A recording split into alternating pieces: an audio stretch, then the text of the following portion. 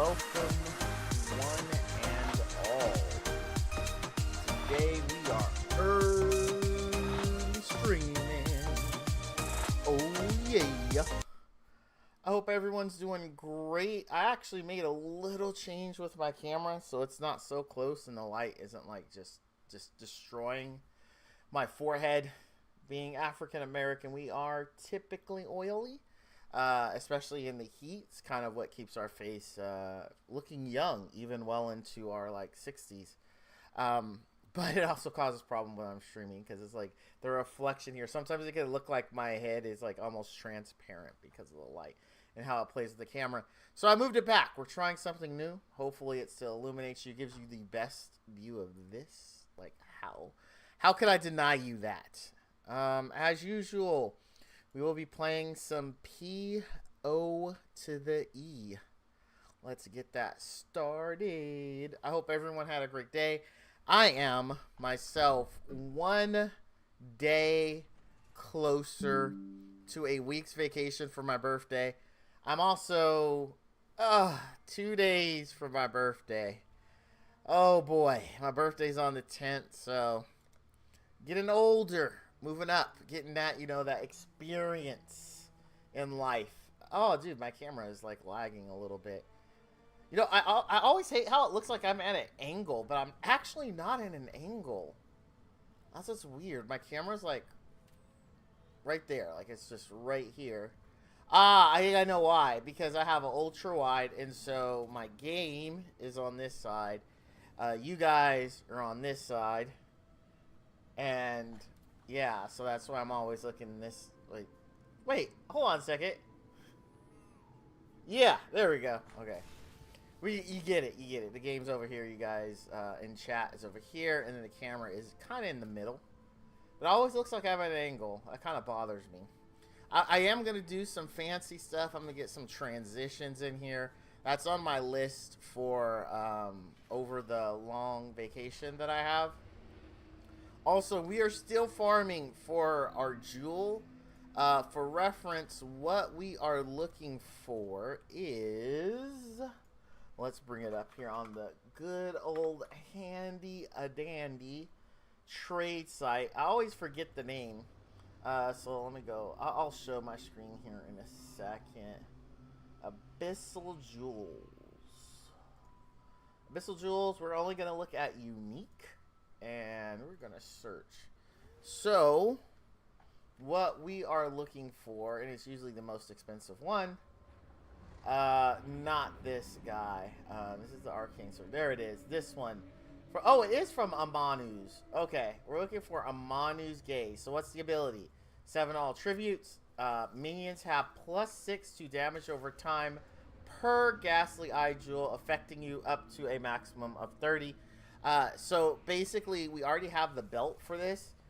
We are farming for the regular jewels and for this jewel itself. It drops from Abyss. You know, when we go under to the underground, because my sounds lay down by the underground. That is where the jewel actually drops, and it's a Manu's. I thought it was the U one, but the U one's the crappy one. I had it reversed. Yeah, this one is typically not worth 7 divines. Oh, dude, I already switched scenes. The only reason that one said it was worth 7 divines because it had a good corruption on it. So, yeah. Yep. So that's what we're doing. The struggle continues. I did buy new maps last night. I also did some selling. So our pants are full of loot. I don't know why specifically I decided to call out pants. But yeah, they are absolutely full of loot. So we are going to select Abyss. Alright, and we're good to get this farming session going. Man, feels good to be playing some PoE. Oh, I also made some changes. I did address my mana issues. How did I address it? Because I remember yesterday, Zero asked about it, and the solution I was thinking about was expensive. So I went back to the drawing board. I looked at the POB from the guy I'm borrowing this from, which is Palcerin. Excellent content creator. Highly recommend you check him out. He had the simplest of solutions. Just the extra point here. Reduce mana cost to attacks. I don't know why I didn't think of that. That's great. However, I would still like to figure out using this somehow. I don't know how we get here. I don't know what we drop, but I would definitely like to get there. So I added that. I did change this cluster jewel around because really the only two we're looking for is Fan of Blades and Wind Up. Or no, I'm sorry. I need to replace this one because we need to go Martial Prowess, not Wind Up. So actually, let's do... Oh, we already started a thing. I forgot. But anyway, I made that change, and mana has been a lot better. We still will hear the, hey, you don't have mana. Just not as often as we were in the past. So yeah, it really seemed to help. Also, I picked up another jewel. Or excuse me, I picked up a another oh good grief, notable on the passive tree, which added to attack speed and damage. So that's also helping our damage. We are really styling right now, just to be completely honest with you. We are pretty good. I have no current complaints with our build. We're solving everything while we're farming for our other one. Because I didn't want to start our new build off, which is likely going to be Holy Relic Conviction, by buying like a bunch of stuff and spending all of our divs. So this being one of the more expensive pieces, as well as the belt, which we already have, and the jewels, I thought, hey, let's farm for it. Let's get some more use out of this build. We have a lot of the season left to go. I'm not bored with PoE at all. So yeah, that is why we're farming for it instead of just whipping out the wallets. The ultimate problem solver. This is true. You ask any PoE content creator, how do you fix a build? And any build can be fixed with currency. The more you spend, typically, the better it is. There are exceptions. Some builds were just bad, and you can get them to a less bad situation, but they're never going to be really exceptional. Old school Spectral Shield Throw comes to mind. You can drop mega money into that, and it will just be mediocre. It'll go from being absolutely terrible to mediocre. So yeah.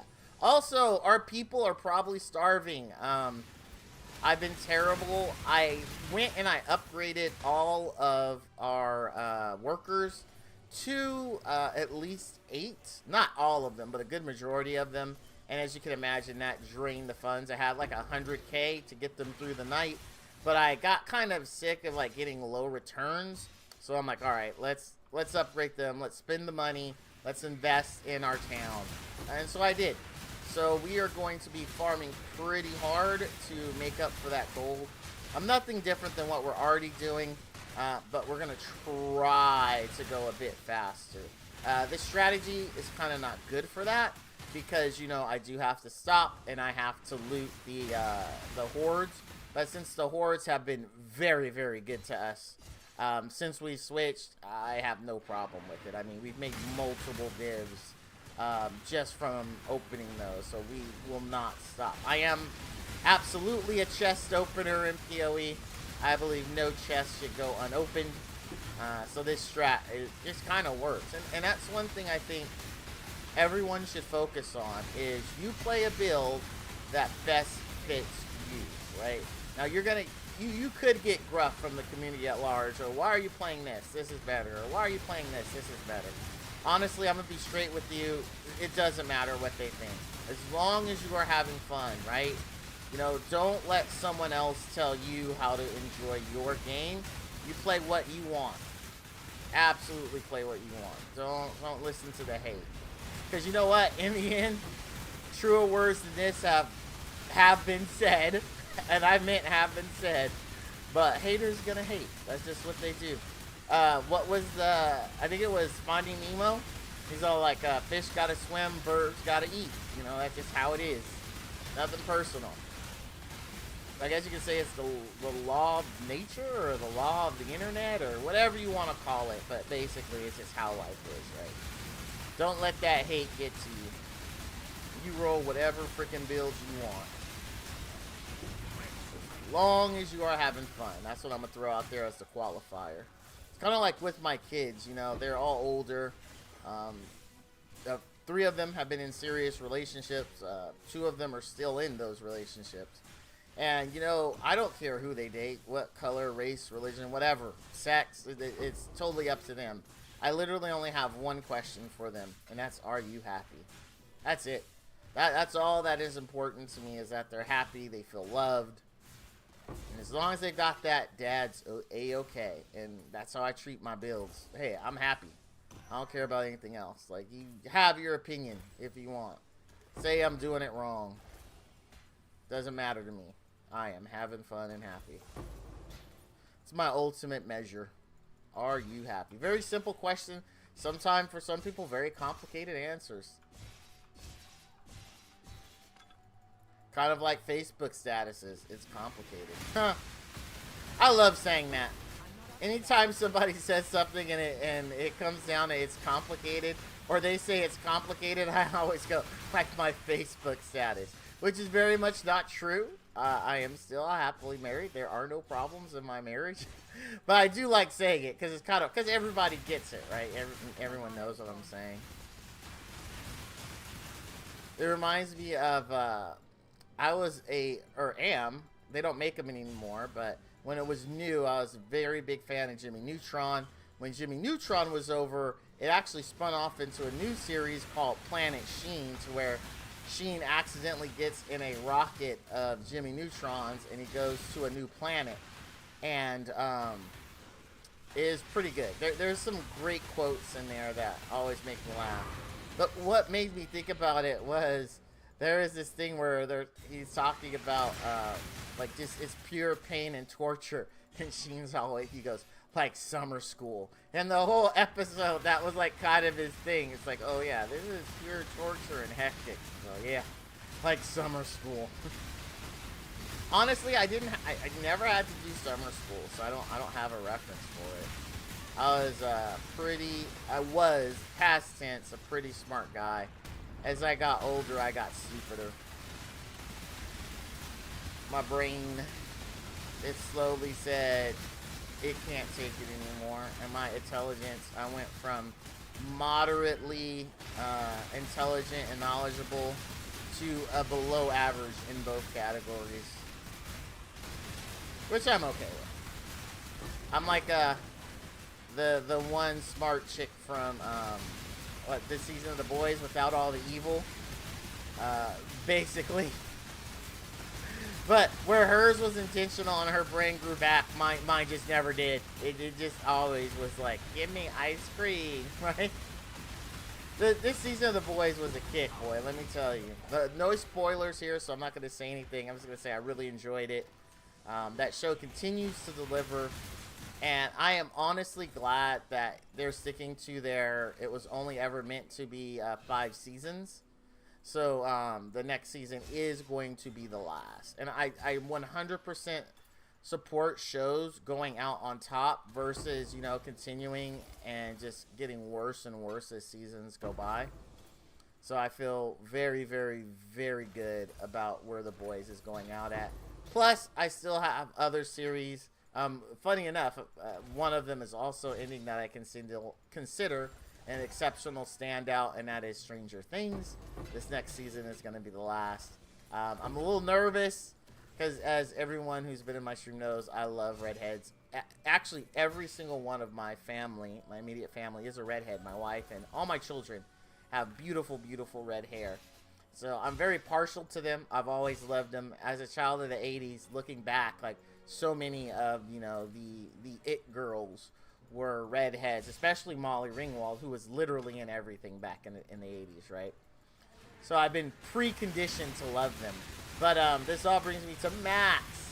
You know, we left off with Max in the hospital, no brain activity, and I really, really feel like they're going to kill her, and I'm going to be extremely upset. I just got a hunch they're going to kill her.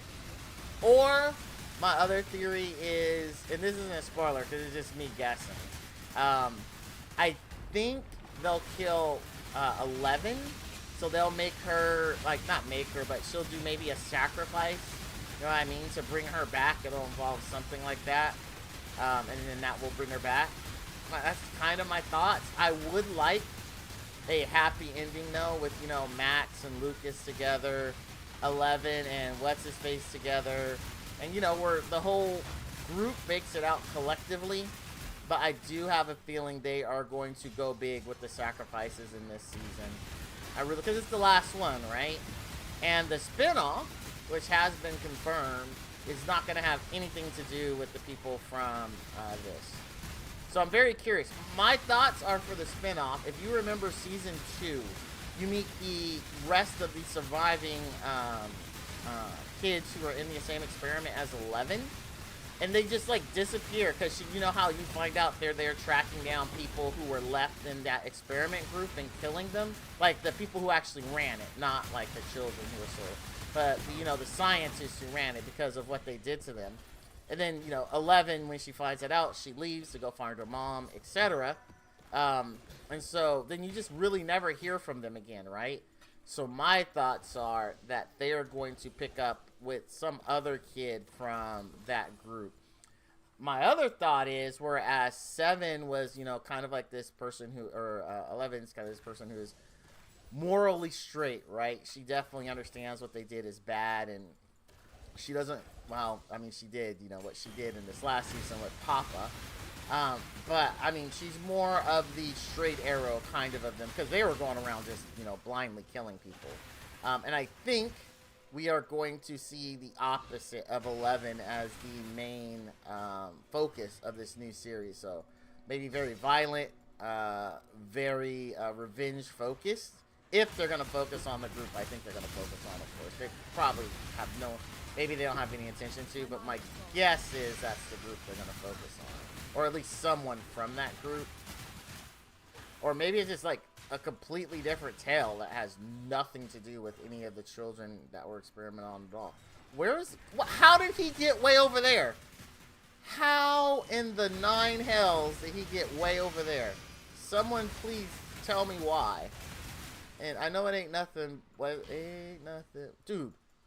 How many pulls am I mean, I'm not complaining. But wow, I got like 1,200 pulls off of that. That was pretty good. But yeah, that's my theory. So that's one of my favorites.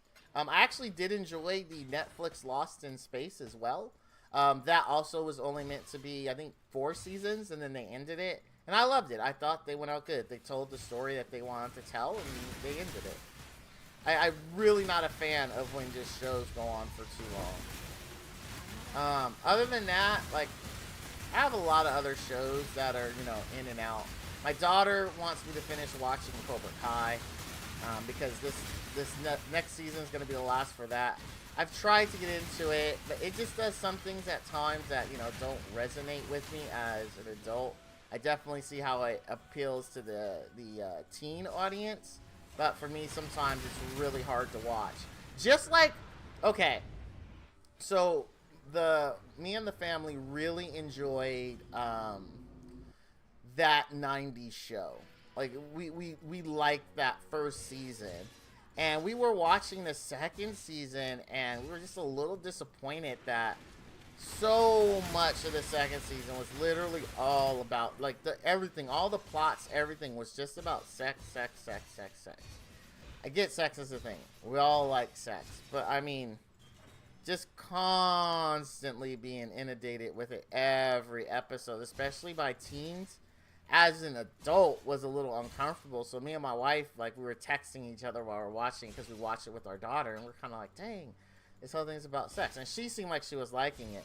But after it was all over, me and her, because we do talk often and a lot, I was like, I go, baby girl, me and mom were just a little disappointed, because we liked the first season, but the second one was really, like, just so much sex. We were, like, disappointed. And she's like, yeah, my daughter felt the same way.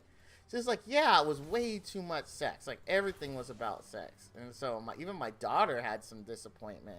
And that's coming from, I'm assuming, the demographic they're trying to appease with this, as well as I'm sure there is a portion there for us who are original fans of that 80s show.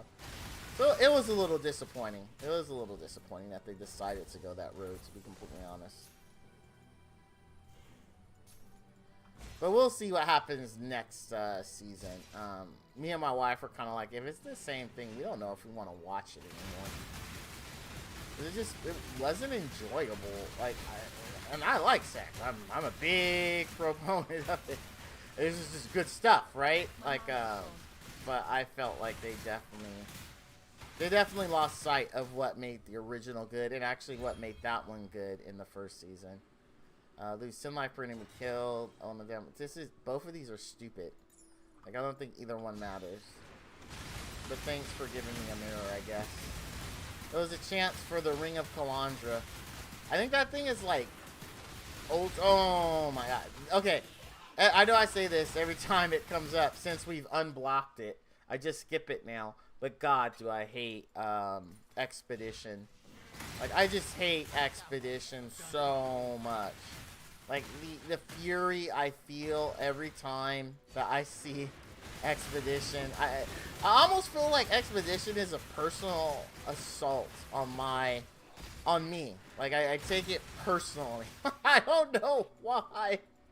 I just hate Expedition so much. Oh my god, do I hate Expedition. Ugh. Alright, we didn't get anything good on that one. That's fine, that's fine. Oh, I thought I saw my phone pop up. Someone texted me. Oh boy.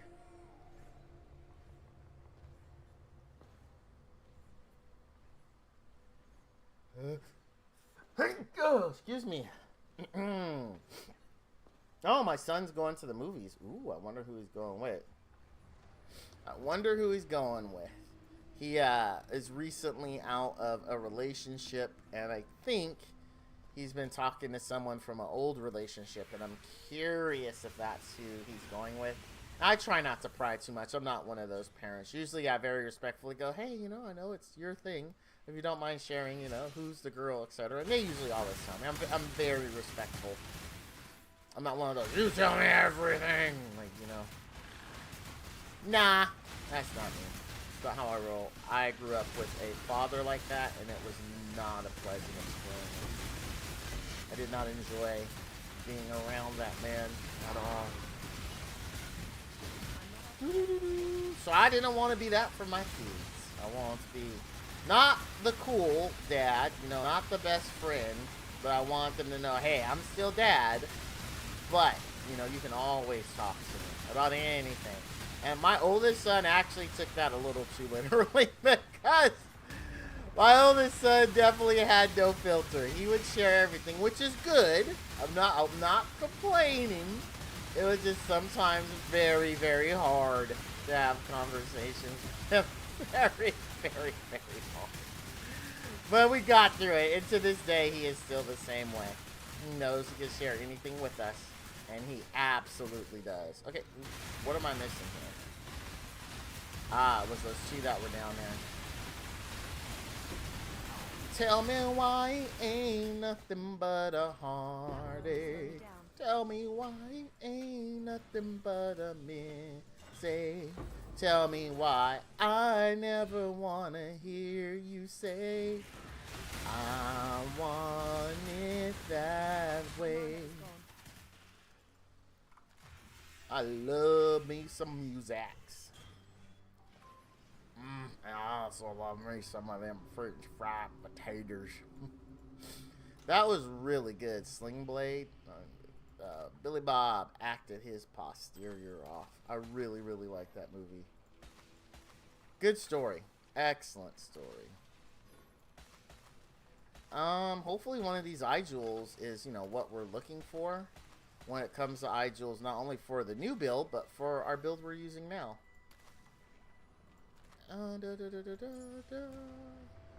This one adds to the 30. No. Oh, wait. Let's go to sell. Sell, homie. Nope. And that is also no. I mean, we could sell these in bulk, but I can't be bothered.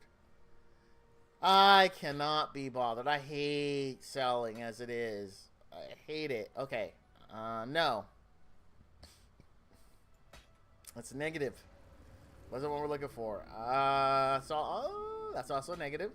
Cold damage to spells. God dang it, dude. So much spell stuff. That's a negative. That's also a negative. These are just, I have like, or had 20 million of them. I think I sold a few. Alright, rid of that. No. ain't nothing but a heartbreak. A damage over time, cold damage. I mean, no. No. 8% recharge. Oh, 7%. Dude, the 7% life is great. Everything else is just not great. No. Well, no, because no one's running a chaos damage. Well, they are, but I don't think that's it. No. Chaos minions have consecrated. No. Nobody does like we do. Chaos damage over time, cast speed while do wielding. No. And no. Wow, we struck out. No cool loot. Let's put all this stuff away. Oh, I missed an eye. Sitting out there in the middle, chilling. It survived the apocalypse. Sounds like something bad that happens to an iPhone. Dude, did you see the apocalypse? Oh man, I lost. Oh, damn it, spell. Why does it have two-hand weapons for spell? I mean, I get that you could be a caster, but I can't remember a caster that would. No. Yeah, no. For brands, you use one hands. You use one hands for brands. You don't use a two-hand. That's okay. It's okay, dude. We're only on the second map of the day, right? So it's too early to be frustrated with the drops. Like maybe I'm just pre-warming up my disappointment. Yeah, I'm getting that disappointment. Oh my god.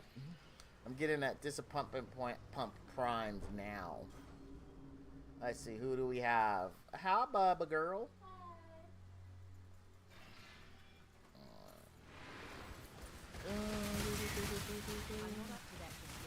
We are cruising on a Sunday afternoon. It's not Sunday. Like, that's just how the song goes. I am in possession of my faculties enough to know that it is not Sunday. Barely, but I am in possession of it. My mana is low. See how rarely we're hearing my mana is low these days? Isn't that awesome? And we're attacking faster. Like, there's just so much good things that are happening now. It's going to get much better if we can actually get the jewel that we're looking for. But oh my gosh. Like, I mean, our odds are long. I mean, we are playing the long odds. Because for these, they're corrupted jewels, right? And it's just a random modifier. So every one that we pick up here is a chance. Maybe we'll get the ones we're looking for. We've actually seen a few that have been close, but no cigar. We have seen quite a few that have been close. Most of those are in my stash for selling. I'm trying to think of like, and if we go to the auction, I mean, we're talking about just for a jewel, the ones we're looking for to randomly drop. Because I mean, we could craft them with extreme luck. I think more extreme luck than the lottery of just trying to hit the right combination here. I even think it takes more luck than that. But yeah, they will cost like 9 to 10 divines just for the jewel. Because we are looking for some the good. And we did not get a prop, even a spire. We should have got a spire, which means it expired because there's these mobs up here spawn. That's the downside to this map when using. Oh, what the heck? Oh, we did get our spire. I didn't even see it show up. Okay, I was gonna say it must have got stuck. So these jewels here, these two, are the ones we're hoping rolls randomly what we need. There really isn't anything we can do to influence it. These are the same. Anytime you see the yellow with the red around it, that's an indication it's corrupted. So it has a possibility of being the ones we want. Odds are long, don't get me wrong. Because it's like 7 possible, there's a few good combination of stats we want, but there's like so many stats that can roll on those things, and with 7 slots, like, eesh, or 6 slots, it's like, odds are not in our favor. I'm thinking we will get the Amani jewel before we get that, which is fine, If we get the jewel we want for the next build, then we'll go with that, and then we'll just have to buy the other jewels. Because I can't remember the stat suite for Holy Relic and Conviction off the top of my head. But I'm sure if it drops, I'll remember, right? I'll be like, oh yeah. We want, I know, actually I'm lying. I just was thinking about it. We want minion damage, damage over time, minion damage if you cast a spell recently, life, and any resist is what we're looking for. My mana is gone. I know, it is gone, but you'll get it back. Trust me. Trust.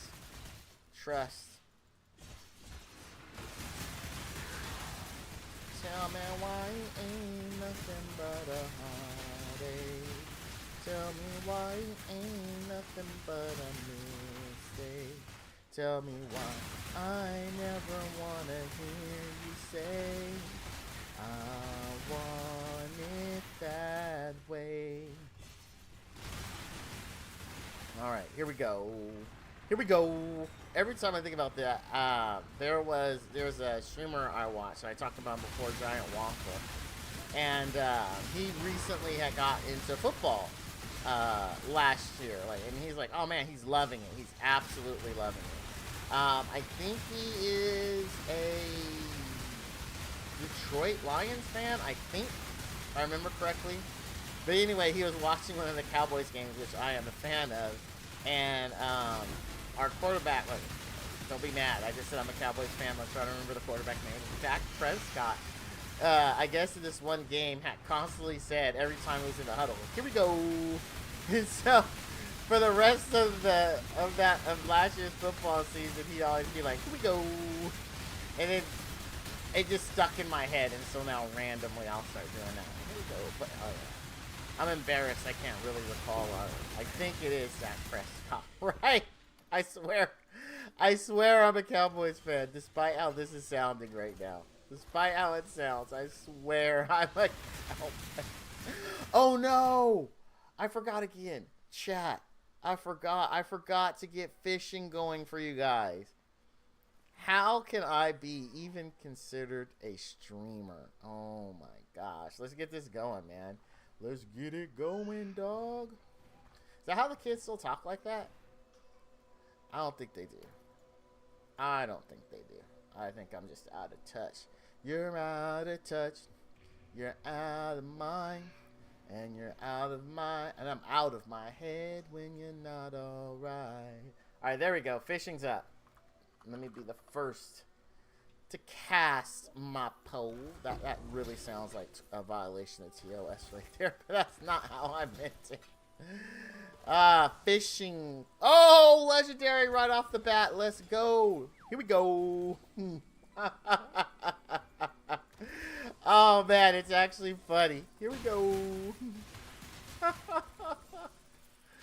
Oh, geez. God, I love streaming. It is fun. Got you. Where did it start? Oh, I thought it started over there. Oh, no, it must start down here because the trail leads up.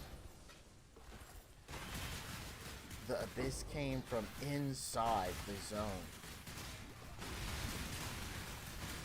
Do you like scary movies? Was it Sydney or something? Yo, don't kill Drew Barrymore. Drew Barrymore is so adorable.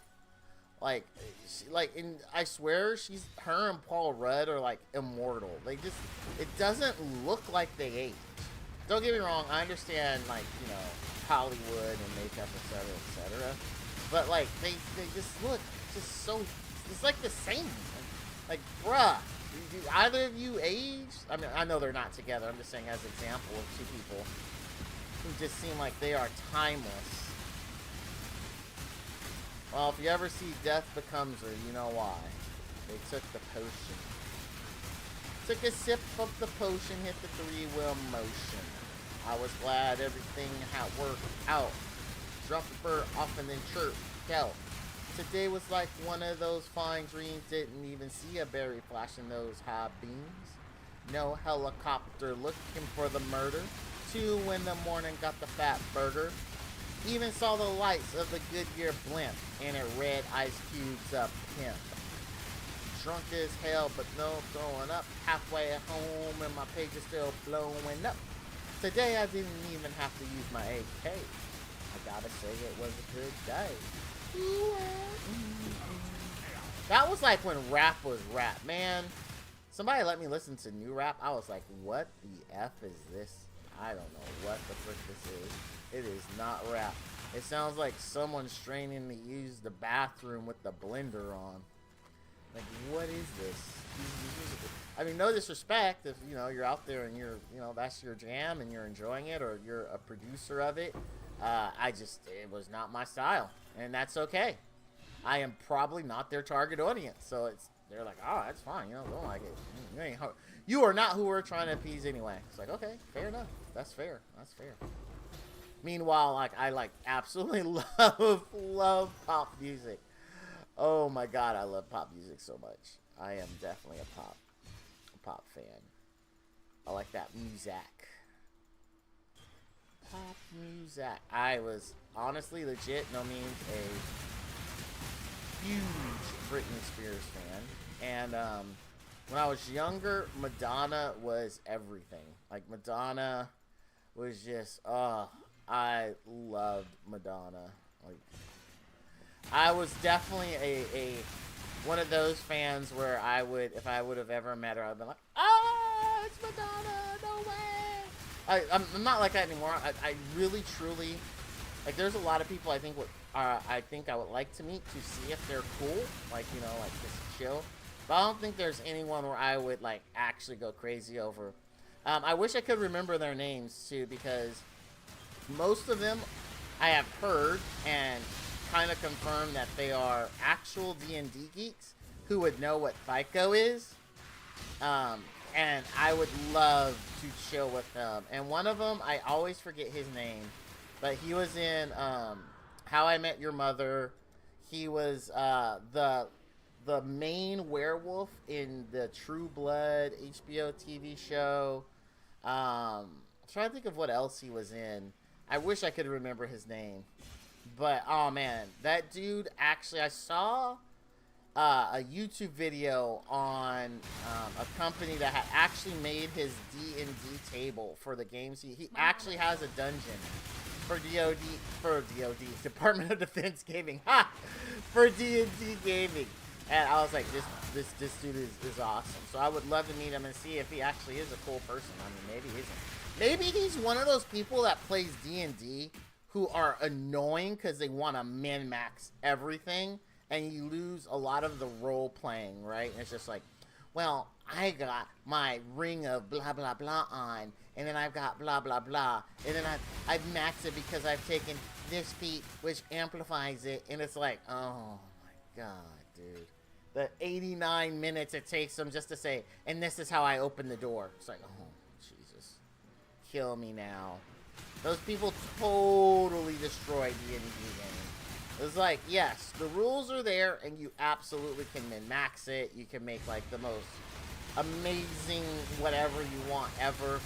But I feel like, at least in my games, I would not want that to come at the cost of, like, really good storytelling and the role-playing portion of D&D. Although, and my friend makes fun of me because there's been many years later. But okay, so I had a regular group I played Werewolf the Apocalypse, and I played Dungeons and Dragons with regularly. Our friend had a loft, and we would spend many a weekend night just up late role playing Vampire the Masquerade. I was also at the time a member of the Camarilla, so I actually did some LARPing for Vampire. It was a good fun time. Well, my buddy was also our DM, and so we were playing Werewolf the Apocalypse. I love going gangrel. I like kind of like how the gangrel, their whole thing is. Even though I'm not an outdoors person, which I guess kind of doesn't make sense, and gangrel are all about outdoors. I wrote mine that I considered my character considered the city his natural habitat versus like other gangrel who are the forest. He was kind of an outcast, so there's a whole backstory. I love theming, remember that. I've always said I love theming. But anyway, so there was this thing. We had gone to the forest. We're doing this quest. And me and my bud had kind of gotten into argument about my backstory, about things he felt I couldn't do, etc. But he had already allowed it, right? He had already let me do all this stuff. So everything I was doing was in service to staying true to who my character was. We really didn't settle it, but our other friend was like, dude, let's just start playing. So my other friend, the one I wasn't arguing with, he's all like, okay, I'm doing this, this, and this. And then my one friend I was arguing with looked at me, and I said, I'm sharpening my poop. Like, but I use the word sugar honey iced tea. I try not to cuss these days. And he says, okay, you are sitting there, and you're holding your feces in your hand, trying to sharpen it. Role play it. I was so mad. I was like, hold on, time out. You know that's not how I mentioned that. He knows I meant I was sharpening like my weapons and things like that at the campfire. So like, well, nope, that's not what you said. So role play it. And so my other friend who didn't want us to get into like another argument just like walked into it, and he's all like, hey, you know, are you mentally okay basically because you're sitting there with your poop? And I don't remember the excuse that I made up as to why I was doing it. I just remember the searing anger I felt inside. You know, because remember, I'm all about theming and I'm all about role-playing, right? I just was talking about how I don't like min-maxers. And then my DM put me in a situation where I have to figure out explaining my character in a way that doesn't make him sound absolutely bat-poop crazy of why I had my feces in my hand and I was rubbing it against a sharpening stone. To this day, that I still bring that up to him, that I really dislike that. He gets a kick out of it. He's like, dude, how long ago was that? I mean, this was like at least over 2 decades ago. Over 2 decades ago this happened. I will never let him forget that. Like, his wife could call me and be like, hey, you know, he passed away. Could you come and say something? And I'd be like, yeah, I'll come. I'll be sad, but I swear to you, I will bring that up.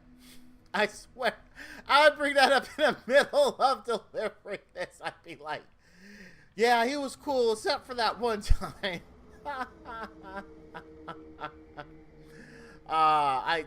He absolutely was just my closest friend. I actually knew him before my wife. The story there was, I worked at a small retail company that sold computer hardware and software. So, you know, you think of Micro Center.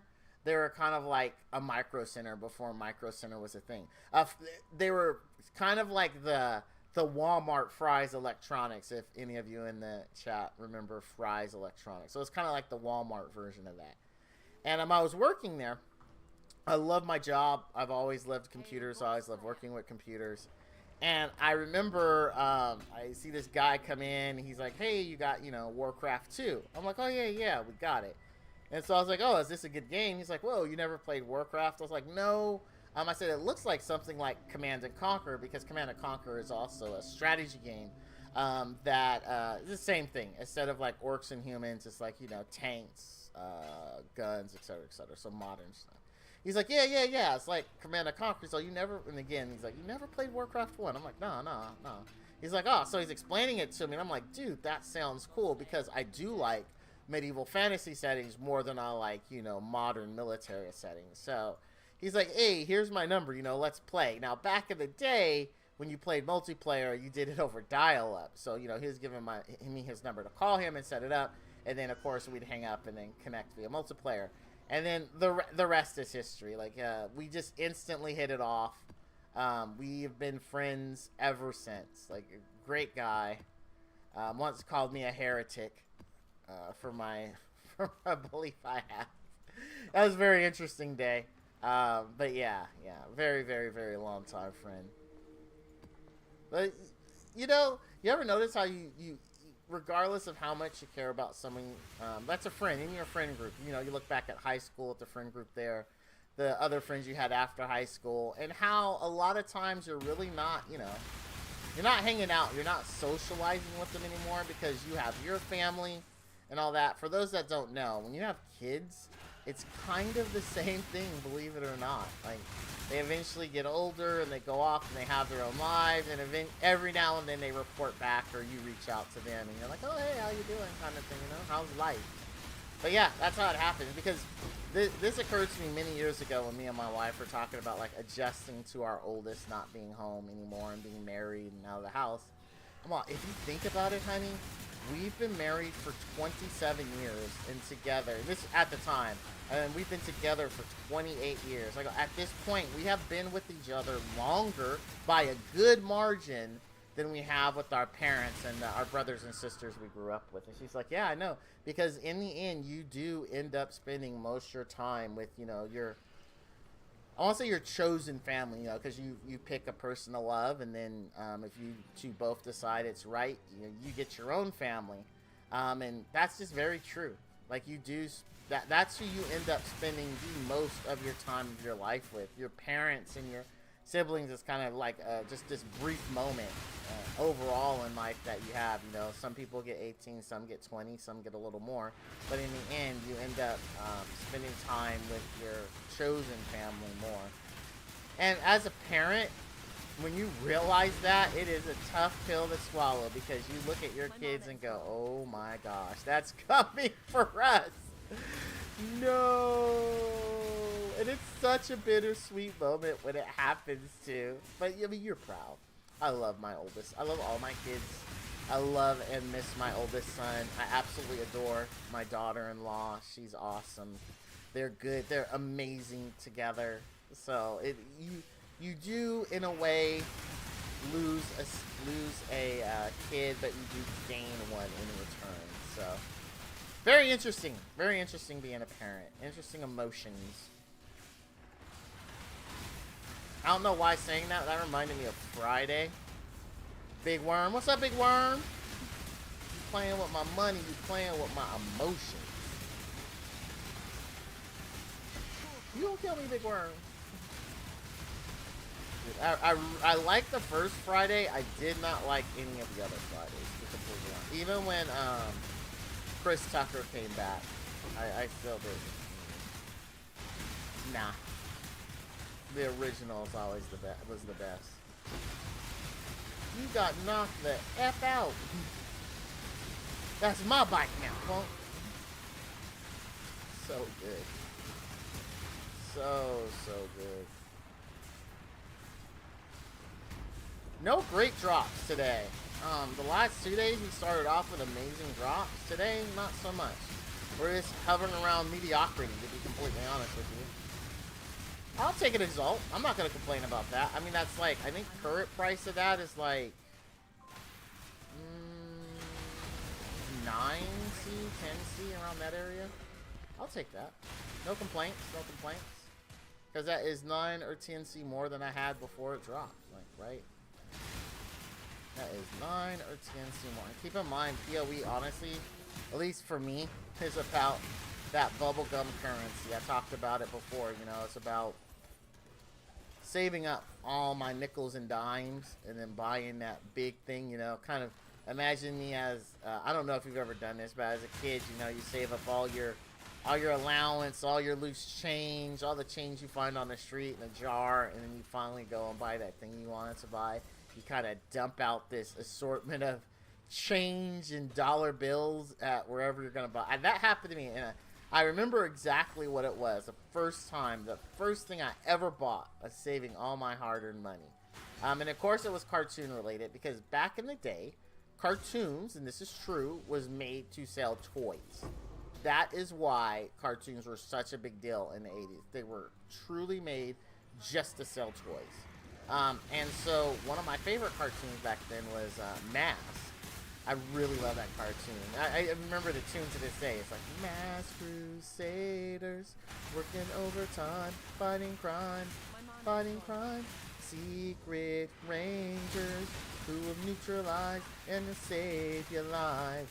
Tractor's gonna lead the mission, and Spectra's got some supervision. Mama, math is the mighty powers that will save the day. Mama, math. always riding on Venom's trail. Yeah, I know that. Anyway, so the shtick with Mass was that.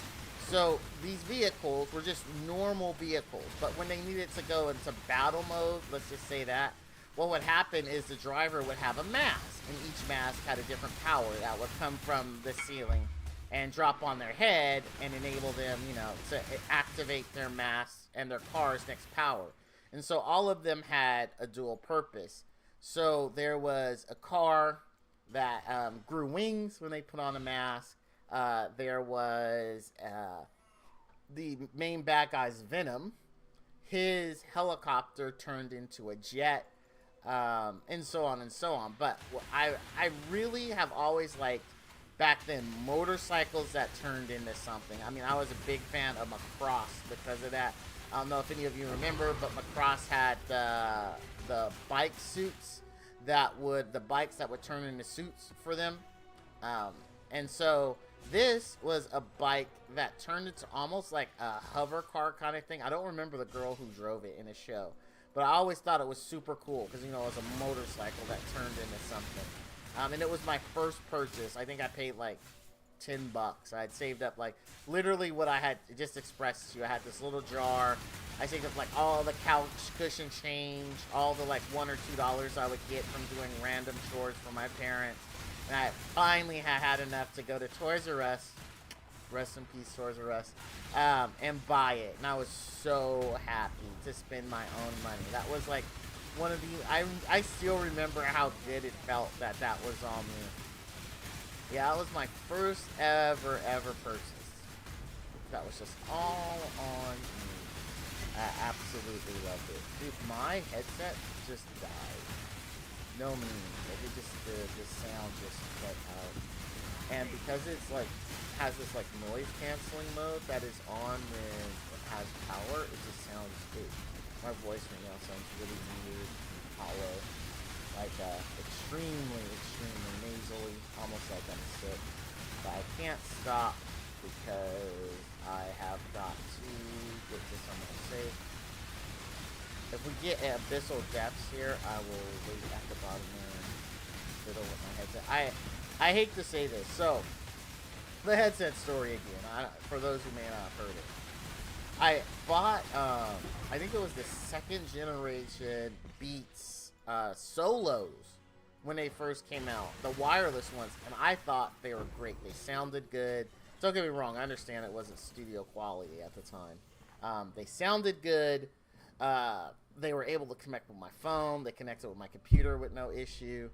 I really loved those headsets. Well, just time and years of use goes on. They ended up breaking. They had just gone out of warranty. Apple wouldn't honor it, even though it was only like a few, I think it was like a week out of warranty. They just wouldn't honor it. I was fine. I wasn't upset. I get it. You know, you got to have your rules. Because when do you draw the line, right? You know, because then what if someone called a week out from when I called, or a week out from when the next person called, etc., right? They have to draw the line somewhere. So I wasn't upset. So I went out, and at this time I was better off financially, and I was like, you know what? Instead of getting the Solos, I'm gonna get the Studios, right? I'm gonna get the big $4.99 ones, right? I'm gonna style, because before I had the Beats, actually my first pair of like studio quality headphones I loved. They were wired. They were the Sennheiser 566s or 766s. I can't remember. But holy crap, I love those. And they finally died on me.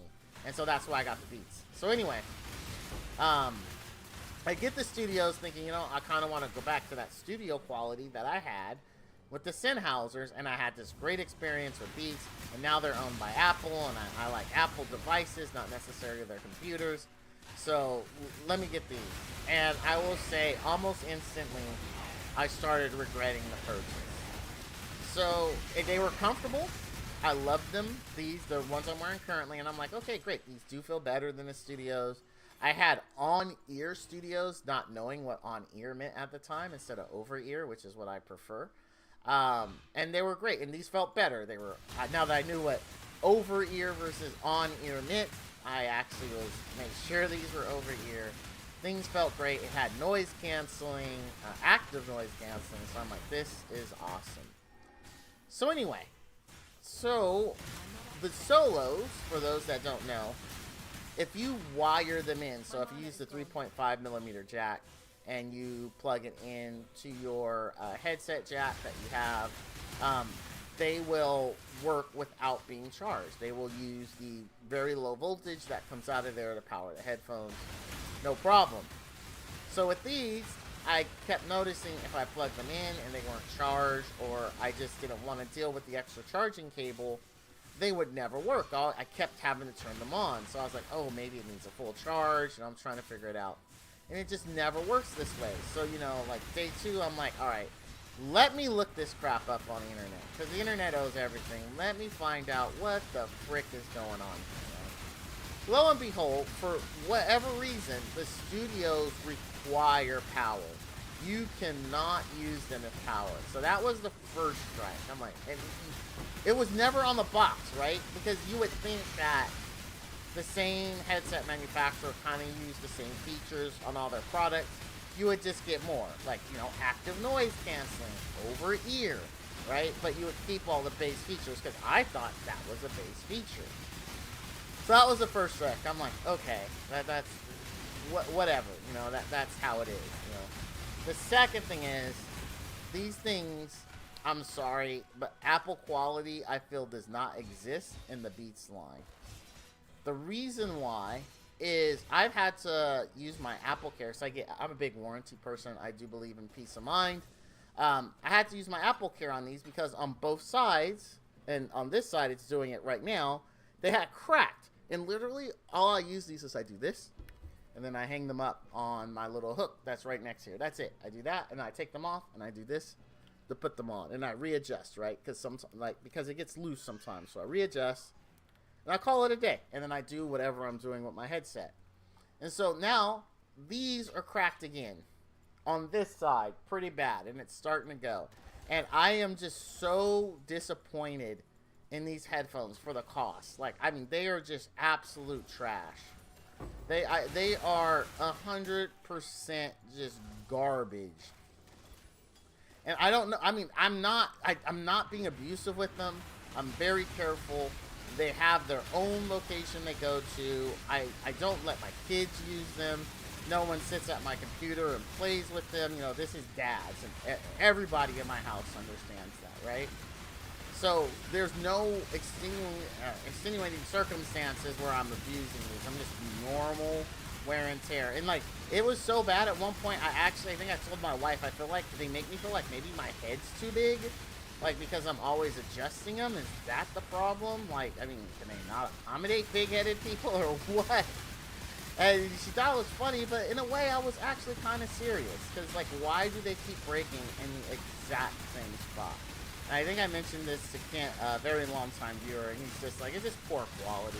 He's all like, look thin on the side, and that's probably, you know, why I'm noticing what I'm noticing. And that makes sense. Like, I mean, it makes sense. But I think this time, if they even honor it, because I don't know if, like, Apple Care has a limit, if they've already exchanged them or what. But if there isn't, I'm honestly going to ask them, can they, like, give me a credit or let me downgrade to the solos, whatever the newest solos are that are over ear, and then give me, like, the difference in Apple Store credit. Like, I don't want my money, but I just want a better quality set of headphones than these things, because they're just trash. Like, I legitimately do not understand, like, how they could be so awful. And why do you need power if you plug them in? This still bothers me. Like, there is actually, that's how, like, headphones have worked since the dawn of time that headphones have been invented. It pulls power from the 3.5mm jack, and that's what gives you your audio. The only reason that battery-powered headphones became a thing was for things like bass boosting, for things like active noise cancellation, wireless. You had to power them some way, right?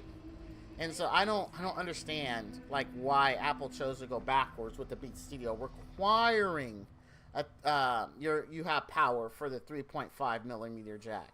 Like, it just doesn't make any sense. Like, if it's the active noise canceling, then they should just be like, hey, if you want active noise canceling, they have to be powered.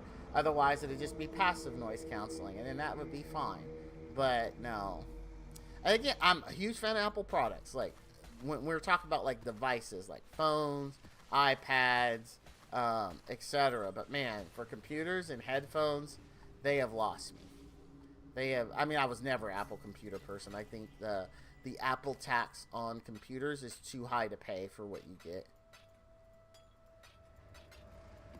I mean, I think the biggest kick to the growing that Apple ever did to its longtime fans or people who supported them is the, what was it, $1,000 metal stand.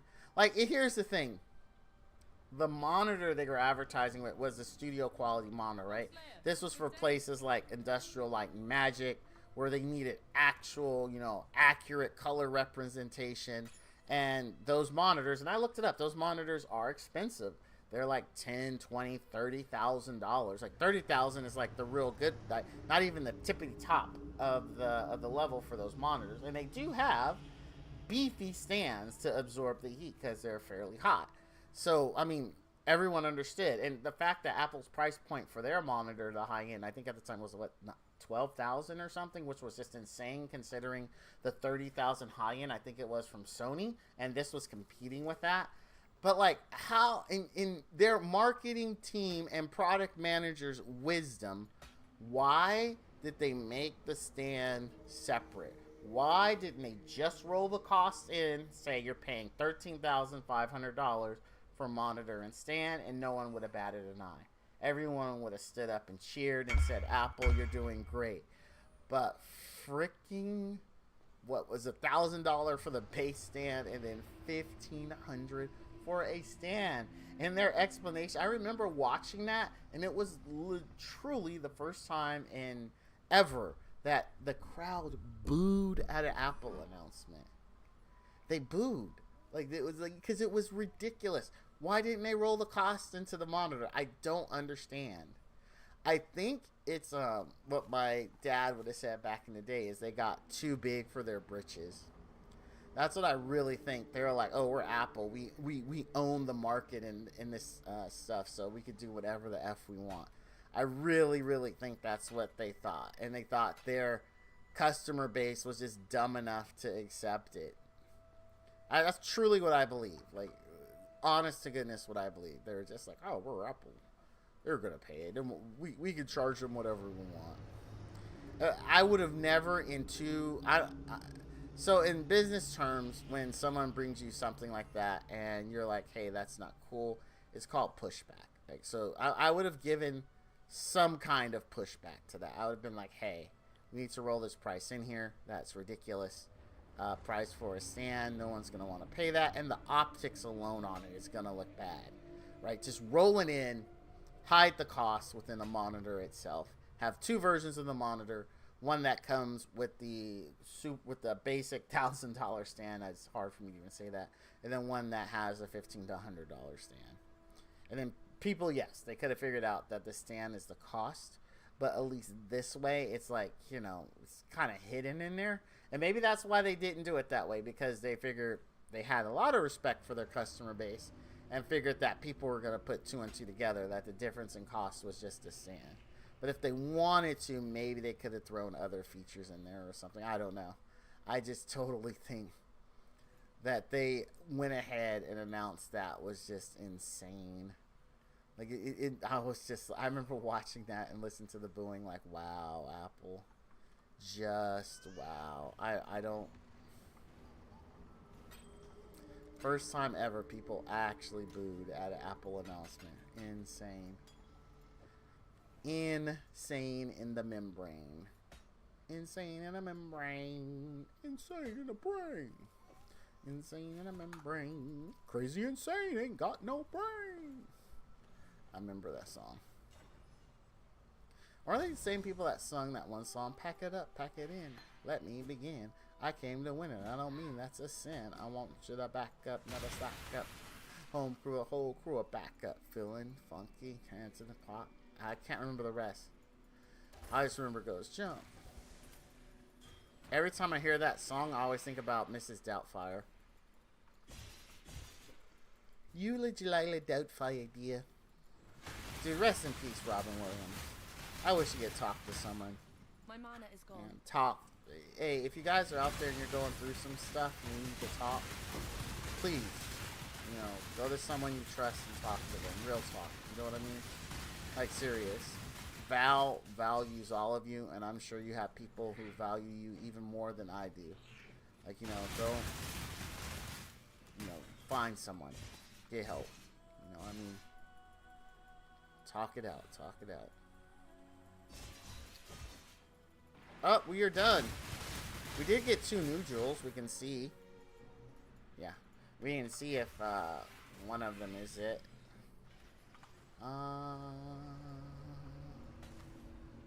And movement speed if you've killed recently. Why does it keep giving us spell? Why are we not getting attack with 2-handed swords? Attack, attack, attack. That's what we need. That's what we need. Why can't we be friends? Why can't we be friends? Why can't we be friends? Just going through here. Warden threw a party at the county jail. Prison band was there and they began to wail. The jumping down those birds began to sing. You sure the hunters rocked out, jailbirds singing, let's rock. Everybody, let's rock. Everybody in the wholesale block would dance to the jailhouse rock. I'm not a huge Elvis fan, but I do love that song. That and Burning Love. Lord Almighty, I feel my temperature rising. Higher and higher, it's burning through to my soul. Baby, baby, baby, you're gonna set me on fire. Well, my love is flaming, and I don't know which way to go. Yeah, 'cause your kisses lift me higher, like the sweet song of the choir. You light my morning sky with burning love. I really like the song, and I actually like Winona's version. I know any Elvis fan will probably consider me, have me burned at the stake for saying this, but I actually really do like Winona's version. For those that don't know, that was the version that was on Lilo and Stitch. I thought she did a good job, but man, did a lot of people not like that version. They were not happy she did that. It's like, wow. Fans are an interesting thing. You know, you're happy to have them, but sometimes I think they take that fandom a little too far, right? A little too far. My mana is gone. I get he's Elvis, but still. Guys, I felt the same way about, so me and my wife used to watch this HBO show called Big Love, and it was about plural marriage. It was Bill Paxton, and he wasn't him and his wives were into a plural marriage, and it's just about the struggles they had in Utah as a plural marriage family and some of the choices that were made. It's really good. The intro to that song was to that show was the Beach Boys, God Only Knows. So God only knows what I'd be without you. I know that, you know, that song. So for the entire show, it was always the Beach Boys version. But for the series finale, not season, so when it was all over and done, the series finale, they had, I can't remember which one of the Dixie Chicks do the song. And oh my God, did I love her version. Oh, that she do such a good job. It was really cool to see the end of that show and them, you know, use that version of the song. And there was a reason because, so some stuff happens with Bill Paxton's character and his wives. And his wives basically, you know, are there at the end of the show and they're working together and they're being, you know, sister wives, because that's a thing. Like, they're working really well together. And I think moving it from the male narrative of God Only Knows to the female, whichever Dixie Chick it was, I don't remember. was like a perfect fitting to that, and it was really good. Me and my wife both teared up a little bit on that last episode. It was really good. I enjoyed the show. Very, very good. And on like the plural marriage subject itself, dude, I don't understand people that can do that, man. I love my wife a lot, and I can't imagine, one, the jealousy between the wives for something, you know, like just how are you okay knowing that one day he's over her house and, you know, the next day he's over the other house, and then, you know, the next day it's your house. That seems like it would be tough mentally, even if that's, you know, what you believe. There still seems that like there would be a mental toll that would take. So that's just from the wives' perspective. From my perspective, 5 wives? I have 1, and I love her to pieces. I cannot imagine, nor do I want to, of having 5 wives. Oh my gosh. I'm not saying it's wrong or bad. I'm just saying I couldn't do it. I 120% do not have the ability to split my attention, especially because he had like 2 or 3 kids with all these wives, right? In one case, 4 or 5. So it's like, oof, I couldn't do it. Honestly, as much as I love my wife, that is what I call a nightmare. That is this is true story. This is what I call it. And I think this subject came up with me and one of my other friends in like a Discord conversation. And he's also married. And he's like, yeah, I agree, man. That's crazy. And then the other thing he brought up, he's like, yeah, but what about the dudes who actually have like a whole nother family, a secret family on the other side of like either the world or sometimes the U.S. or whatever their country is, right? And I'm like, yeah, how is that possible? Like, bruh. I disagree with it, but I'm also impressed. Like, as a dad with, you know, who raised 4 kids, like, how? How? Like, how is this possible? What is your secret? Like, not that I want to do it, but obviously whoever is doing that has amazing organizational and time skills. Like I just want to learn the skills just so I can improve in time management. Holy cow, I must be doing something wrong. It is ridiculous, man. Like, how are you doing this? I almost feel like this old TV show that me and the kids love called Drake and Josh. And there's this one scene where Josh, kind of the less, the less charming brother of the two, is asking his mom for help with getting girls, and she's like explaining like just how to be polite, like nothing crazy, you know, just common sense. Be polite, be interested in them, etc., etc. And so he's like, okay, mom, I'm gonna go try it. Thanks. So he does. He runs over, and the girl is receptive. Hey, kid, and the girl is receptive. And he runs back to his mom and goes, are you a wizard?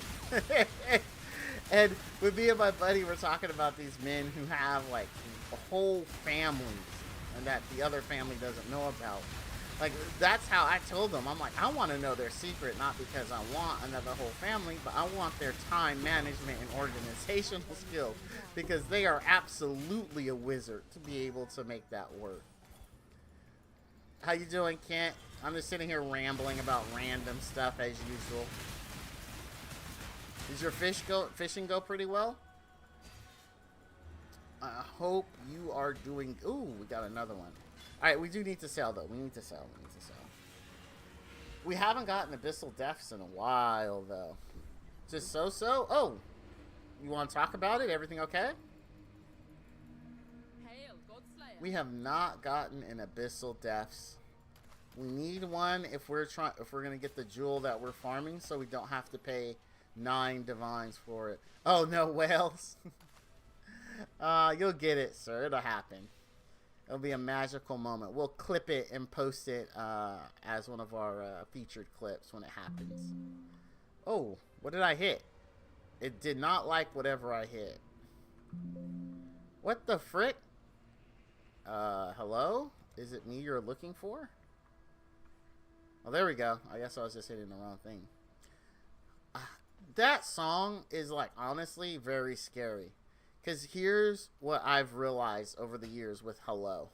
You think it's like this romantic song, But watch the video, okay? Just watch the music video. He is in high school. Yeah, Mr. Ritchie. He's a teacher in a high school, and you may say, no, he's not. It is a college. Okay, you watch the video, right? There are kids going from class to class, right? And you're like, well, that happens in college. Yes, it does. But there's a bell. There is no bell signaling the end of a period in college. So he is talking about a high schooler. Like, I know this isn't me saying anything about the blind community, but she's blind. Like, he's obsessing over this blind girl who can't see him. And I don't know, to me it makes it like extra creepy. I don't know why, but it just does. And if you listen to the lyrics, like, I've been alone with you inside my mind, and in my dreams I've kissed your lips 1,000 times. I sometimes wait outside your door. Hello? Is it me you're looking for? Which you think about, he says looking for, but she's blind, and it's just this I don't know. The song creeps me out, but the clincher to it is where at the end of the music video, he confronts her, right? And she's all like, I've been thinking about you too, and I made this. And it's like a perfect replica of his head with his Jerry curl and all. And so that's how the video ends. Why this is funny to me, and I laugh extra hard at the whole head.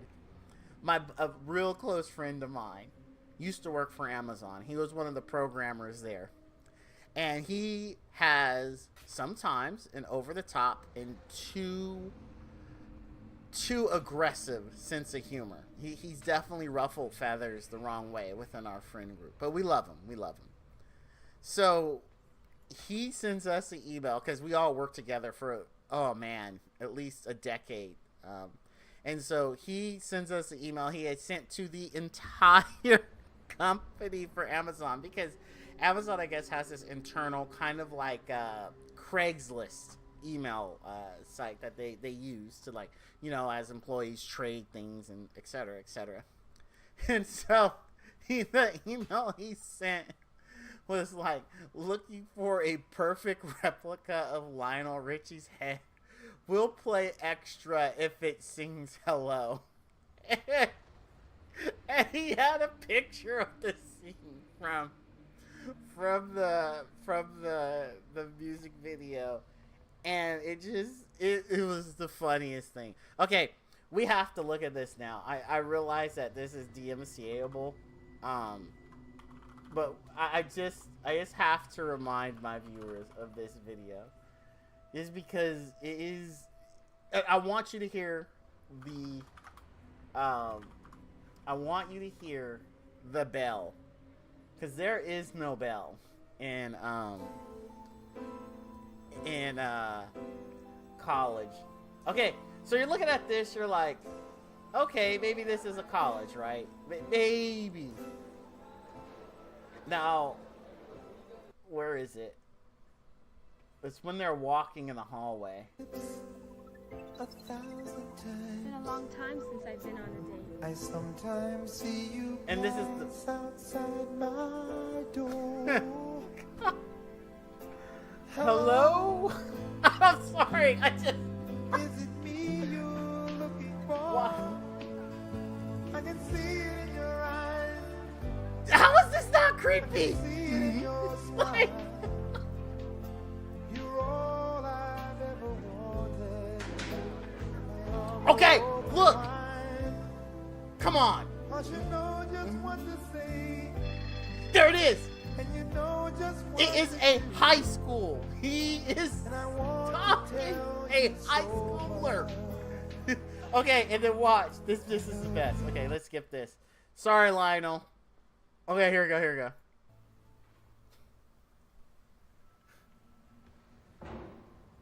I've wanted you to see it so many times. But I finally think it's done. Tell me what you think of it. I'm sorry. Oh, it's wonderful. This is how I see you. What?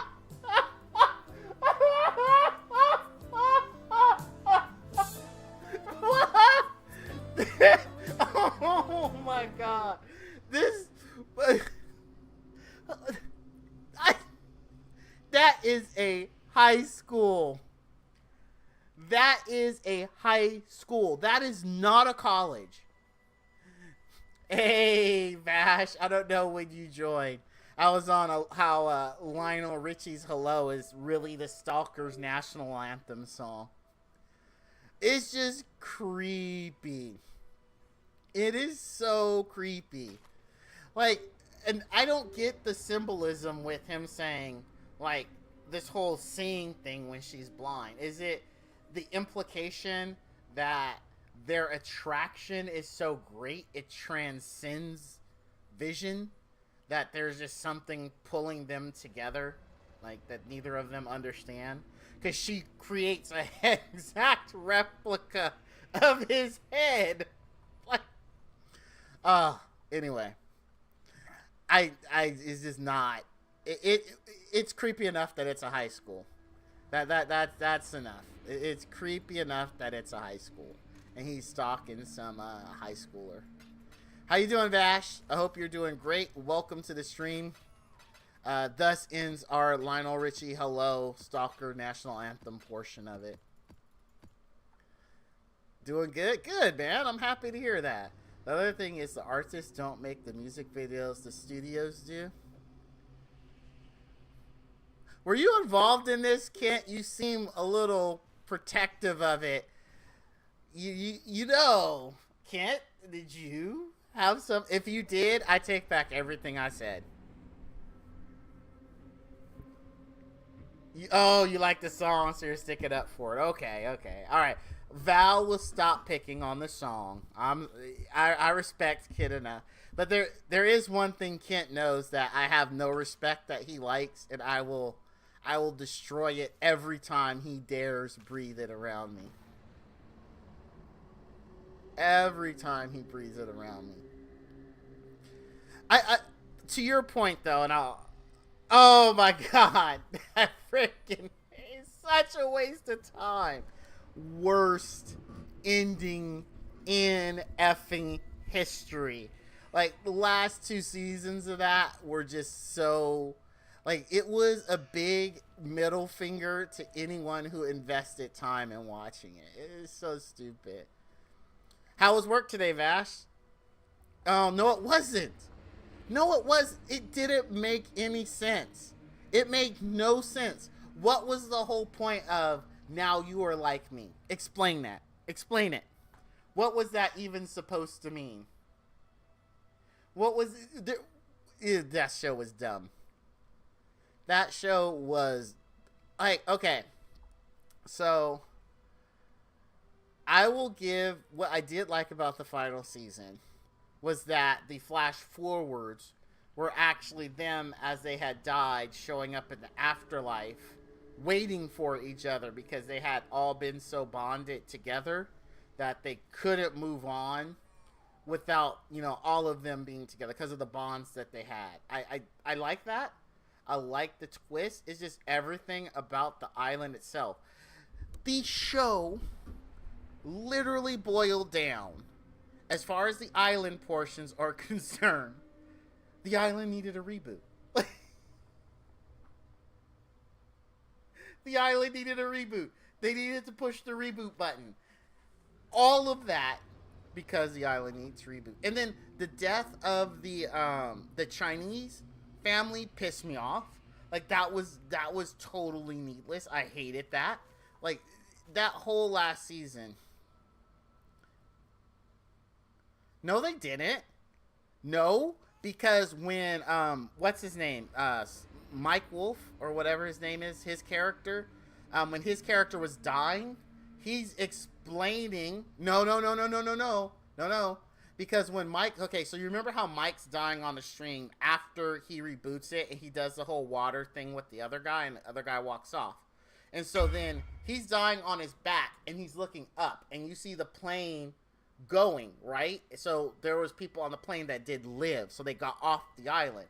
He's explaining when they do the flash forward, because when they're showing that scene, he's explaining that even though they might have all died at different times, and it starts showing like when each one of them died, like they all wound up back in that holding afterlife place to move on together. So that's why he literally says, while some of us may have died in the past or now or in the future, we all came together here, which was in an afterlife place at the church with his dad and all that stuff. So rebooting it stopped the smoke monster from, so the point was when the smoke monster had killed Locke and taken over his body. Yeah, the lamppost station, exactly. But to me, the whole you are like me thing, like how you become like the guardian of the island or whatever, was BS. Oh, what were you wondering, sir? Talk to me. What do you got? Ken and I have had this argument many times, so I'm sure we will have it more in the future. What you got? What were you talking about this whole time? Oh, Lost, till you said Smoke Monster and Locke. Oh, yeah. Yeah, Kent believes that Lost was the greatest show ever, and I told him I will give him that up to the, what was it, 7th season? Because it was 9, right? I think, or it was 8. So, whatever, how many ever seasons it was, 2 seasons back is when it was the greatest. Because the second to last season and the last season were trash. And they just pooped all over their fan base. Like, in my opinion, they pooped all over everyone who spent the 6 or 7 years watching that, promised answers for it to be dumb. It was so dumb. Like, it was just like, oh my god. Ugh. But dude, up to that point, I loved Lost. I absolutely loved Lost. I did like the maybe I'm biased on this, but I did like the interracial couple's story of how the wife was dying from cancer, but being at, because there's all, you know, how they explained that there are a lot of places like the island that had these, like, mystical properties. Yeah, Rose and Bernard, yes. I like their story because, you know, they didn't want to leave because islands saved their life. So they just ended up living out the rest of their lives together with her being sick. I like that story. I like that there were these places all over the planet that had these special properties. I think it was due to magnetism or something. They were just at, no, not another one. No, Bash, no. Why is my stream attracting? No. I will all day long agree that the seasons, except for the last 2, were amazing and the story was engrossing. And there were some things about the last season that I absolutely loved. There were explanations that I liked. But there are others that just made no sense to me and I thought were dumb. The rebooting of the island was the dumbest thing I've ever... Oh yeah, let's stop them by rebooting the island. And rebooting the island literally was draining water from it. I mean... It was rushed at the end, but it's about the journey, not... You always say that. But okay, so have you ever invested, like, time, like old school times, back in the days, playing like an NES game or something, and I mean, you're like, kick a butt, you're doing all you can, and then you get congratulations at the end. That, even for me back then, never felt good. I always wanted what was the equivalent of cutscenes for us back then. You know how they do the little quick animated little story art, and it would go for a little bit, and then it'll be like, thanks for playing, and then that was it. I hated games that after it was done just said congratulations, and then that was it. Like, and to me, that's exactly what Lost did. Lost was an incredible journey, and then when you got to the end, they're like, okay, it's over, and that was it. And that was it. And even if it was rushed, it doesn't excuse the fact that I think it was still a crappy send-off. I don't notice I'm not blaming the actors. Like, the actors, I think all the actors did a great job. I'm gonna blame the execs who made the decision. Yeah, same reason I don't dislike relationships that ended poorly. The time before the breakup was awesome. Lots of memories and good times. The end doesn't ruin everything else. Oof. You've never used that one. You've never used that one, you son of a gun. Let me think. Let me think.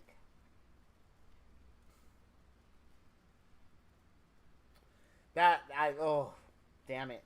I'm thinking.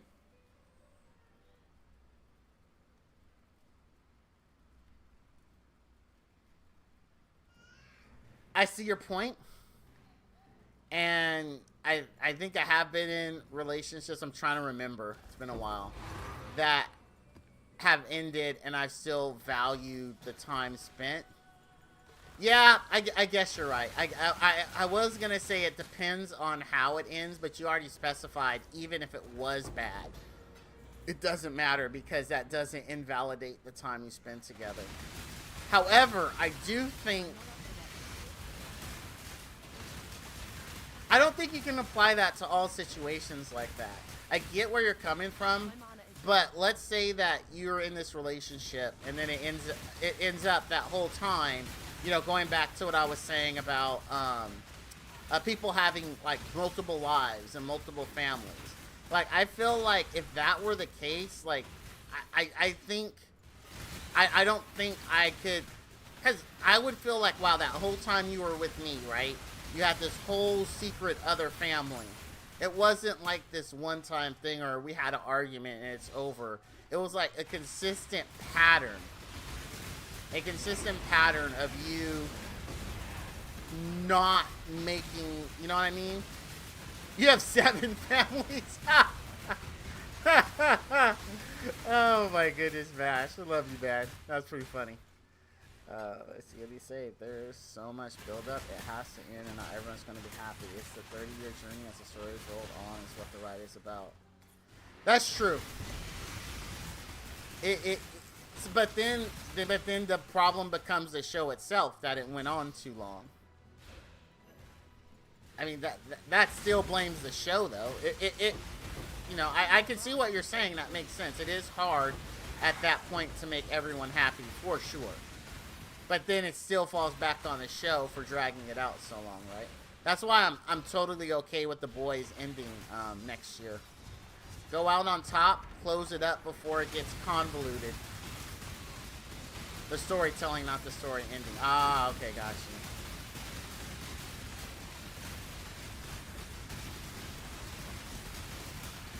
I don't know, man. I get your point, and they're valid points.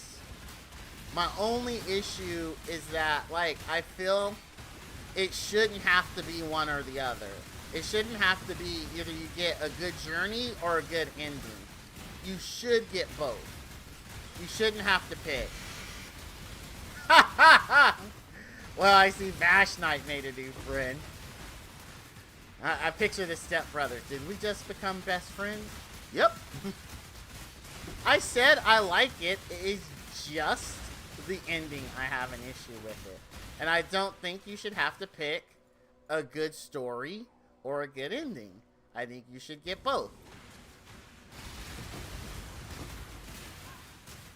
Especially for the amount of build-up that there was. I mean, do you remember their ad campaign for the last 2 seasons? Like, the whole ad campaign was, you will get answers. And, man, I wish my other friend actually came to my streams. Like, because he agrees with me on it. Now that you have Vash, I'm outnumbered when it comes to loss. I am actually outnumbered now.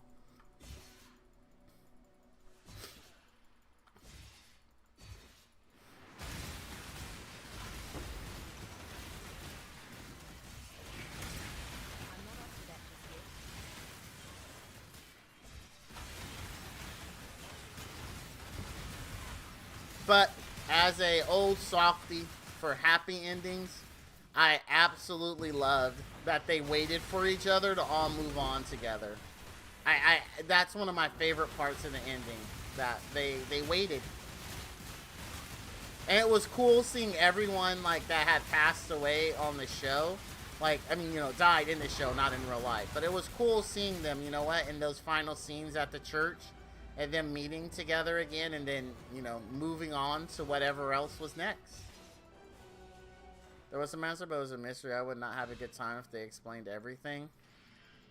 That's true. Okay, you and me actually agree on that. And you know what taught me that lesson? Do you know what taught me there should still be mysteries and they shouldn't explain everything? Effing Star Wars. When they released The Phantom Menace, I was so excited. And when they went to explain the Force with metachlorians, what is a metachlorian? Like, that ruined it. It should have stayed a mystical energy field that binds and protects all living things. And they start talking about, well, his metachlorian count is pretty high. Like, that absolutely ruined it. So I do agree with you on there. I strongly agree with you on that. Because of metachlorians, like, they should have never have tried to explain it. It was fine where it was. To this day, I still get heated about that. Like, people complain about Anakin, the actor who played Anakin as a kid and all that. I didn't have any problems with that. How else, like, people who actually end up going really bad don't start off like these super evil. Like, what if they wanted the kid to be, like, have all dark eyebrows and, like, you know, just homicidal? Like, what's the old expression? The road to hell is paved with good intentions. And Anakin actually just had good intentions. You know, his good intentions just led him down the wrong road. That's the greatest part, human nature. Yep, I agree. It is. You're not wrong.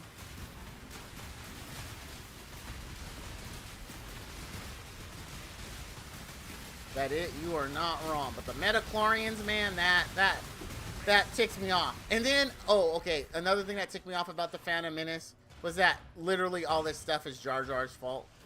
Like, did they really, I mean, when Game of Thrones did it, right? When Game of Thrones did it, and you realize that Littlefinger is the cause of, like, all of this, like, when you make that realization in Game of Thrones, it was cool. It was like, holy crap.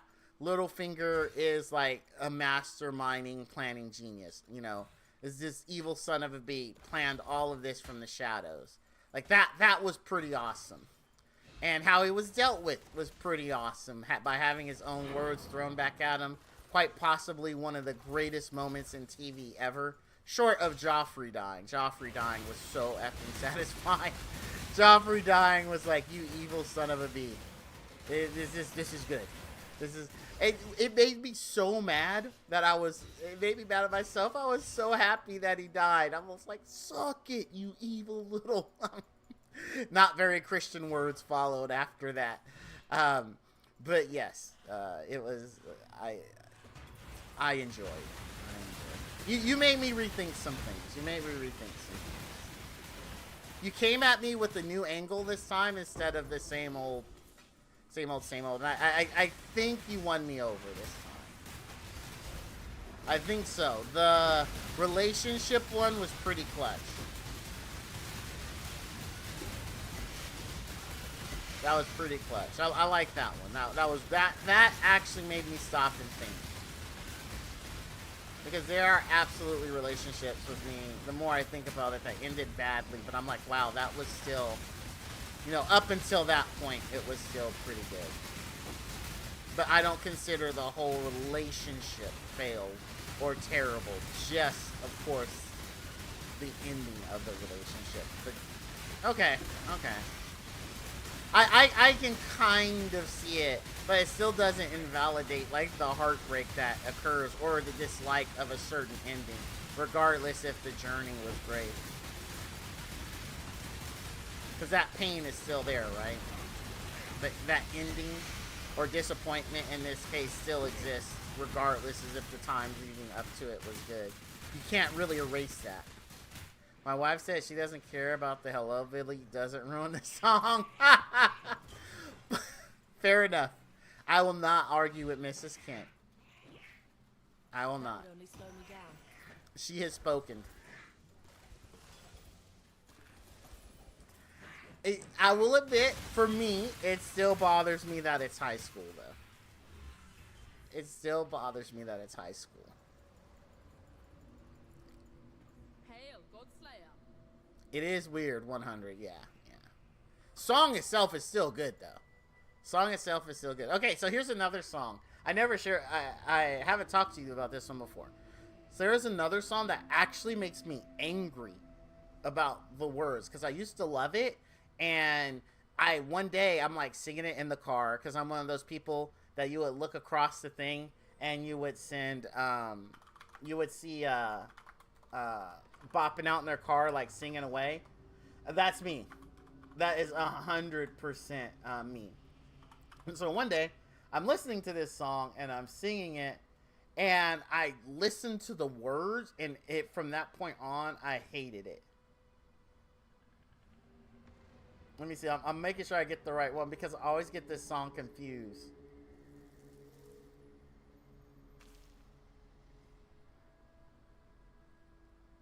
Okay, yeah, this is it. Okay, so it is End of the Road by Boyz II Men. And I will tell you why. I used to love this song. I used to absolutely love it. But there is a verse that I listened to, and it pissed me the F off as a dude. So it's this chorus. It goes, or is it? I just saw. It says, "Girl, I'm here for you.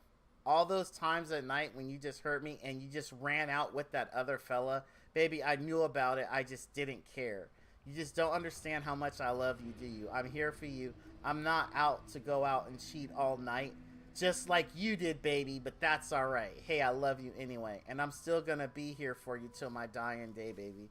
Right now, I'm just in so much pain, baby, because you just won't come back to me, will you? You just won't come back to me." This pissed me off. Here is why.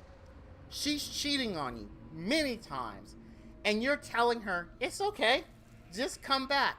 You don't respect yourself. Why the F would she come back? This makes you seem so... Oh, this song bothers me because of that. You still remember the exact place you bought the tape? Dude, I actually bought mine from the scam. And I don't know, you remember TV Guide? Do you remember what was in TV Guide that I might be talking about? Good old BMG and Columbia House. 1 cent for like 8 tapes. Yeah, that's where I got mine from. Yep, BMG. Yes. But yeah, so those lyrics pissed me off. It's like, bruh, have some self-respect. Of course she doesn't respect you. You just admitted you knew she's cheating on you. You said you didn't care. You're just mad she won't come back. Why? Why would she come back? Why? Like, oh, I honestly hate that. Ever since that day, every time it comes on, it just pisses me off. Of course you come to the end of the road because she's cheating on you, you moron. And it's different. Now, if it was a one-time thing and she made a mistake and they're both working towards it, if that had been the message of the song, I'd be like, dude, you know what? I hope they work it out. I hope they get back together and life is good. I have no problem with that message. People make mistakes. They want to make it right with the other person. They hope that person has forgiveness so they can do it. I'm on board with that. He literally calls out, it was all those times. And he knew it. That's where I lost respect. That is 100%. I'm like, nah, I hate this song. My wife thinks it's funny because every time it comes on and we're in the car, I start ranting about it, and she knows it's coming, and she just sits there and smiles. I try not to. I try not to rant about it, but I can't help it because it's just the stupidest song ever. Like, it's the only song they have that really makes me mad. All their other ones are really good. Like Motown Philly. I love Motown Philly. Motown Philly. Oh, and the One Sweet Day with Mariah Carey. Oh, I love that one. I love One Sweet Day. But you know, that song, I was going to say made me mad, but that song actually didn't make me mad. the music industry made me mad because of that song. Because at the time, you had the Boyz II Men were riding high, so was Mariah Carey, and that was a combo between Mariah Carey and Boyz II Men. And in my opinion, they nailed that song. Like, that song was just like, like, it hit you in the feels because maybe you've lost someone and that was relevant to you. So, like, it meant something, right? And they sung their heart outs. Like, they sung it. And come the Grammys, freaking Seal Kiss from a Rose wins over that song. Because they were competing. I was livid. I like Kiss from a Rose. I thought Batman Forever was, it was alright as a movie. The song was good, but it was nowhere near One Sweet Day. Like, how did... I honestly think some back alley deals happen. Not that Seal can't sing, mind you. Like, I'm not saying that Kiss from a Rose was a bad song. But I just don't... I have no idea how that beat out, like, Mariah Carey and Boyz II Men on the same track singing One Sweet Day. Ugh. Oh man, to this day that's still I still don't understand how that happened. And again, I'm not saying Seal can't sing at all. I think Kiss from a Rose is a great song. I just don't think it's better than One Sweet Day. But apparently, the music industry disagree. I forgot Batman Forever existed until just now. You know what? But Batman's Forever's, in my opinion, not the one you want to forget exists. It's Batman and Robin you want to forget exists. Oh my God, was Batman and Robin a train wreck. Like, I like Uma Thurman, and I thought her Poison Ivy was good, but like Alicia Silverstone, I'm a Alicia Silverstone fan. I have been for a very long time. I just was like,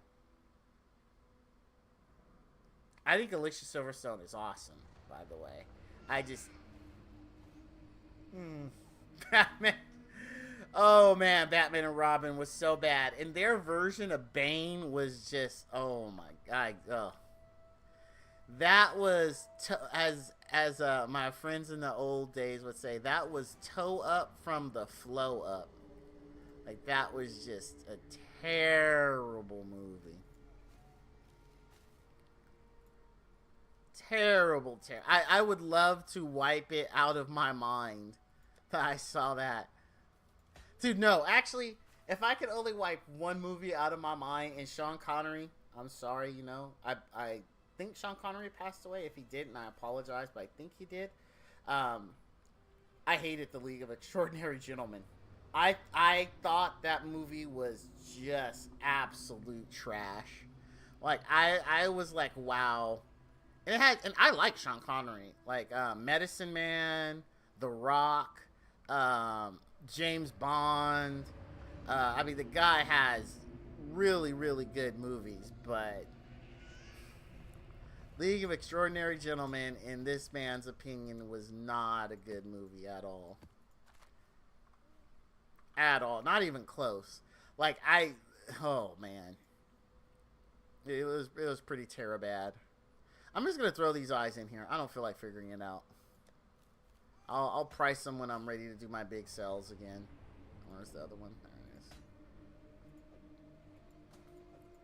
Damn it, now I've got Kiss from a Rose stuck in my head.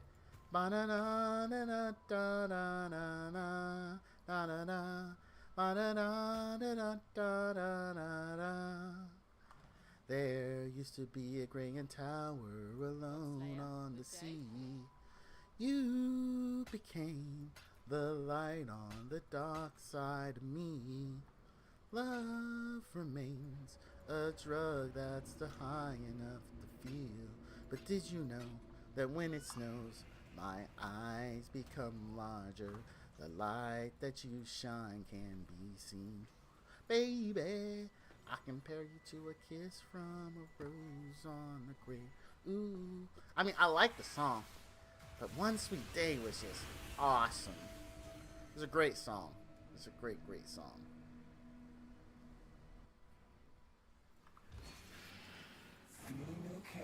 I just realized I never used the Sentinel.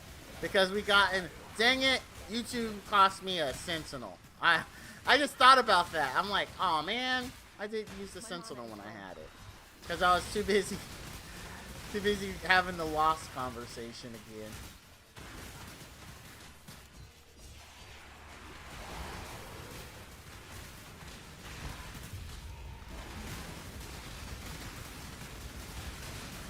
Eight, 6, 7, 5, 0, 9, 9, 8, 6. Dude, you know what song I absolutely love, and to me is one of the greatest music videos of all time, and it's not Michael Jackson, because Michael Jackson has cranked out some effing amazing music videos. Like, so I mean, just saying he has amazing music videos, this is like, I mean, it goes without saying. So it's not him, but Aha, Take on Me. Oh my god. To this day, as a kid, like, I would stop doing everything when that came on MTV to watch that music. I love that video. Take on me, take on me, take me on. Do do do do do do do do do do. Did they ever have another hit, or was it just Take On Me? I honestly don't know. Like, I could not tell you any other song Aha did, to be completely honest with you. Did they do anything else, or was that it? Because I legitimately do not know. Like, Aha, who else did I love back then? Tears for Fears, Everybody Wants to Rule the World. That was from A Real Genius, another movie that I absolutely loved as a kid. I loved Real Genius. Such a good movie.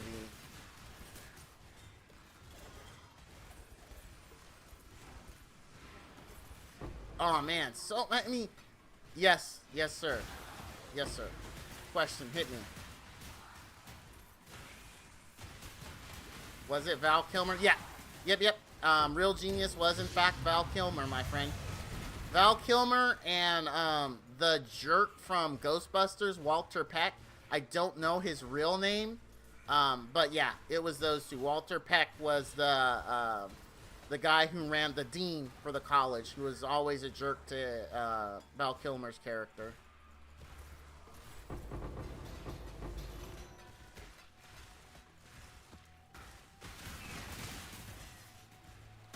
The science movie? Yes, Real Genius. Yep.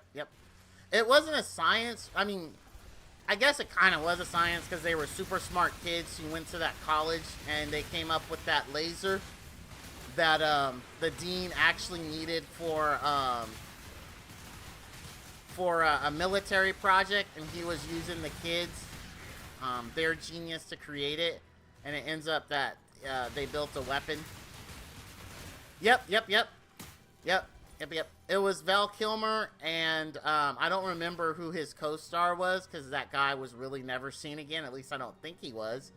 But yeah, they ended up creating a laser for the military, and they were unaware that that was Walter Peck's ultimate goal.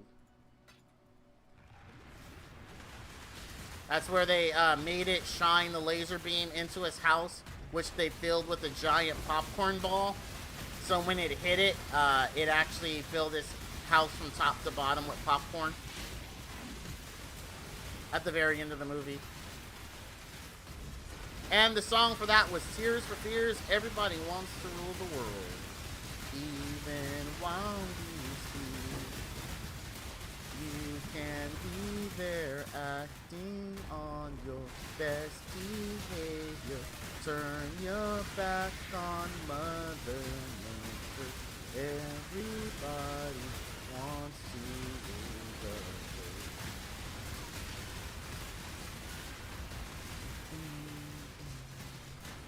Such a good movie. They don't make them like the 80s anymore. Like, 80s not only had good movies, but typically the song that they associated with it ended up becoming like a hit. Like, they just, like, this is how it was. Like, almost every 80s movie was tied to just some chart-topping song that was created for that movie that just took off.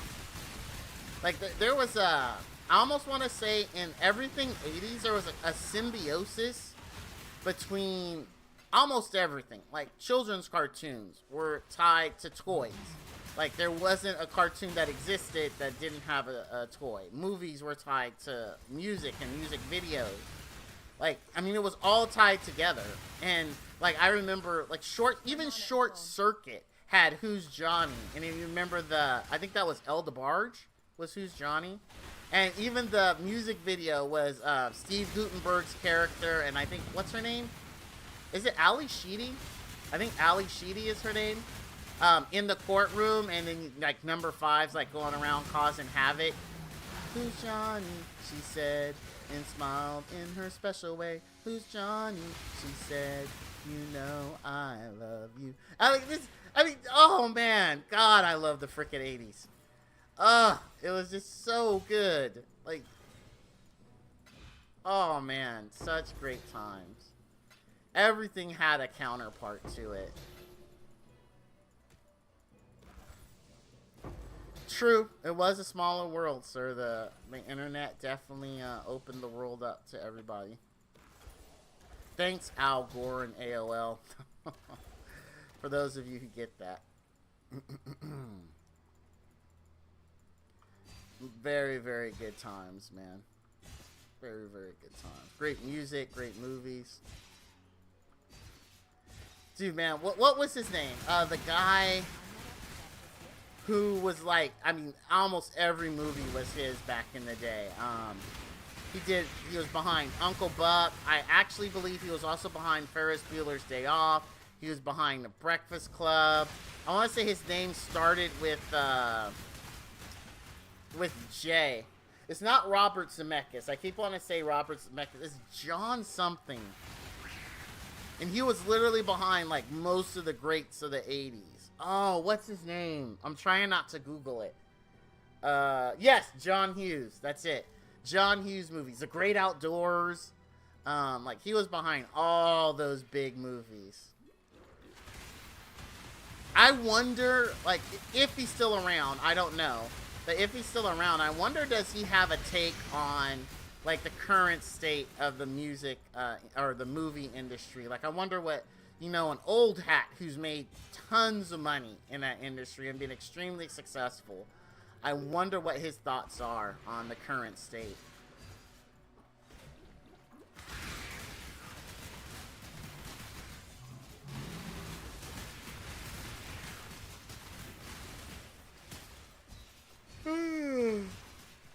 Oh, he died in 2009? Aw.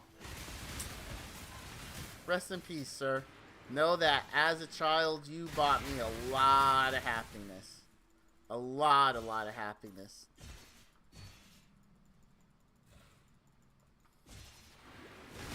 I loved Uncle Buck. One of my favorite scenes in that was with the pancake when he's making Macaulay Culkin. You know, it's Macaulay Culkin's birthday.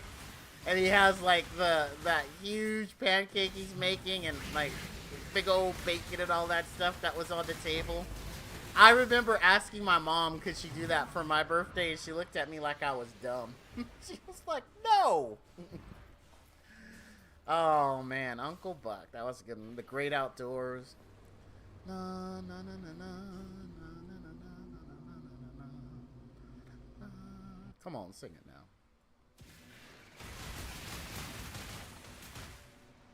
Trying to think of other ones that meant a lot. No, that was 70s.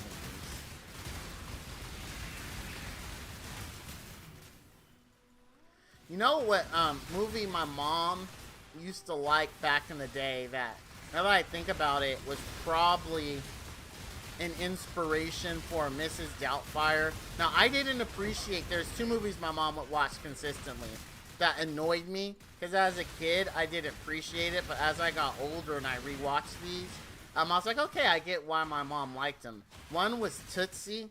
I did not like Tootsie at all. I every time she put it on, I was like, like, I'm gonna go to my room and play my Nintendo, pretty much, or my Atari, I think, at the time. The other one was St. Elmo's Fire. And St. Elmo's Fire was just so emotional and serious. Young Val just was not ready to understand the complex themes that were being discussed there. But when I got older, holy cow, did I love that movie. I was like, wow, I actually get what this was trying to say now. I actually get it. One of the ones I loved, though, that me and my mom would watch together all the time in the 80s was 9 to 5. Jane Fonda, Dolly Parton, and Lily Tomlin with Dabney Coleman. Oh my God, did I love 9 to 5.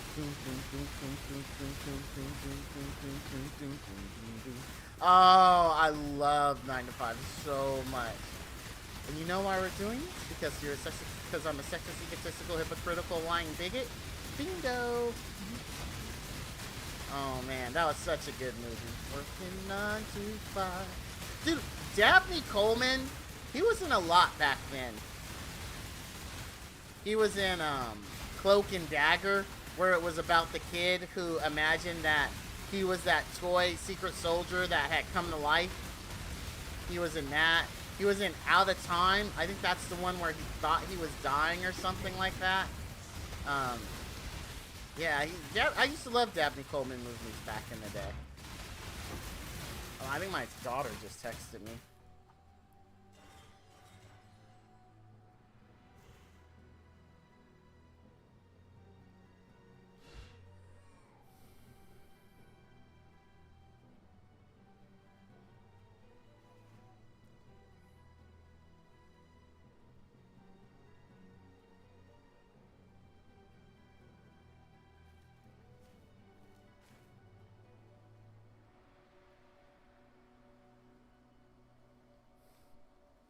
Alright, there we go. But yeah, man, now I'm all like caught in nostalgia loop now. I really like the movies and stuff. Like Fletch. I actually like Fletch. And talk about one that was tied to a really successful song, Bit by Bit. Have you heard the news making all the headlines, zooming via satellite? Slow me down. Bit by bit, one way or another. Bit by bit, running undercover tonight. Dude, Weird Science, yes! Yes, I love Weird Science. He's alive.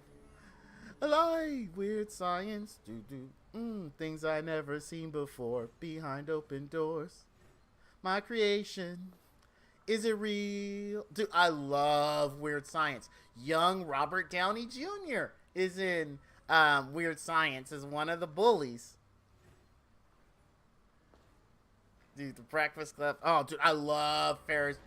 Ferris Bueller's Day Off was like the kids' national. Like that was every kid's.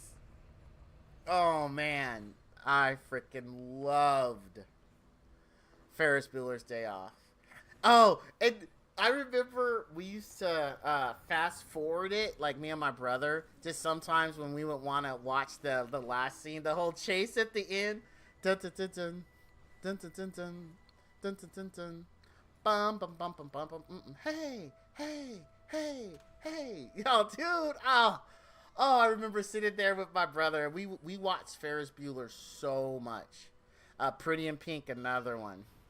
You know what? Planes, Trains, and Automobiles was my least favorite of his, but I did enjoy it. It just wasn't like one of the ones that I was like, wow, this is great. Yeah, and Home Alone was great. Like, it was great. Dude, if you enjoyed Home Alone, you have to watch, oh,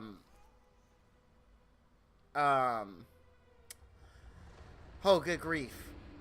I want to say it's either Violent Santa or Violent Christmas. Let me look it up real quick. Violent Christmas. Is this it? No, Violent Night. That's what it's called. This movie right here.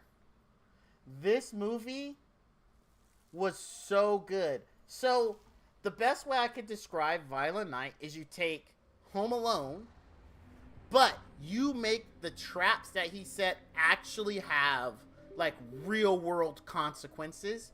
And then you take a good, wholesome Christmas movie like you would watch on Lifetime, and then you mix those two together and add in a heap of ultra violence. And that is what this movie, me and my daughter love this. You ain't driving, are you? I steer a little, but the reindeer do most of the work. This is my 4th year as a Santa. How about you? I started the whole damn thing.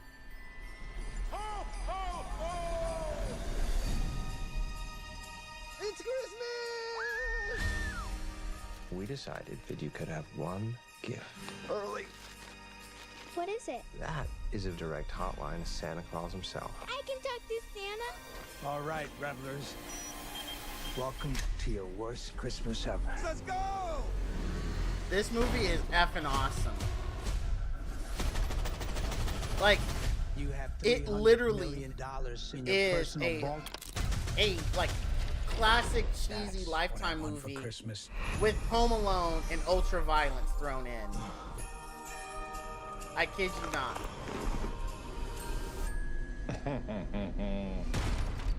I don't want any trouble, okay? Someone's gonna scooch up that chimney.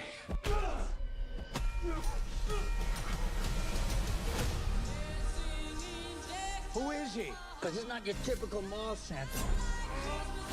Santa, are you there? Daddy said you were very busy tonight. My name's Trudy Lightstone. Are you gonna help us, Santa? Yeah, Trudy. Santa? You're on my nice list. Santa Claus is coming to town. Time for some season's beatings. Dude, this was I'm telling you, if you watch this, if you like that kind of thing, you will not be disappointed. Boss, what if he really is the real? No such thing as Santa. These bad men, they're all on my naughty list. Naughty. That's naughty! And what do you do to the naughty ones? I give them a lump of coal. Where is it? I gotta watch. I believe in you, Santa.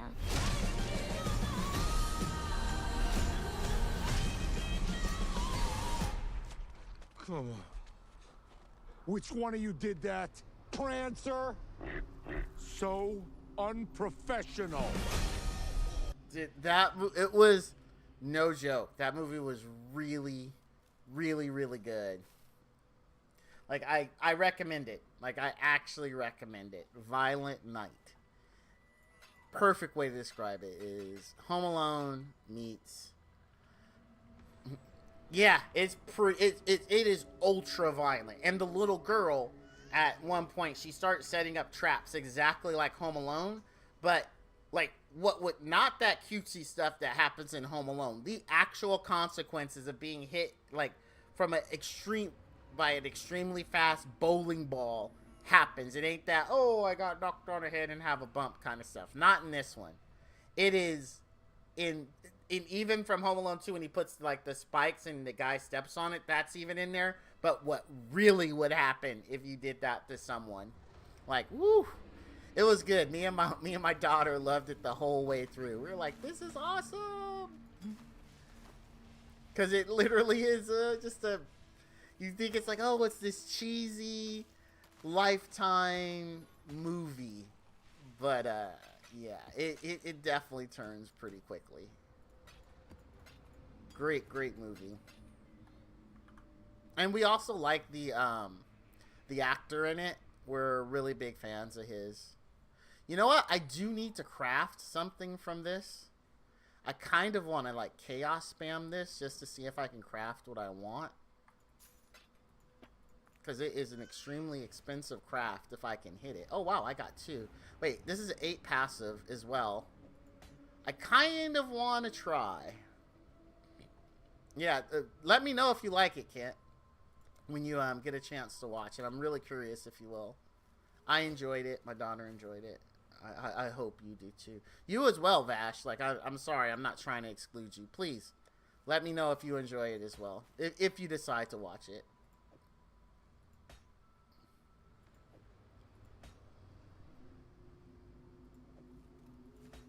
I'm trying to keep all those separate so I can keep This makes it easier when people want to sell. They're all about 1 divines, but I doubt they'll actually sell for 1 divine. I do kind of want to mess with this just for a little bit to see if I can craft it. Oops, I didn't mean to put that in there.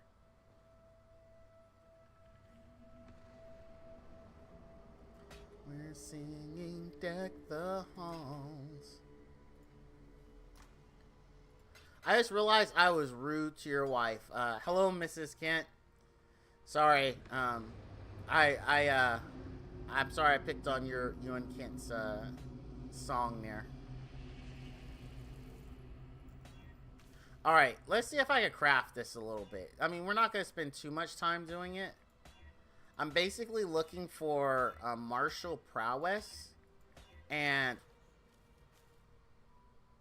fan the blades. No way. No effing way this is martial prowess and fan the blades, right? No way.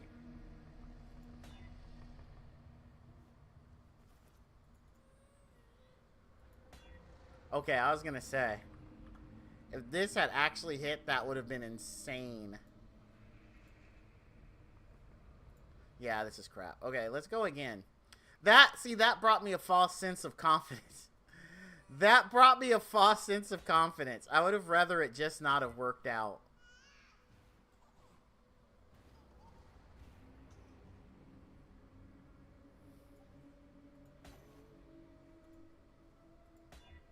Okay.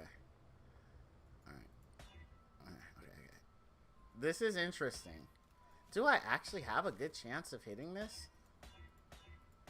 I'm only going to stop for martial prowess or fuel. No, not drive the destruction. Not fuel the fight.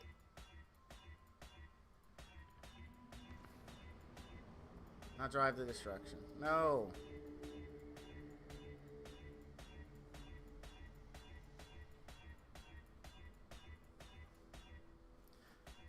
Really, we only hit martial prowess once, but we got it really early.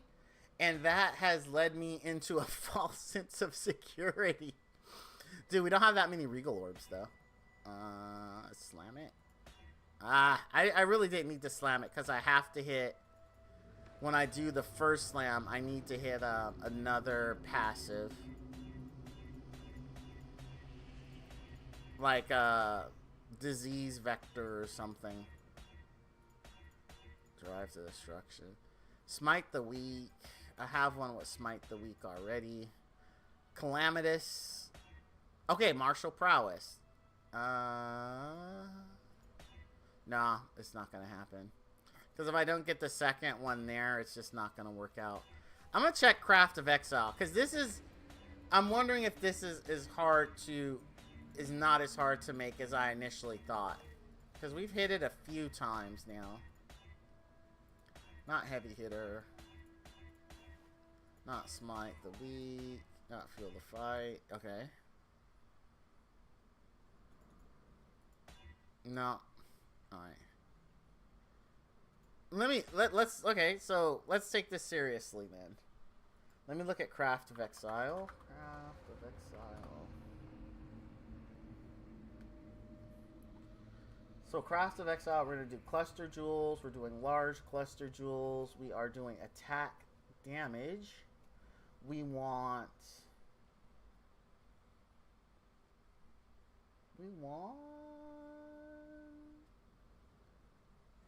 Is it Vicious Skewer? No, I don't think it's Vicious Skewering is the one that's the expensive one, is it?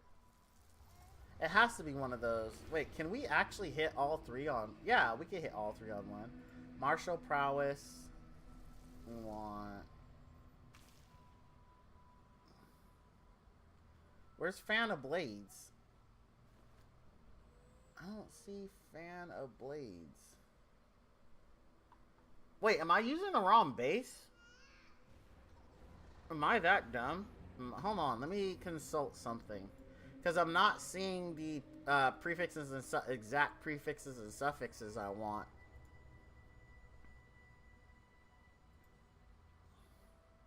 So I am consulting the POB of the build creator. Why I said it like that with such a weird inflection on creator is beyond me.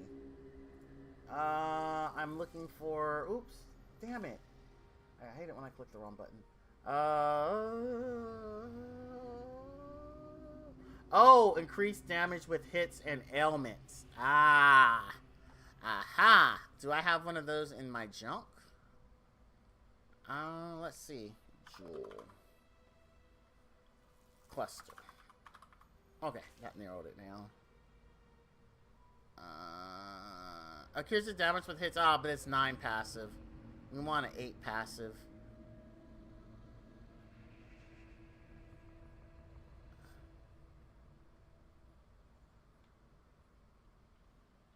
Alright, so let's assume that we had it. Let's see how hard this is to craft. Let me go here. I will change attack damage to hits with ailments.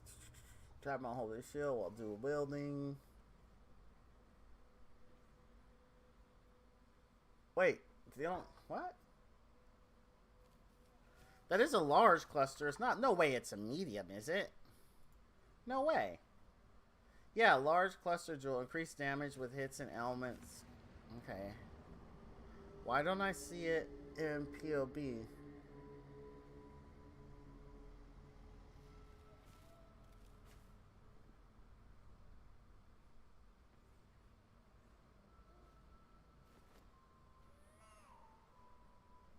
Ah, dagger and claw damage. I believe it's this one. Yes, okay. Martial prowess. Disease vector.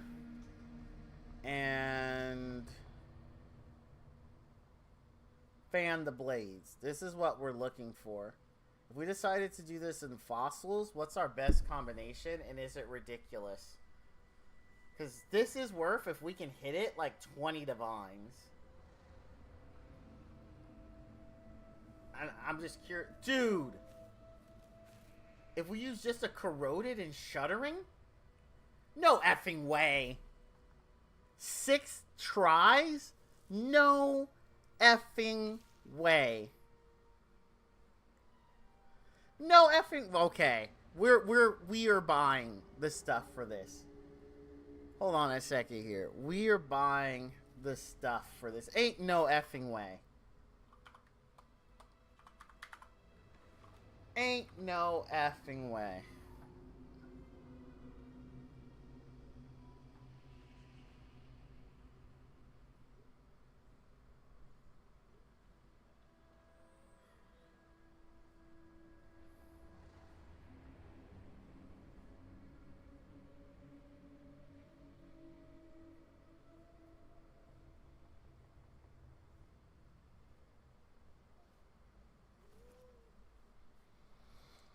Alright, we are looking for a large cluster jewel.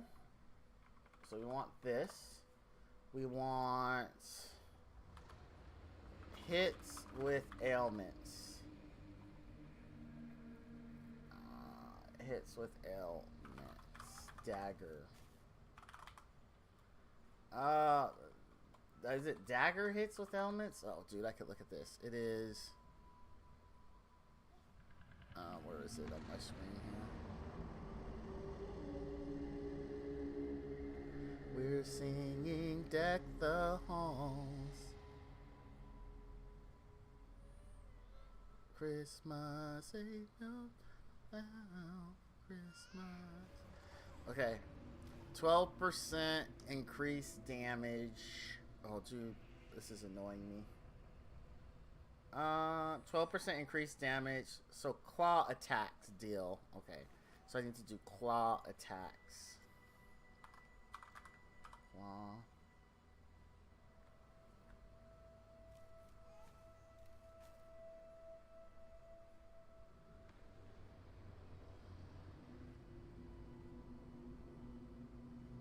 Sorry, my daughter's texting me.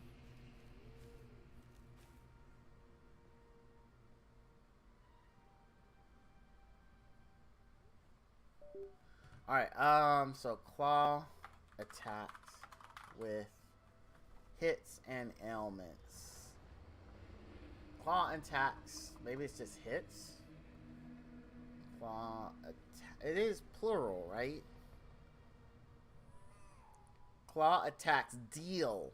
Oh, okay. No, added small okay, so I gotta do added small passive skill.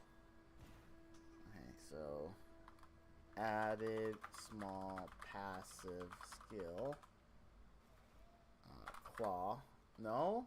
Maybe it's colon claw? Dude, I hate looking for stuff for this. It annoys me so much. Increase, no. Added small passive skill.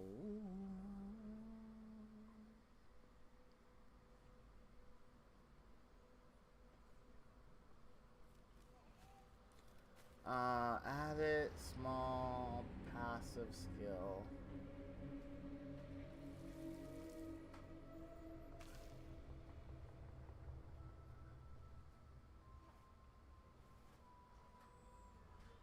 What the heck? I'm looking right at it.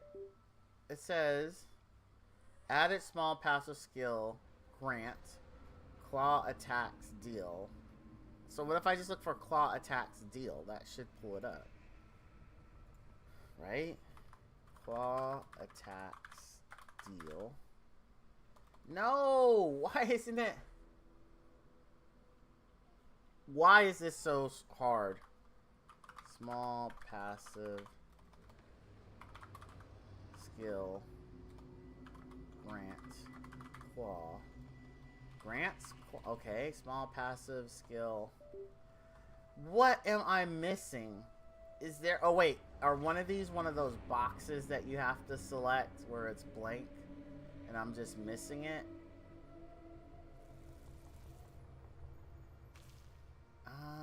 No, I don't see it.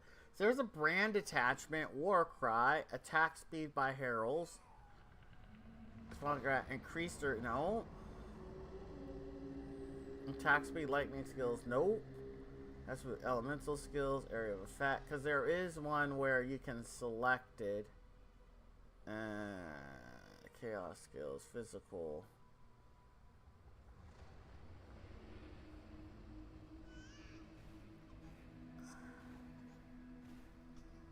It isn't explicit, right? It's not an implicit. Oh, I think it's this one. It's this one. And you select this, right? There we go. Oh my god, dude, that it freaking annoys me. Okay, and then search.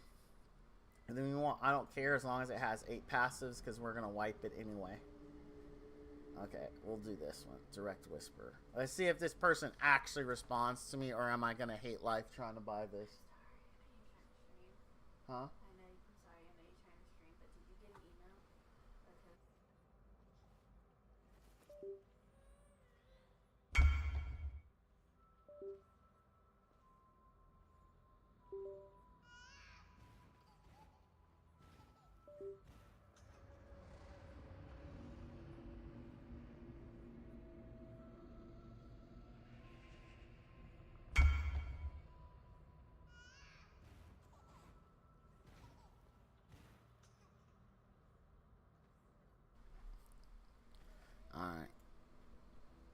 Alright,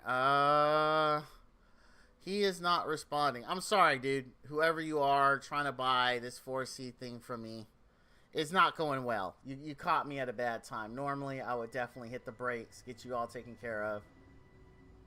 Let me go further down. You have to be willing to pay more to get people to respond. That's just the state of PoE. Let's do this one. Resource not found. Let's do this one.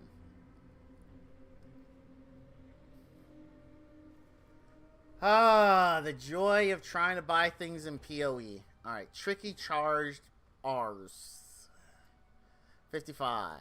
Stay alive. Remember that ad campaign? 55. Stay alive.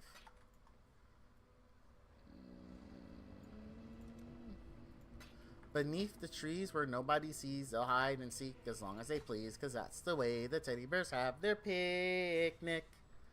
Puff the magic dragon lived by the sea and frolicked in the autumn mist in a land called Honolulu. Alright. Where the hell is this dude's waypoint? Oh, there it is. Alright. Shopping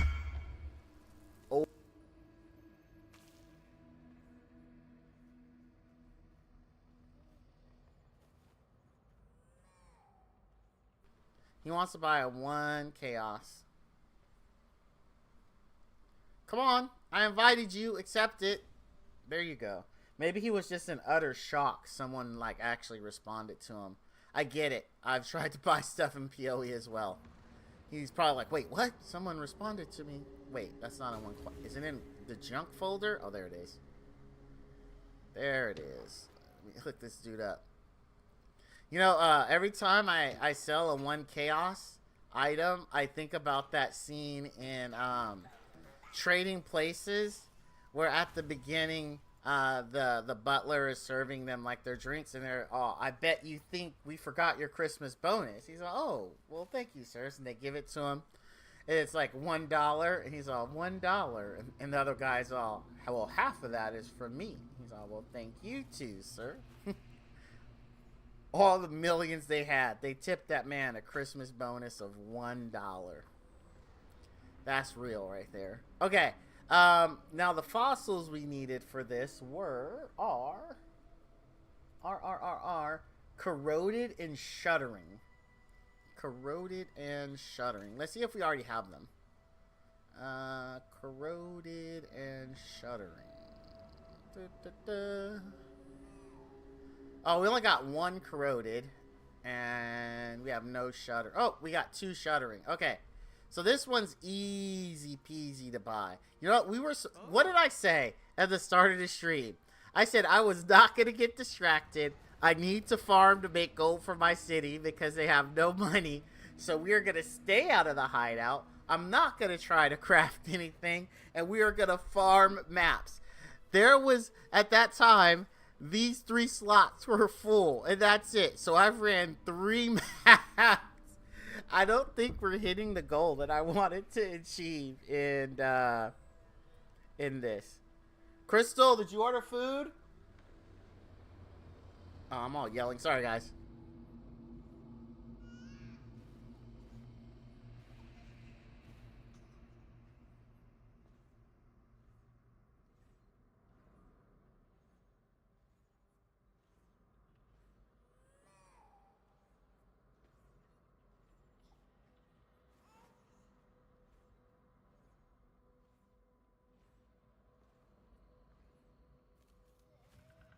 Sorry, I got a DoorDash delivery message that food was here.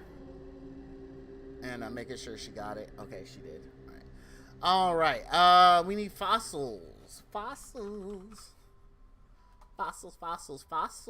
We need corroded. Let's go with 40 of them, depending on how much they cost. Corroded. We will use these. And it is 1 to 63, huh? Let's do 20. Let's go light. We'll do that. Place order. Alright, and then we need shuttering. We'll see how my... So remember, I hate crafting. This is the first time we're doing fossil crafting on stream, and it's supposed to be pretty easy. We'll see. We shall see. We'll do... Oh, wow. These are a lot more expensive. We'll do 20 of these. They're going for 1 for 19.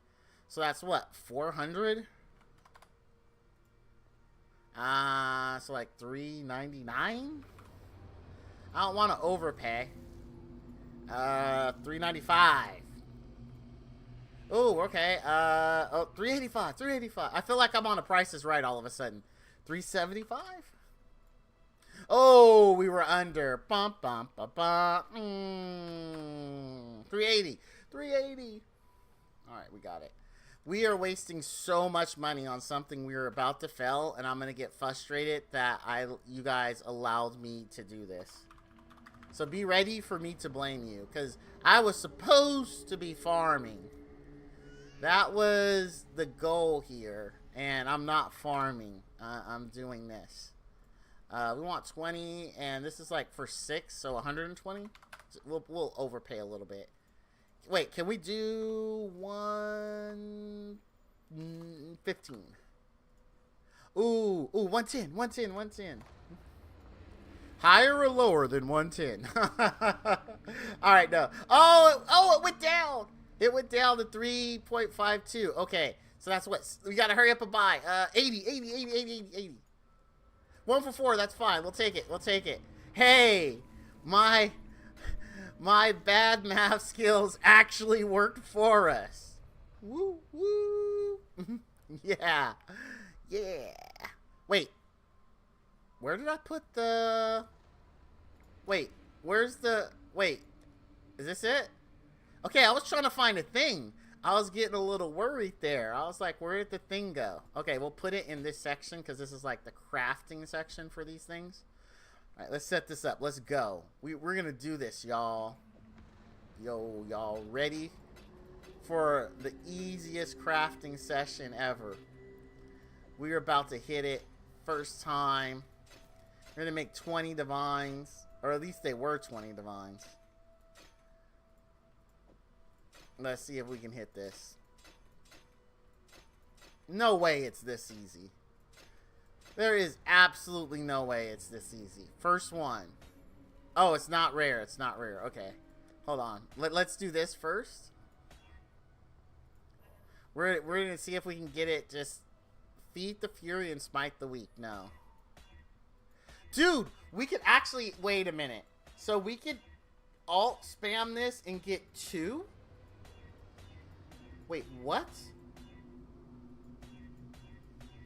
No effing way. So martial prowess, Augit, regal it. Oh my god! No way. Okay. If this hits, we bought all that for nothing. These are the exact 2 we need. How much is it like this though? It's 75 like this. I'm scared to hit. I'm so scared to hit. I'm terrified. We could, like, just make a quick buck right now and sell it as is and let someone else craft it. Or we could just go for it. I say we go for it. Oh my god, I can't believe I'm going. I mean, we need to go for it anyway. Let's see. If this hits... Fan of Blades. No way. No way this hits Fan of Blades, right? It did not. Okay. Alright. Alright. I was going to say, if that hit, that would be awesome. Alright, so now to this, since we got it where we need it. Beat the Fury. Oh, why isn't it let me do the whole multi-click thing? Maybe I have to be in here? Oh, so close. So close. Oh, wait, how much is this, though? If we can make money off of this, we'll sell it. Okay, this is 100. We got to keep going. That's not the good one. Why isn't it not letting me multi-click? I don't like that. All right, whatever.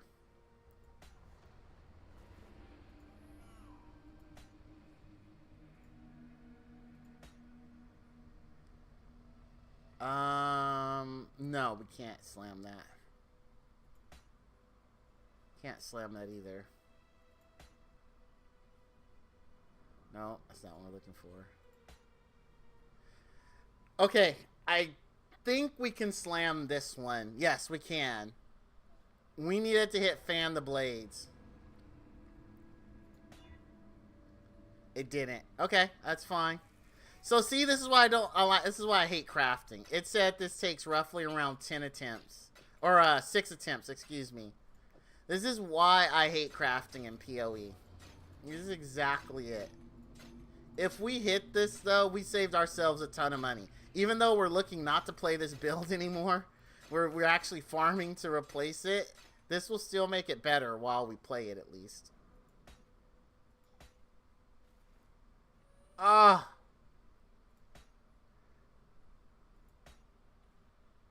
We can slam this one.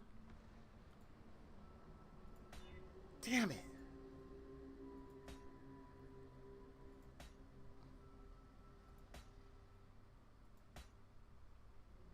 Dang it! Why couldn't it be Fan the Blades?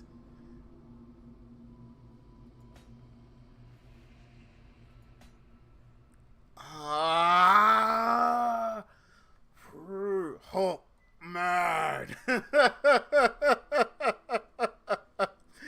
And look, okay, if this is the false sense of security that this site lulls you into. Look at the rates here. For this strategy, was what we're doing, the cost-effective strategy, it says 6 attempts. 6 attempts. We did 20, and we didn't hit this combination once. Once we did not hit it. Oh my gosh. We could do the more expensive one, but then this is going to cost us a lot more money. But it says 3 attempts. We're going again. We're freaking going again. Like, this is why I hate PoE crafting. This is why Craft of Exile is a lie. I'm sorry, Craft of Exile. I'm sorry. I'm just angry. I apologize. Okay. So, we're going to do this. Current market rate is... This is too low, so they went up.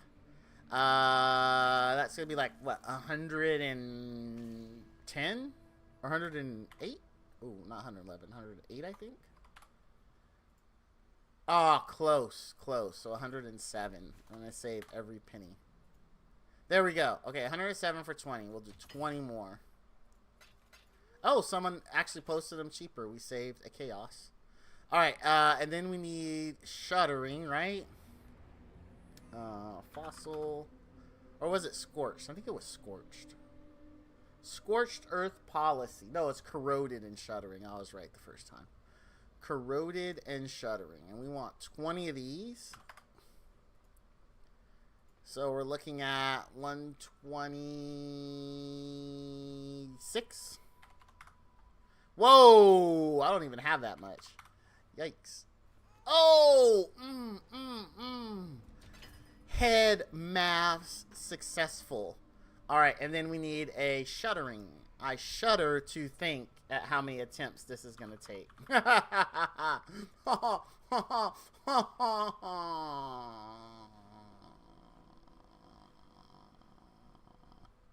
Like, you know, the guy from Family Guy, the rich dude.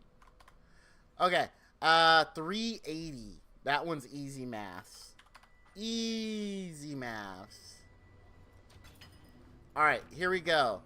Are we ready for more high impact crafting disappointment with Craft of Exile leading us? I mean, I know it's an estimation and it's best guess. And we have been close. We have been close.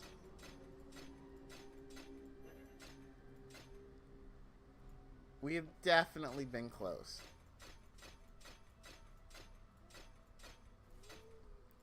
All right, here we go. Here we go. Here we go. Marshall Pro. No. Dude, why does it not let me? Sometimes it lets me multi-click, sometimes it doesn't, and it's annoying me. Whatever. Single clicks. Fine, fine. Nope, we can't slam on that. Can't slam on that. Okay. Oh no, it's full. It's full. We have all 4 there. Yeah. Damn it.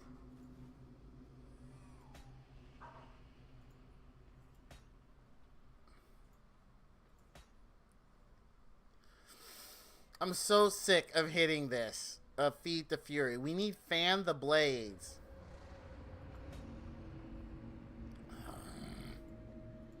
When do we stop the bleeding, I guess, is the question.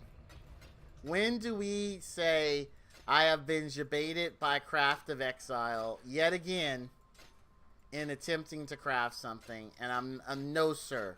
I will no longer allow you to jebait me. When are we going to say that, chat? Now it's letting me multi-click without I don't know what I'm doing different.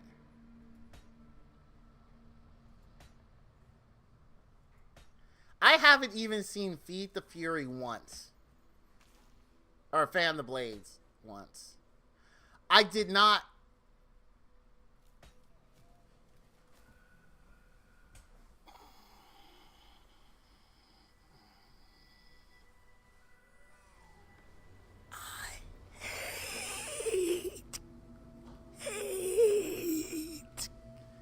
hate crafting in PoE. Alright, we're going to throw some good old-fashioned chaos spam at this.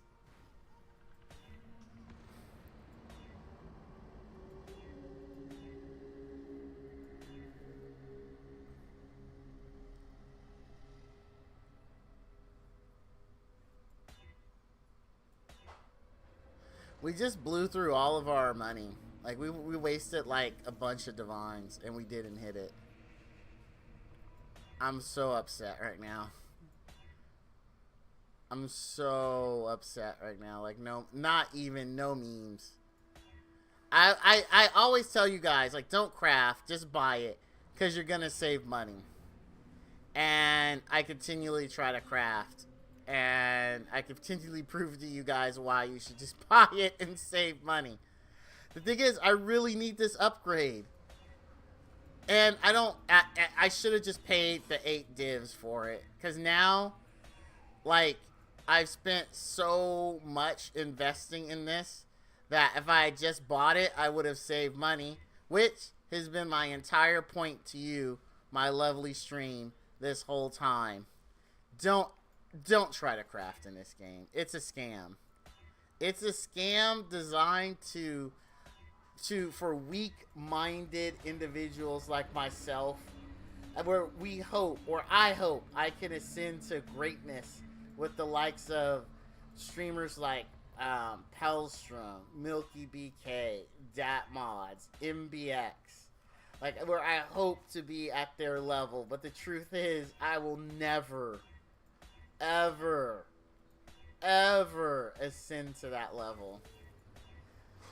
This is what it feels like to fail consistently. I still haven't seen Fan the Blades, like, one time yet. Like, I haven't seen it one time. Like, we have the right base, right? Wait, what level is this base? It's level 72. Oh, no. Oh, no. Level 72. This is why I hate PoE. The rage. I'm trying to control it. This is, okay. Learning experience for you all. And I've told you this. I know this. Let's share the rage. And let me share the rage inside with you. So, let's switch back over to browser. There is a very, very, very, very key element that you need to know when you are trying to craft. When you are looking at these things and you're like, hey, I want this thing on my item. I want this suffix. I want this there because it's awesome. It's going to make me awesome, right? I want to direct your eyes to Fan of Blades on the left-hand side. It's the second one that is highlighted. If you, my good chat, could tell me what's the eye level that the item has to be to hit Fan of Blades.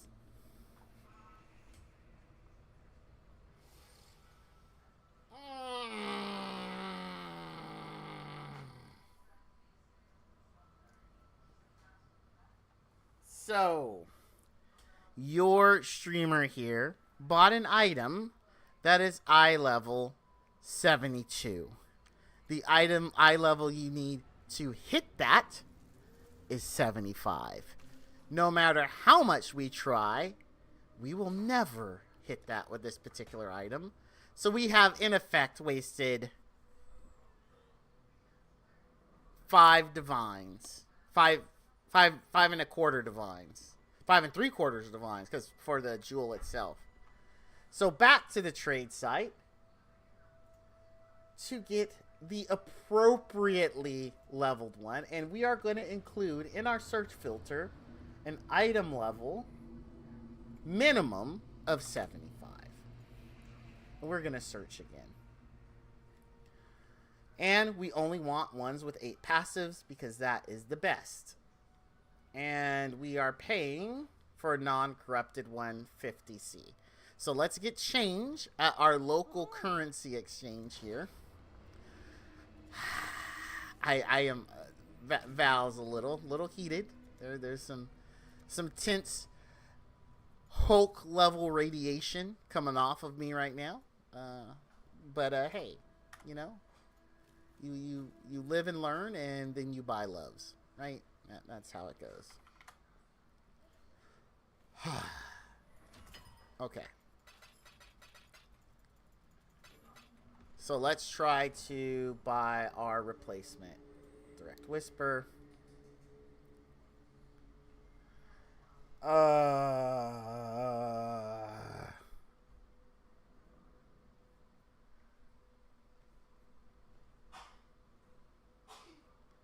Baby girl.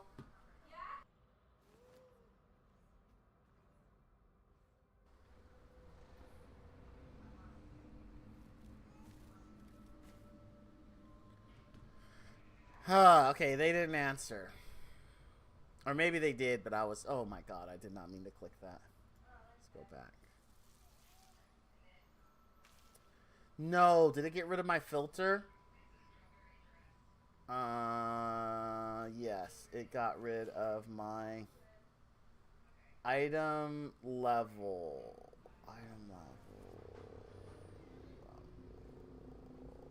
Oh, I hate crafting in PoE so effing much. It is the bane of my life.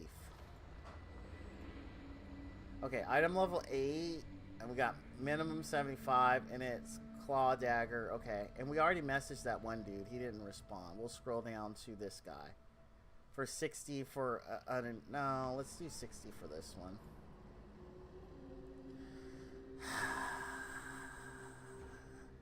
Chat, please learn from me. Don't make these rookie mistakes here. Oh, we're still in browser. Let's not make these rookie mistakes, shall we? I need to fish. So, but what you shopping for? Oh, well, I just wasted 6 divines trying to craft something that I couldn't craft because I got the wrong eye level stuff. So how are you? I'm a little annoyed right now. I am a little annoyed. So I'm buying the correct thing to try and craft it. Oh, no. 60. There we go. So this is eye level 84, 8 passives. There we go. All right. So I'm a little what's the word? Crotchety, I guess, right now. Okay. So now that I've insulted Craft of Exile, I'm so sorry. I forgot about the eye level. I didn't check my item. I'm gonna correct this. So we're going to buy the correct things now. Well, we were already buying the correct fossils, so we're gonna buy the fossils to do it correctly. We're actually gonna pay a div. No, there's no. Are you serious? Did I buy all of them up? That's even worse. That's even worse. Did I just buy all of the things I needed? There's no more corroded. Don't play with my emotions like this. There's literally no more. Okay, what about for C? Okay, there's still some for C. Okay. So I want 20 and it's going for 6. Okay, so I'll do 20. I need 126. Okay, so we got to exchange. We're going to do 2 divines this time. We're going to exchange for 2 divines. I got this backwards, though. There we go. All right, we're going to exchange. No, wait. I got it backwards. I had it right the first time. I'm flustered. I don't want to hear it, kid. I'm flustered. He's probably saying something really mean and hurting my feelings right now. And I'm going to run to my room and cry in a second. Okay, so we want 380 of these. Or 480? Yeah, 480. Oh, it even went up. So could I get 481? Ah, darn. Thought I could push my luck. All right, that's fine. Place order. No. Cancel. Woo! Thank you, GGG, for putting in a stupid protection. Thank you. Thank you for putting in stupid protection. Okay, so eventually this will... Oh, it just sold. Okay. It just sold. Okay, and then we're gonna go back to change this to corroded. Okay, and then we're gonna change this to C, and we're gonna do 20, and we'll do 126. Yes, place order, and then we're gonna get some shuttering because that's the next thing we need.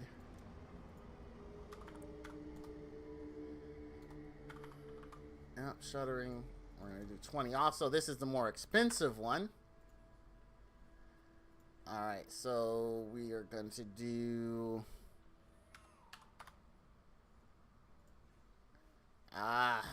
Oh, it went up. It's 1 for 21. I just noticed that. So we'll do...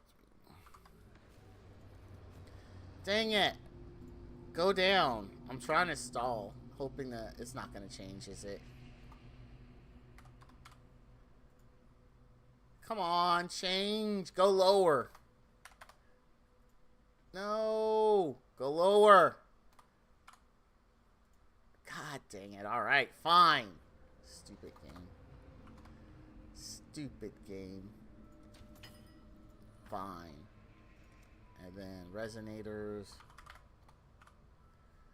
All right, potent. No, 77. What the hell is wrong with you? I just need 20.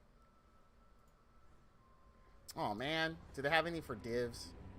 Oh, 1 for 36. Okay, that works. Okay, now that we are wasting our money on a build that I actually am trying to transition out of, like, the rage has consumed me now. Like, rational thought has left my head as I try to craft this. And it's just all about the rage now.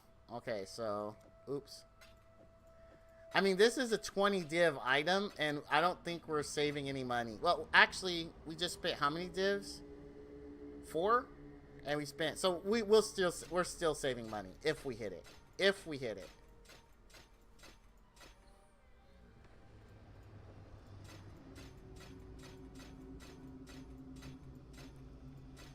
Alright, here we go. Here we go. To quote Prescott. Alright. Nope.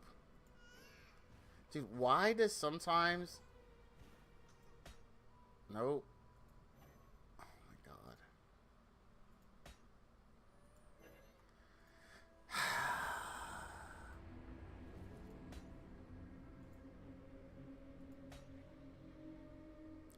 Nope.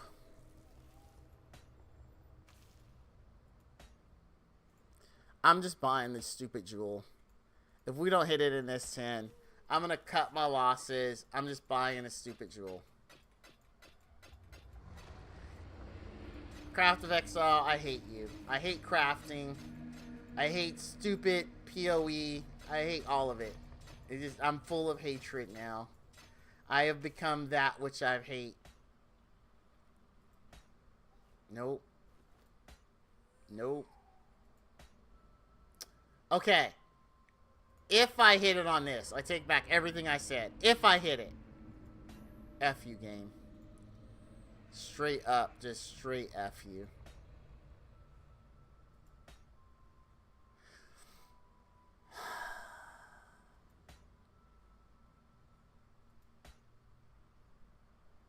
Alright, here we go again. This one can I slam this one? I can't slam it, it's full.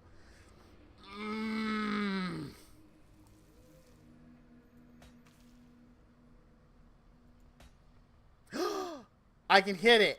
I can hit the... Okay. Finally, Fan of Blade. Oh, wait.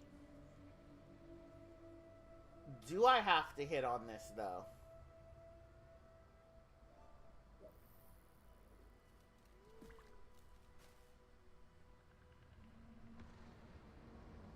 I think I do. I think because... Let me check POB real quick. I think I have to because it's going to awkwardly position the nodes if I don't. I think. Let me just double check. Let me paste it. Create. Add to build. Go to my tree. Oops. And then if I messed up, I'll go here. shoot. I messed up. How do I put it in there now? I actually messed up. Okay, there it is. It's back. Okay. Now I go here. I go here. And then I use this. And... tree. Yeah, it puts it awkwardly. So I would go 1, 2, 3, 4. But I need, yeah, I have to hit it. God dang it. Please. Please, congrats. Please. I hate this effing game. Oh my god. Can I chaos spam? I mean, can I alteration spam my way to victory on this?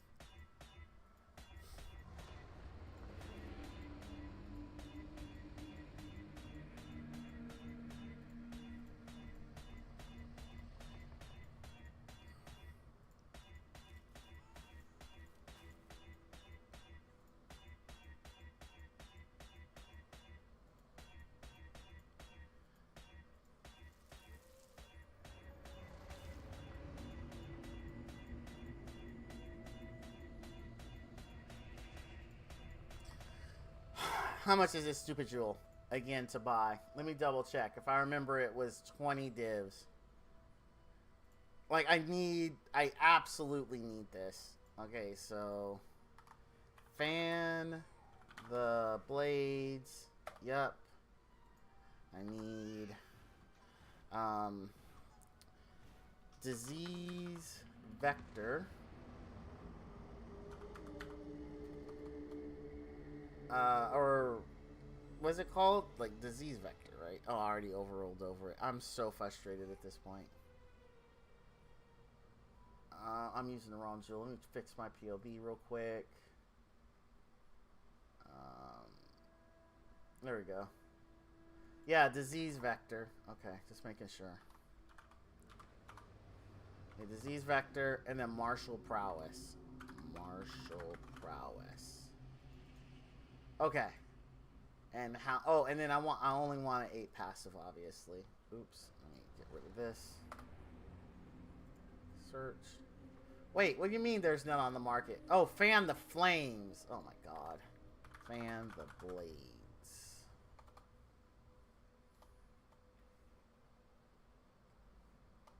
Or is it fan of blades? Yeah, fan of blades. Good grief. I'm like getting like... so I get flustered. Yeah, 14 divs. Do I want to just buy it and suck it up and be like, screw it, for a build I want to transition out of? I'm thinking. I do want to play. I absolutely, but man, because martial prowess, how much damage would this add? Let me play with this. Because, like, in reality, how much damage would this add? Especially because I want to I mean, I don't hate the build. I like it. I'm having fun. I don't know what I'm saying. I do not know what I'm saying.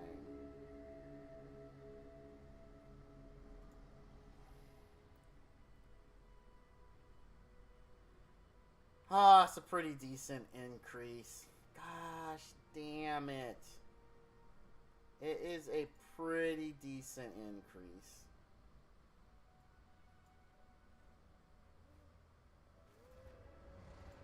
And more importantly, I free up 2 points. Wait, no. I don't free up those points, actually. Oh, man.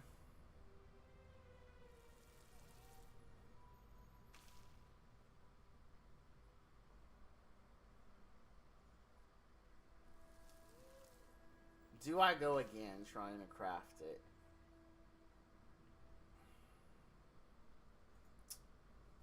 Man, I don't know.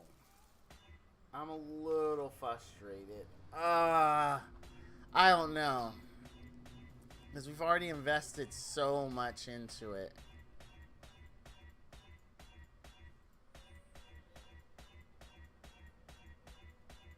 We've done 40 attempts, and on average it takes 6. I realize averages don't work like you get to 6 and it happens.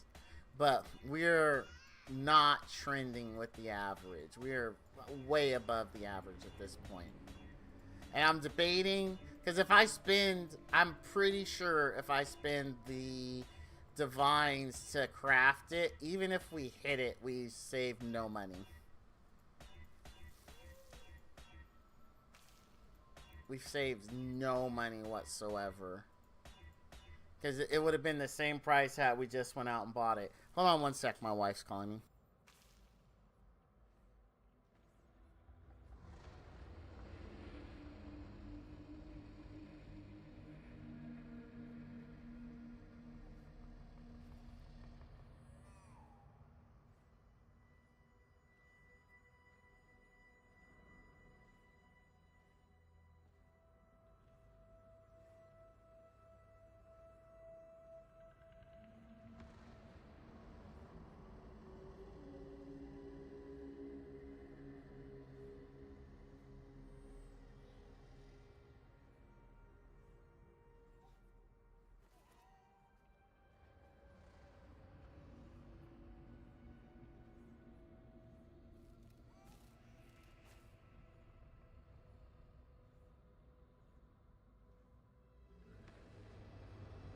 What's this I see?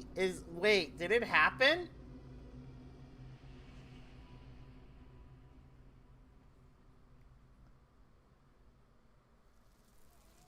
I think I do. I think because, let me check POB real quick. Oh my goodness, he hit the blue whale. Congrats, my friend. Congrats. I just watched the clip. Good job. Sorry I missed it. Sorry I missed it. Good effing job. Alright, I'm still debating on what's... I'm gonna finish out my alterations on this because why not? Yeah, why not, right?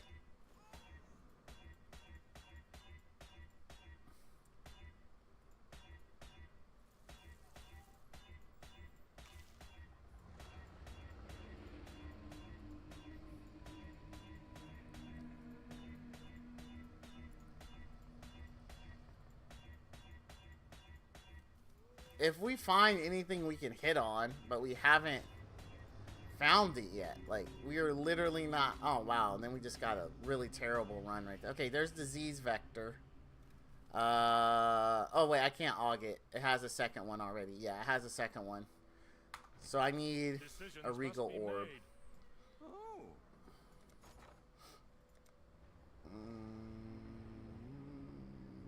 There we go. Oh, God, no. We're not buying that many. 1 for 5? Okay, that's fine.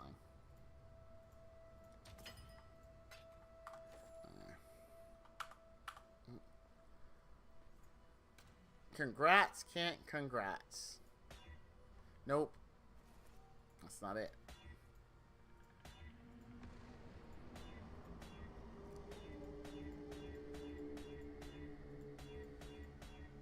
Okay. Oh, wait. We can actually hit with this one. Nope. Didn't hit it. Nope. Gotta start over. Whoa. Okay. Wasn't what we needed, but pretty cool. We got 2 first hit. Because that gives us 3 chance, or 2 more chances versus 1.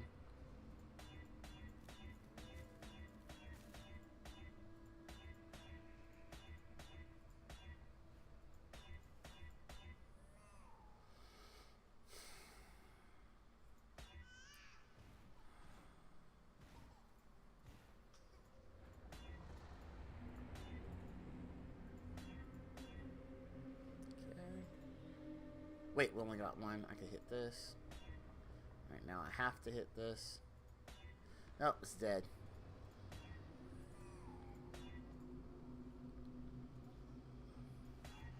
Okay, wait. Nope, I gotta do this because it's 2 already on there. Dead. How the hell many tiers do I have to do? Either everyone up to 16? Yes. Yep. I can. Oh, I'm out of regals. Hail.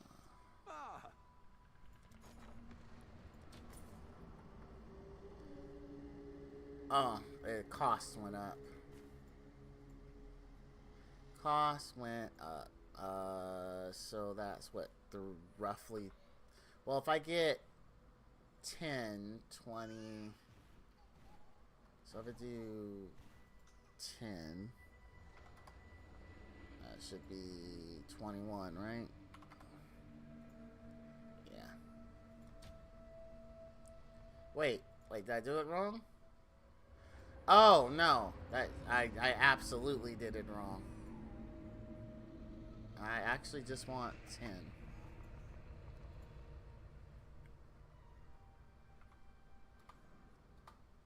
So that should be 5? Okay, here we go. That's fine. Ah, I'm so frustrated. Ah, miss again. Nope. I saw disease vector, got excited.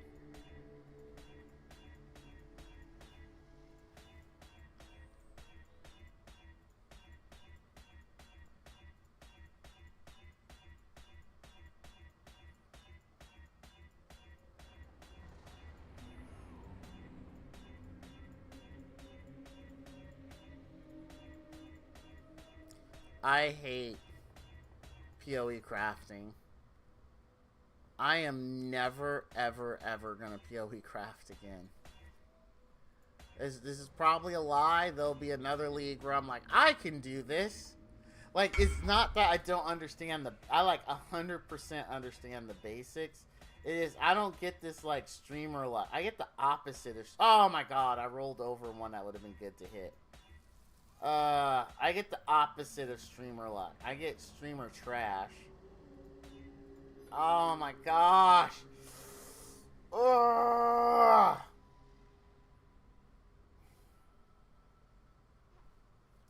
I think I do have like a few of those, but like only like one. Yes, I have one corroded. I think I have like 2 shuddering. So I could try it just from this. Just to see. Oh, I gotta make this, I gotta make it rare though. Ooh, excuse me, I have to make this rare though. Okay, so here we go. Here we go. Oh.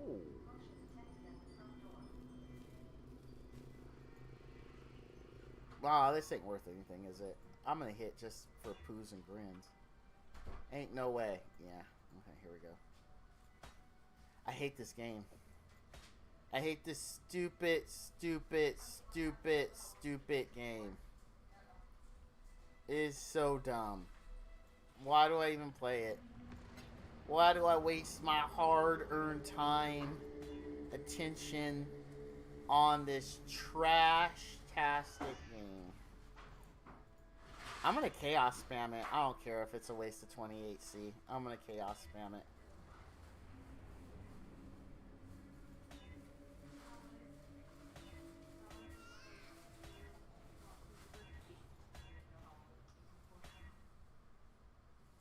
Don't do this, guys. This is... Oh, okay.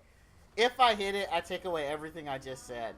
If this hits Fan of Blades, this game is the best game that has ever existed. And there ever will be.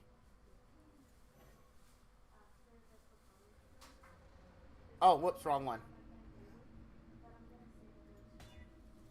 No! This game is so stupid. This game is dumb. Wait, hold on. Let me check something.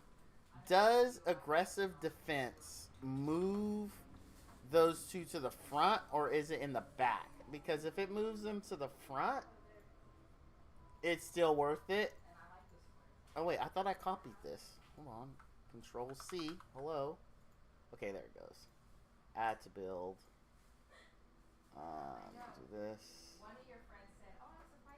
And then Let's see. Did it move them? Did it move it to the front or is it in the back? Disease back. Ah, damn it. Oh wait, and on top of that, it didn't even have the right hits. I'm stupid. Like that was dumb for me to look. All right, back to chaos spamming and wasting money.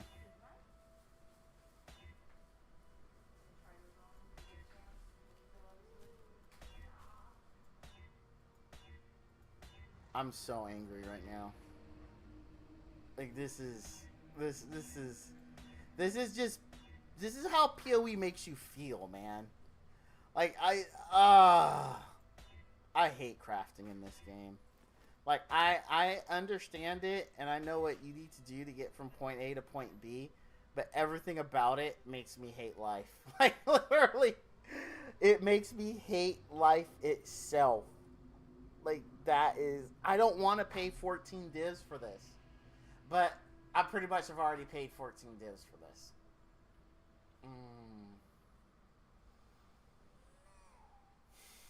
Okay, you know what? Chat, I want you all to take this as a lesson right now.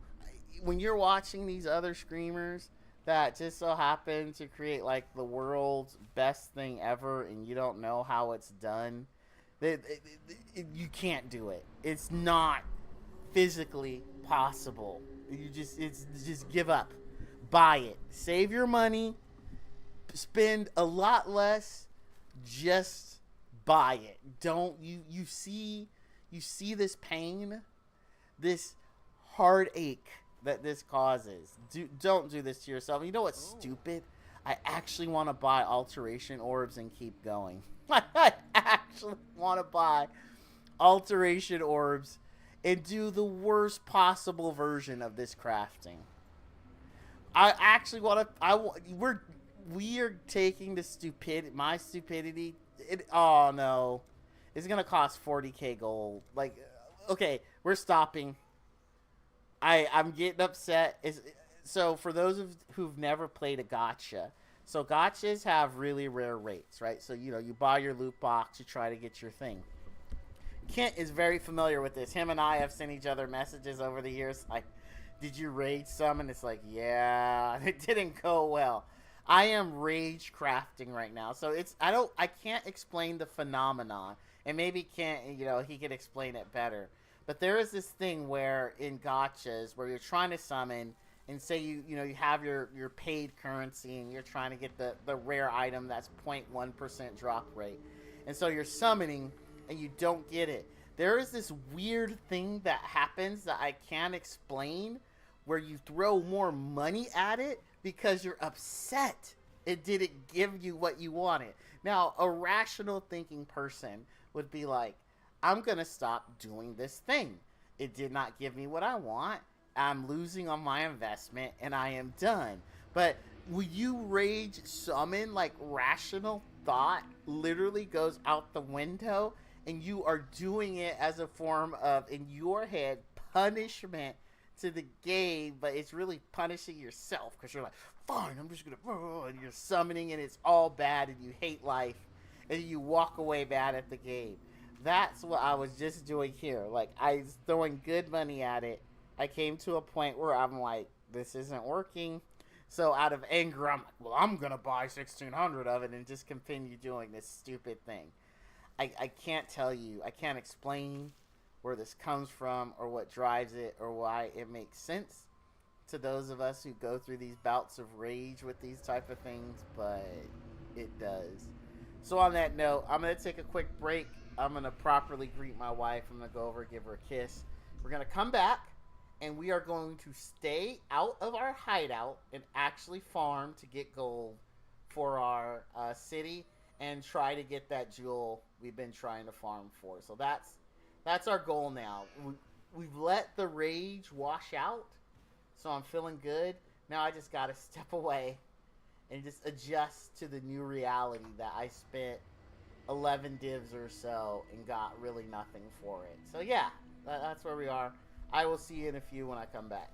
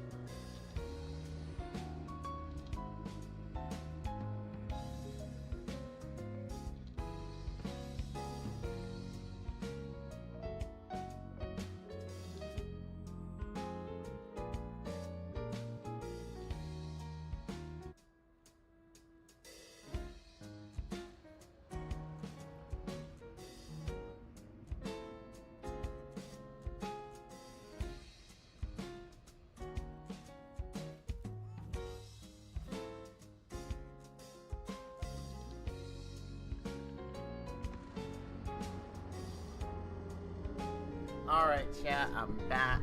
Bladder has been sufficiently emptied. Wife has been properly greeted.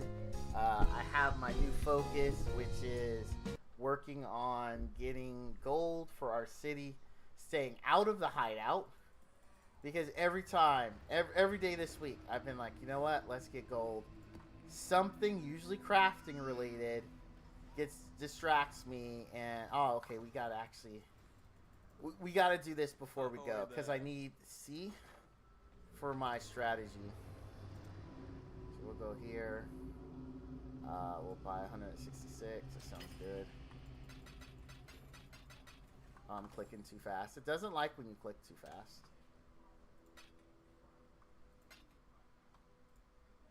Dude, how do you do it where... There's a way where you can click and there it goes. Dude, you know how crazy PvP? Alright. What's PvP?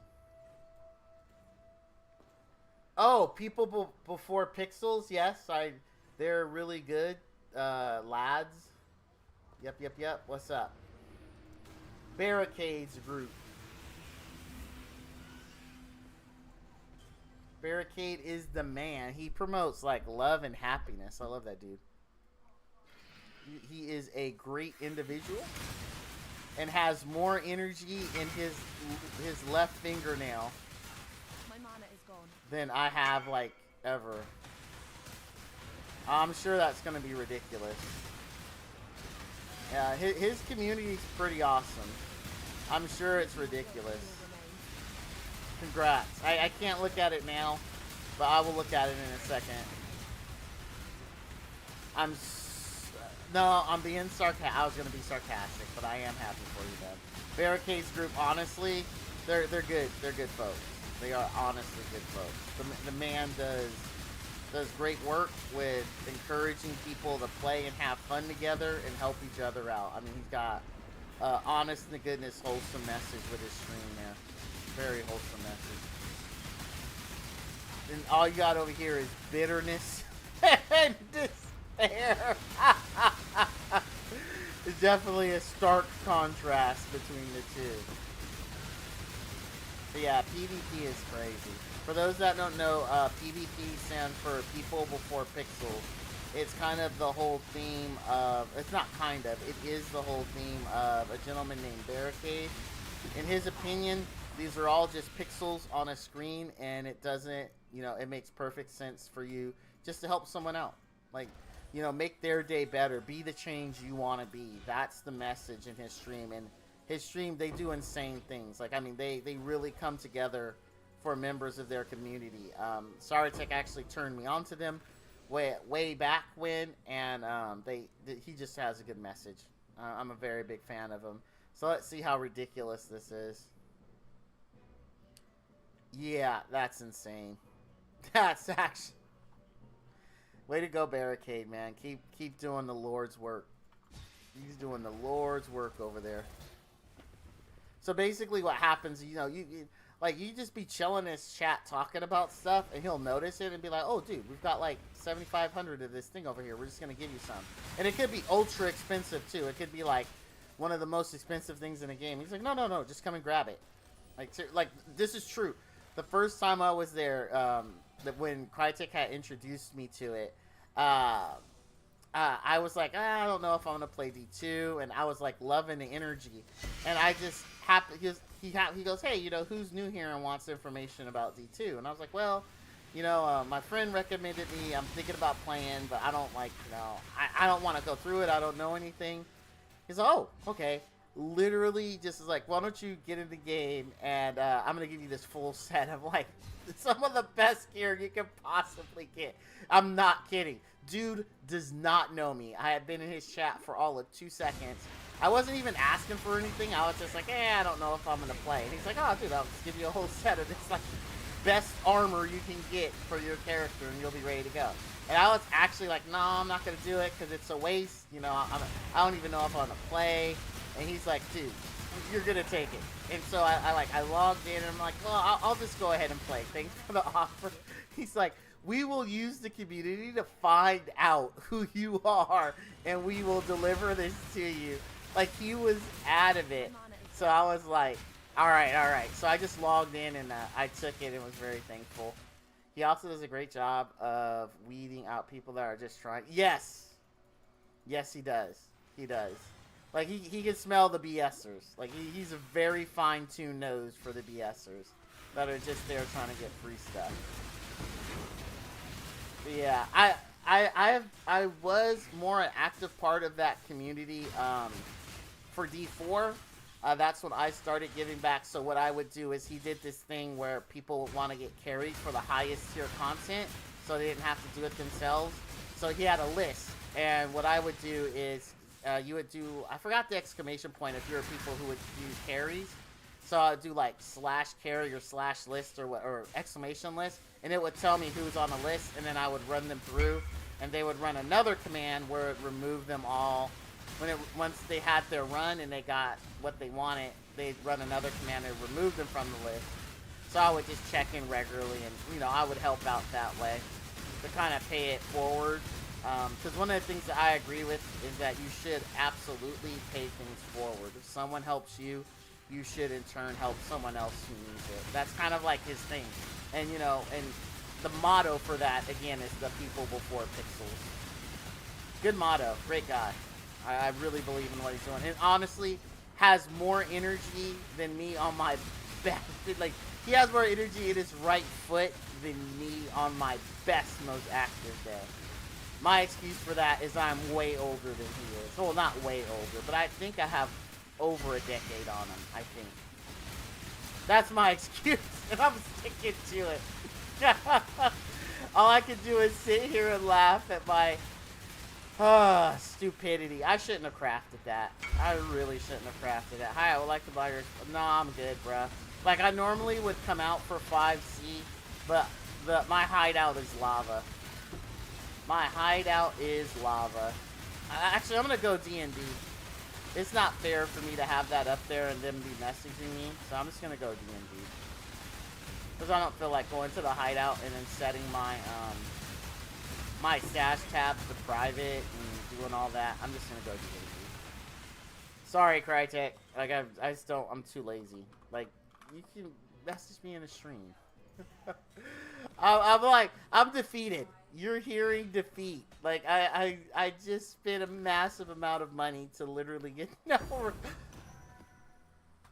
Vash, where you at? I just got another divine open in chest, bro. Tato, where you at, man? Where you at?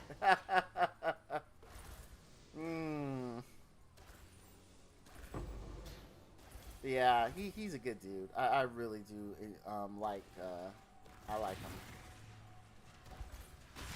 His community's great. Collector KC is actually a stand-up dude. Me and him, typically when I play Diablo, one of us usually starts late and the other will be super high level, and then we'll get a message like, hey, I feel like running my alt through something. And it's like, hell yeah. So usually we'll have them sit and just run a bunch of nightmare dungeons, get them some levels, run them through their capstone dungeons, like, just being bros. But that's not really community based, that's just me helping out another bro. But Collector KC is pretty awesome. He's one of the people I'm next to Crytek that I'm the most closest to within his community.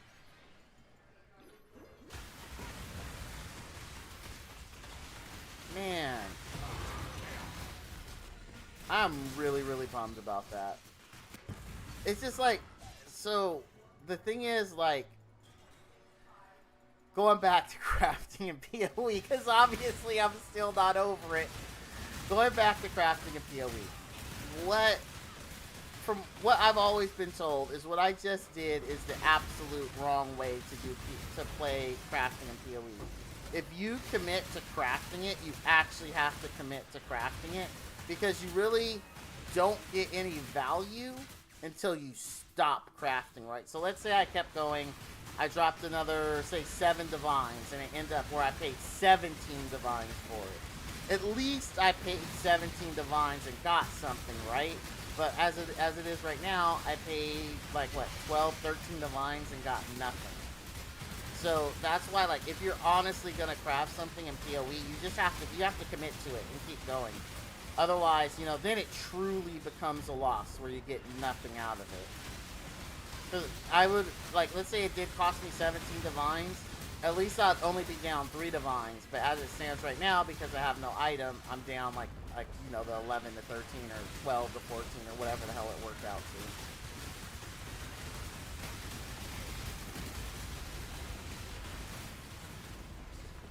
So if you do craft, commit. Otherwise, just save your currency and buy it.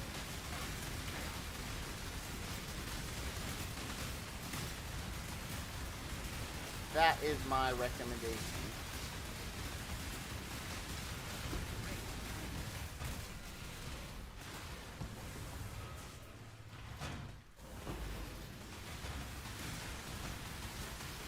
Soul Eater, get out of here.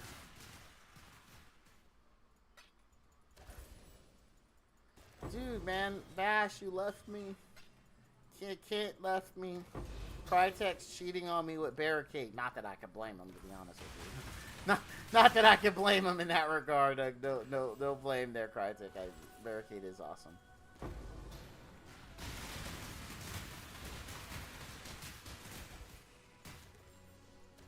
Plus, he's one of your countrymen, so I get it. I get it.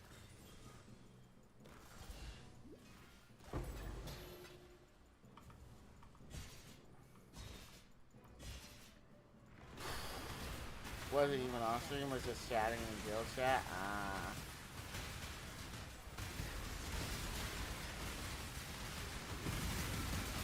Bro, like, I'm very interested, like, once you get your feet wet, because you have a very analytical mind. Like, I definitely depend on you a lot of times.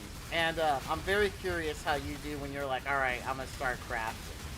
I'm like, anxiously awaiting that, because I have this feeling that your luck's going to be better than mine when you start PoE crafting. I don't know why, but I have a feeling, like, eventually I'm going to be like, hey, dude, can I give you a couple of C to craft me something because I suck at it? Or maybe that's my hope, and I'm projecting that on you because that gives me an out and someone I can count on to craft me stuff. That's also a possibility. Because I hate crafting so much. And I don't have any crafter friends in this. Because I'd be much better off with, dude, I'll bring you a boatload of currency if you can make me something. And that way I just don't have to worry about it.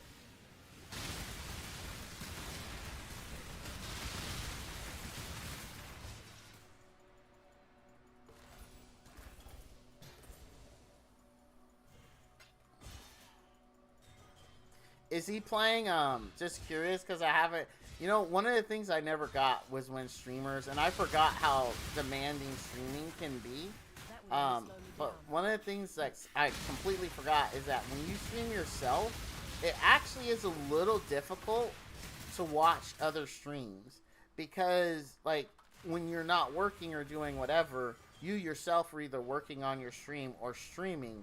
So you don't really get tons of other time to watch other people. And I forgot how that is. Like, you try to make time, but it's like, well, I have free time now. Either I want to work on something for my own stream, or I want to be streaming myself.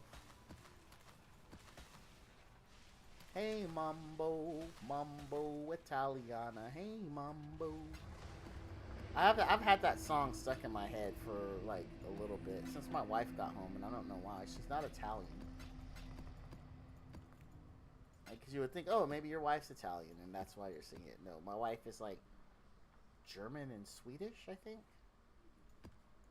Like, German and Swedish. Yeah. Nobody's gonna want... Well, what's that? Oh, it's tier 6. Nobody's gonna want that crap. That's like, garbage.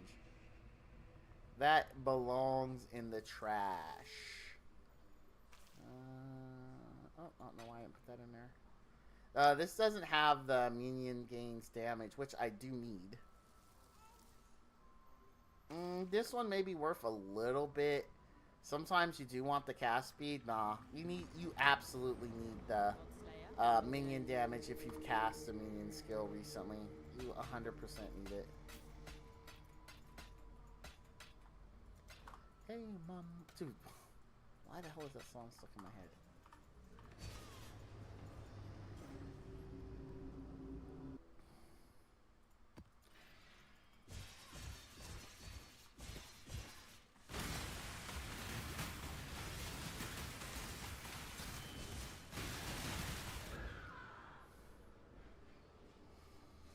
Is there a increased AoE in this? Well, how did that AoE be so large, though? I was pretty far. Oh, no, there it is. Monsters have a 118% increased area effect. Yeah, I needed to run much, much further. And that's what I was telling you, Crytek. Like, you notice how I just, like, instantly ran away? That's how I deal with it. But I didn't know this map had increased AoE on it, or I would have ran further. But you are right. That is the gotcha of doing the strong box strategy. You need to make sure you run away every single time. Because you never know when it's going to be the one that goes boom with the Ice Nova. There are builds that can tank that, like it doesn't even exist. This build is not one of them, obviously. Alright, we didn't get a deaths there. That's a bummer. Next map. We did not get a deaths.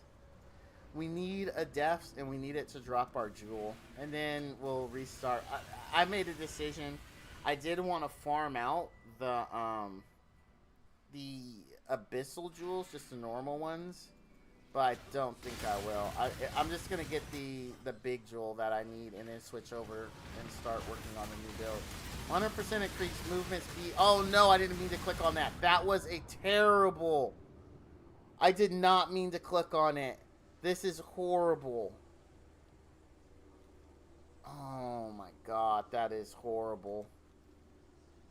Now I don't think I can complete the map with 100% or 150% increased vulnerability.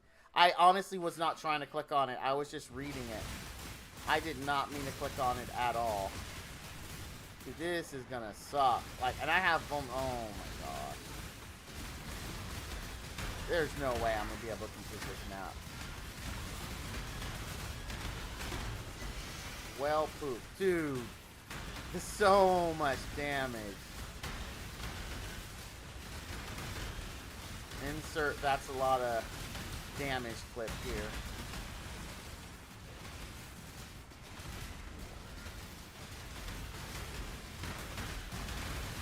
Dude, this is gonna suck when this explosion shrine runs off.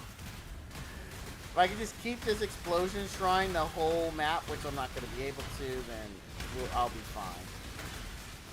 Because 100% movement speed is not worth 150% increased freaking curses and vulnerability. So you have a built-in curse. Like, it wouldn't be too bad if it was just like, okay, if you get cursed, you have 100% vulnerability or 150% increased curse effect. But nope, it's like you have one already. So if something hits me that's physical based, it is actually really gonna hurt. And the only reason I'm living right now is because I have the Explodey Shrine. And the Explodey Shrine is effing awesome. Oh, there goes the Explodey Shrine. I'm not having a good game session, chat. It's not a good game day today. Like this, but we had it coming because the day before this one, we started strong, making like, I think I made like 4 divines on my very first map, literally very first map. The day before that, I made 16 divines on my very first map. Like, just, it was insane. Like, so today actually did have a really bad day coming. I mean, you know, what's that saying? The scales had to be balanced, so. The scales indeed had to be balanced. We're still gonna try, though. I'm not giving up. We'll see if I can clear this. I've got incredible movement speed. Yay. I mean, I wonder, does this apply in the Vol side areas. And actually, I kind of one day want to try the Vol side area strategy. Because there is a strategy where you can spec into Vol side areas. I've never done it. Like, I would love to try it, just because I love Vol side areas. Hey, Jaden. Like, I love Vol side areas. They're cool. They are absolutely cool. So the specking in them would be kind of awesome. Like, and there's special kind of Vol side areas you get when you spec into them called alluring Vol side areas. Like, I definitely would be down to try that strat. I wonder can I respec? And I'll keep, like, I think shrines, but get rid of strong boxes and see if I can do Abyss Vol side area.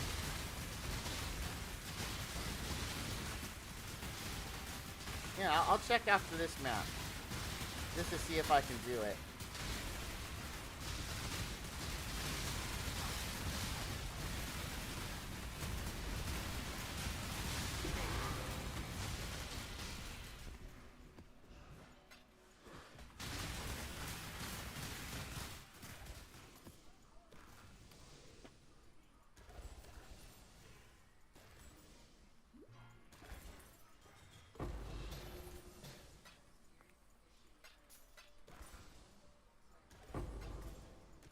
I feel like I missed something more back there. I don't know why.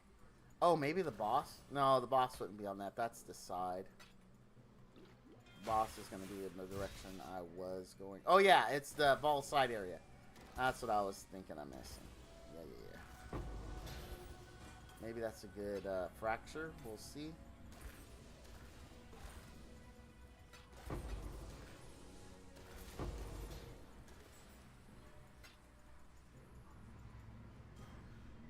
Alright. Oh no! Luckily it doesn't consume an entry point or anything.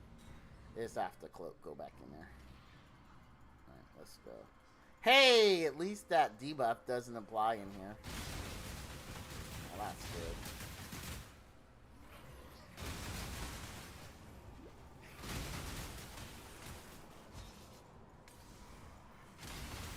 I actually don't know why I like ball side areas so much, but I do.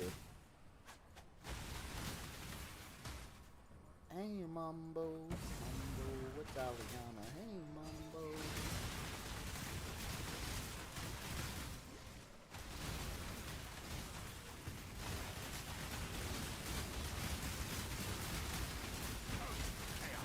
Alright, here we go. What do we get? Maybe it's because I just like opening the little chest at the end. Maybe that's why I like it. The RNG, the dopamine rush of seeing what I get out of it. I mean, it would fit from a gacha player, right? Like in the RNG from opening a box. Also would explain why I like opening the chests in these games. Looking for that dopamine hit from a big open, right? That makes sense. I think I figured it out. Why I like this strat. Because I get to open a lot of boxes. I do like it. Even when I just hit a div, though, it actually is a pretty good rush for me.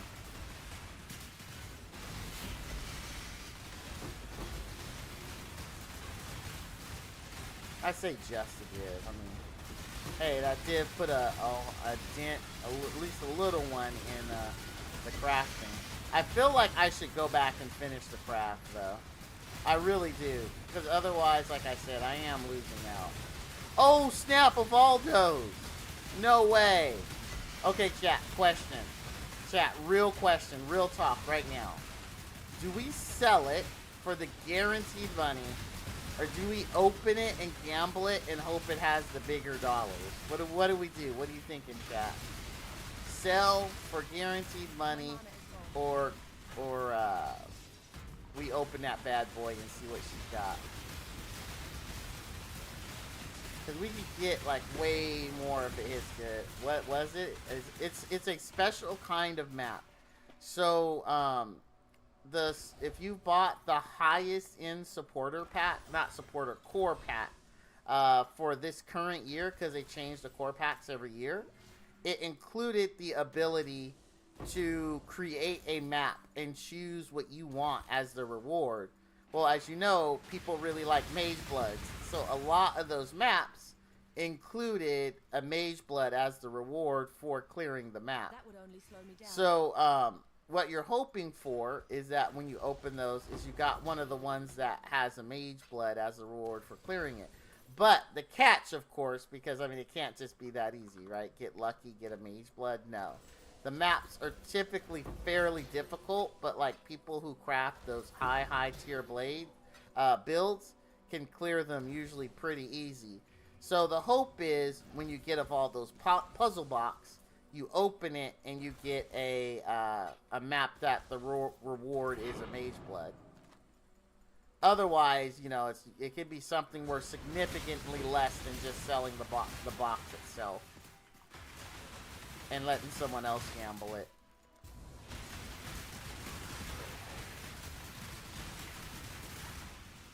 So let's see how much it's worth right now. So right now, the box itself goes for unopened 130. It is 130 without opening. 130C. 130C.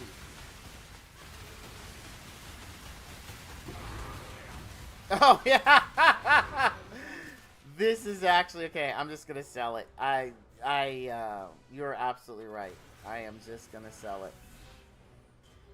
Good. Excellent point.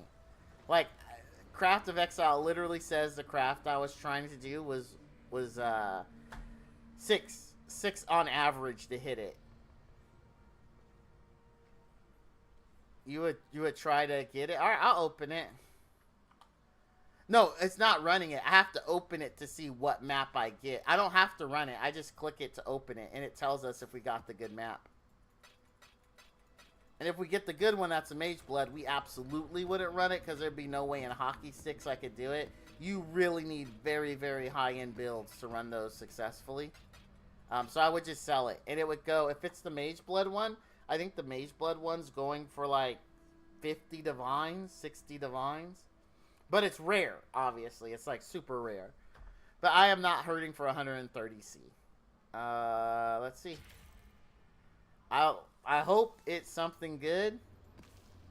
Nope, it's for foil Mark of the Doubting Knight. I don't even know what Mark of the Doubting Knight is. 7C. I don't even know what Mark... I've never heard of the item. Maybe I have one, like the regular version. Mark of the Doubting. Ah, it looks like it is. Ah, it's this sword. This is what the reward is for the end of it. And so, what's the difference between the things you get out of here and normal drops, you might be wondering? And that is, the item you get out of this is foil version. So it's like, you know, if you got if you ever did card collecting, it's like if you ever got a holographic card. It has like this little holograph around it. We can run it. I don't know how difficult this one's going to be. 6 additional projectiles. We get increased character size. Monsters inflict petrification for 4 seconds on hit. Oh my god. So they stun you for 4 seconds. Rare monsters each have... We could try it. I mean, worst comes to worst, we just die and we lose the map. And we lose all of 7C. Like, at best, I clear it and you get to see what a foil item looks like. I mean, we can run it after this one. That's fun. Oh, actually, are we done? No, we're not. Okay. Looked like we were done. I hate Harvest. I hate Harvest. So... I don't hate Harvest. It's just... I don't feel like running it. And then I do want to check to see what it looked like to convert over to Vault side areas and see if I can drop strong boxes. I like strong boxes though because the rare strong box, the divination strong box, drops divination cards, and of course because of the gotcha gambler in me, I love the gambles on that, hoping I can get something good out of that box. But like all things that are super good in PoE, it is very rare. I think I've only gotten 2 this whole season. Ooh, maybe this one will be the one that leads to the Abyssal Depths. Because this farming session has been trash. It has been not been a good farming session at all. Not even a little bit.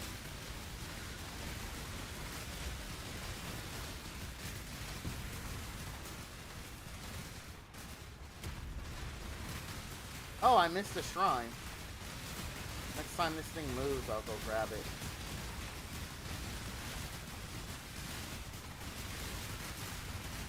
There we go. Yeah, I'll take that. Oh, it actually went up here.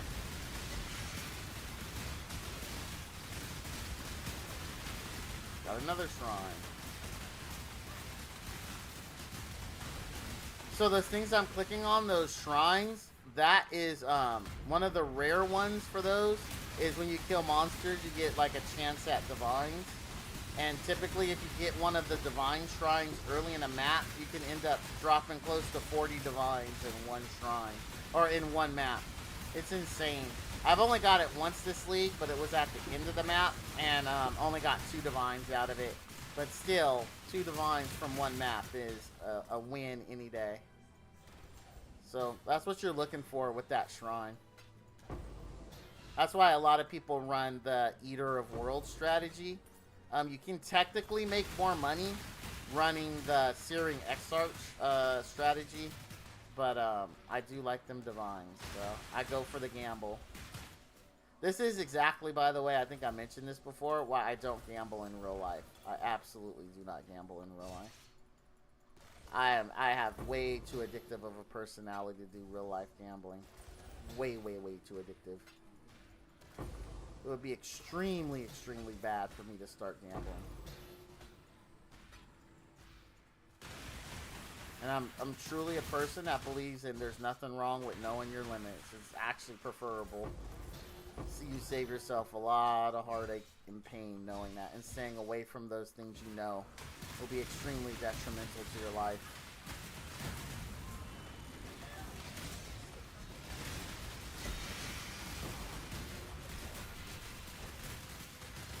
Alright, so we finished it. Let's run that other map. Let's see. Let's see how hard it is. That's right, they inflict stun for 4 seconds. That's right. I forgot they inflict stun. So, like, trying to run into a group of them is probably not a good idea. Because if one stuns me, then they're all... Oh, dude, he... Oh! He teleports you. That's not good.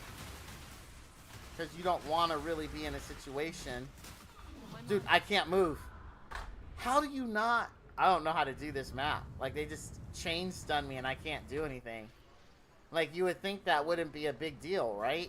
But, yeah, like, if you can't move to fight back, that's not good. I don't think we're finishing this, my boy. Oh, no, no, no. No, no. Oh, dude, I can't. Like, I literally can't move. Well, we can't do this. At least we know. My dinner's here.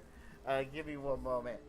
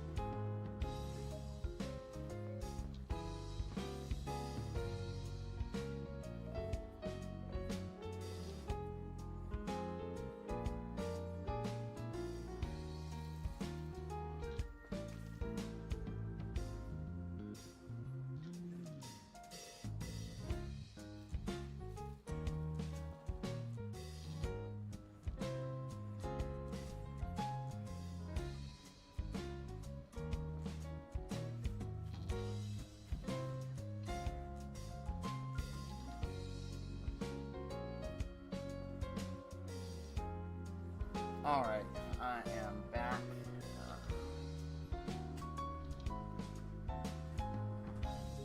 I don't think I'm going to be able to do that, my man. I'm sure you could do it easily if you had, like, just max stun resist. Actually, would stun resist even work? Because it wasn't necessarily a stun. I forgot how it was worded. And PoE can be a stickler for wording. Even though it has a stun-like effect, it's not actually called stun.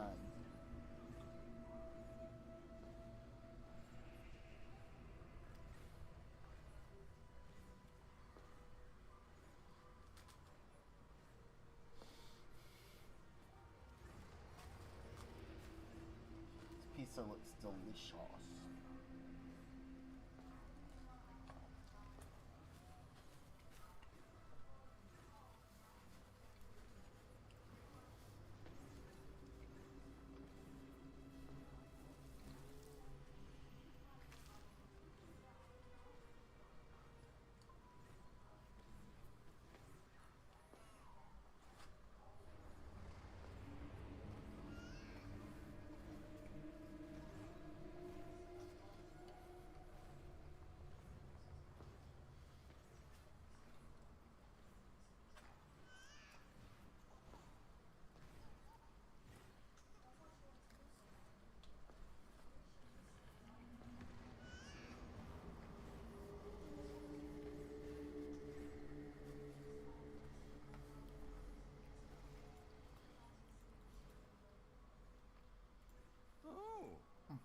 Decisions must be made.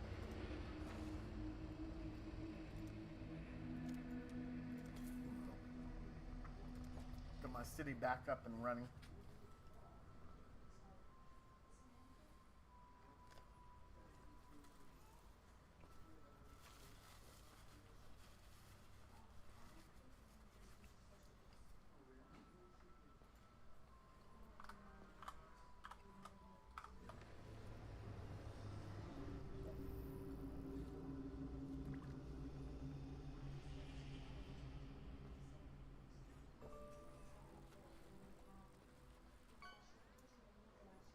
Woo. My eyes watered on that one. Ooh, Barracuda.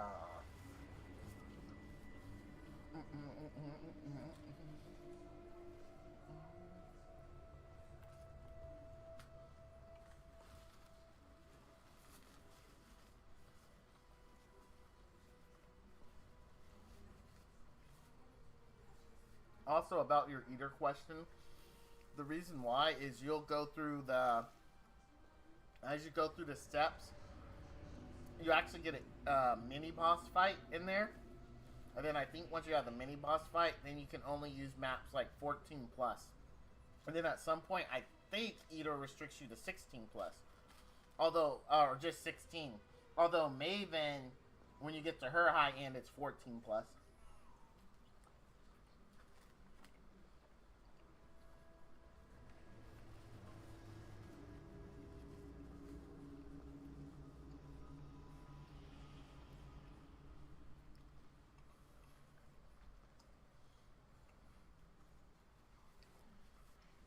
Are you pretty invulnerable in that build? Like, how often are you dying, if at all?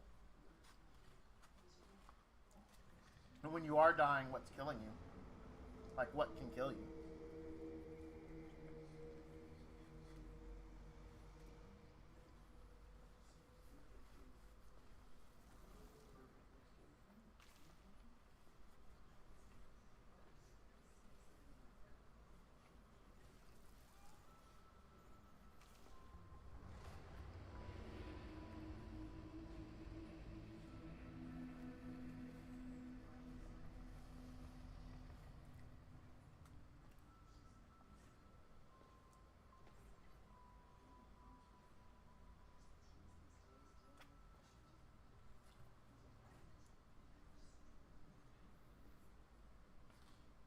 Excuse me.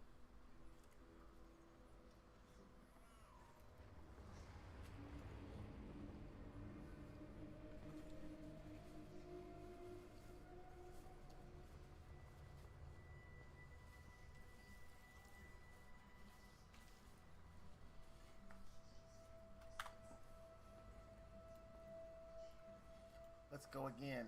Hopefully I get a good fish.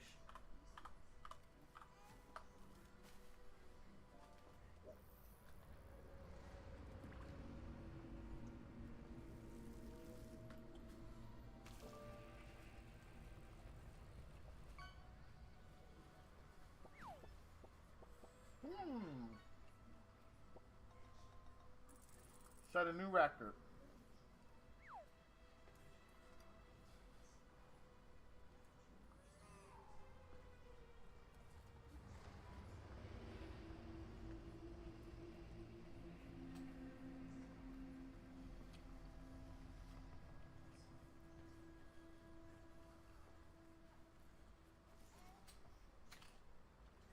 Wow, I got full pretty fast. I barely ate 2 pieces.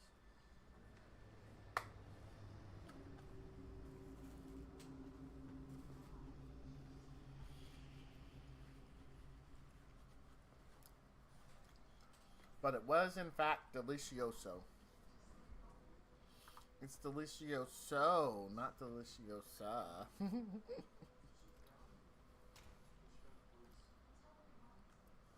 Good old Hermione Granger.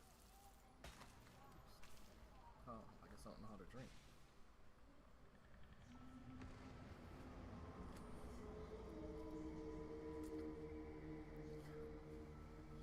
I didn't have a drinking problem until that night over Macho Grande. God, I love that movie. That was like the movie that made me fall in love with comedies. I remember laughing so hard I could barely breathe. That is weird. How does that have 2 of the same? That has to be... Is there a hybrid role somewhere?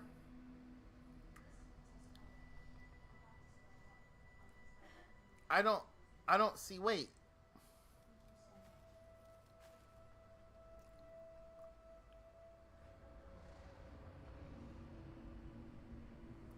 How is that possible?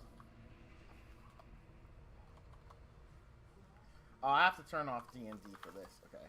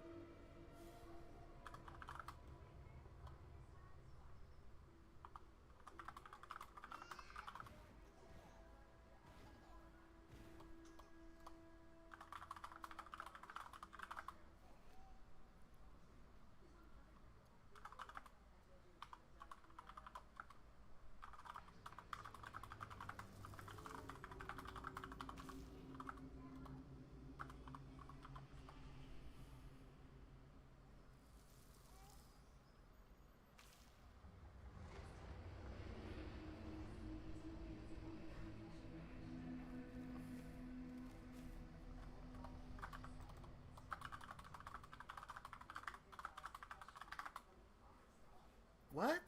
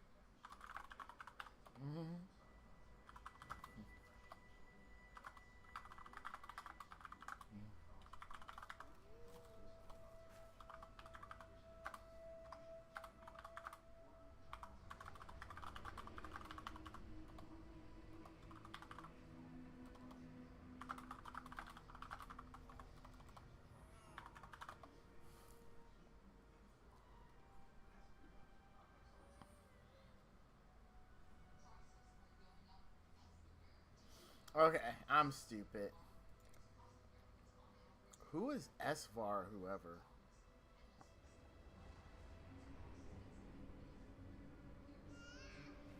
POE players cannot read, we know. I deserve that one. I absolutely deserve that one. Had I read better, but it looked the same. I was really confused. I thought I had a bugged item. I was like, ooh, does that make it worth more? That was like literally what I thought. I did start early today, so I will be ending early today. It was intentional. For those that don't know, I haven't been sleeping well, but it's self-inflicted. It's I've actually addicted to this one YouTube channel called Tasting History, and basically, the guy on it is a genius. I love the dude to pieces. He finds like super old recipes. I'm talking recipes in some cases that goes down to like 800. And yes, I mean the year 800. He finds all these really old recipes and cooks them in modern times. Sometimes he can't get the exact ingredients that were used in it, but there are usually modern alternatives. And so he cooks them, and what he does is the first part of the video, he explains what he's cooking, he gets the ingredients, he explains if there's any substitutions, and then when he mixes it and makes it and it's cooking, either it's in a pot or it's in the oven, then he actually explains the history of it, why they ate that food in that area, what they do. So I keep turning it on when I go to bed, and I end up watching like 5 or 6 episodes of it just because I love cooking and I find it so fascinating. So like a few times this week, 3 exactly, I've been up to like 1 or 2 in the morning watching him, and just so you're aware, my alarm goes off at 4:30, so I'm pretty exhausted. So since today I do get off work at 3, I decided I would stream early and end the stream at 8. So no, I do not need the bonk on the head treatment. I just need to stop watching YouTube videos and actually go to bed. There's actually a study. I'm saying actually a lot. I don't know why.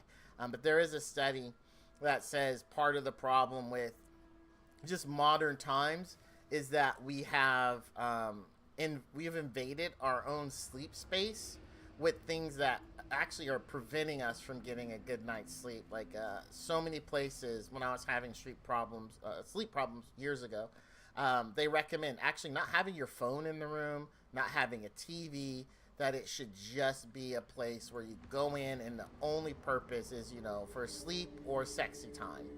And that is it. And that's a very common theme across everything I read. They're like, the modern age, we've kind of destroyed our own sleeping environment and caused a lot of the sleeping issues that we have now by not keeping the sleeping space clear of that kind of stuff. It's very interesting reading at the time. Very, very interesting reading. So it's self-inflicted. Like, it's just me doing it to myself. But gosh dang, it's so good. Tasting history is so good. Like, I love the history of all that stuff. It's like so interesting.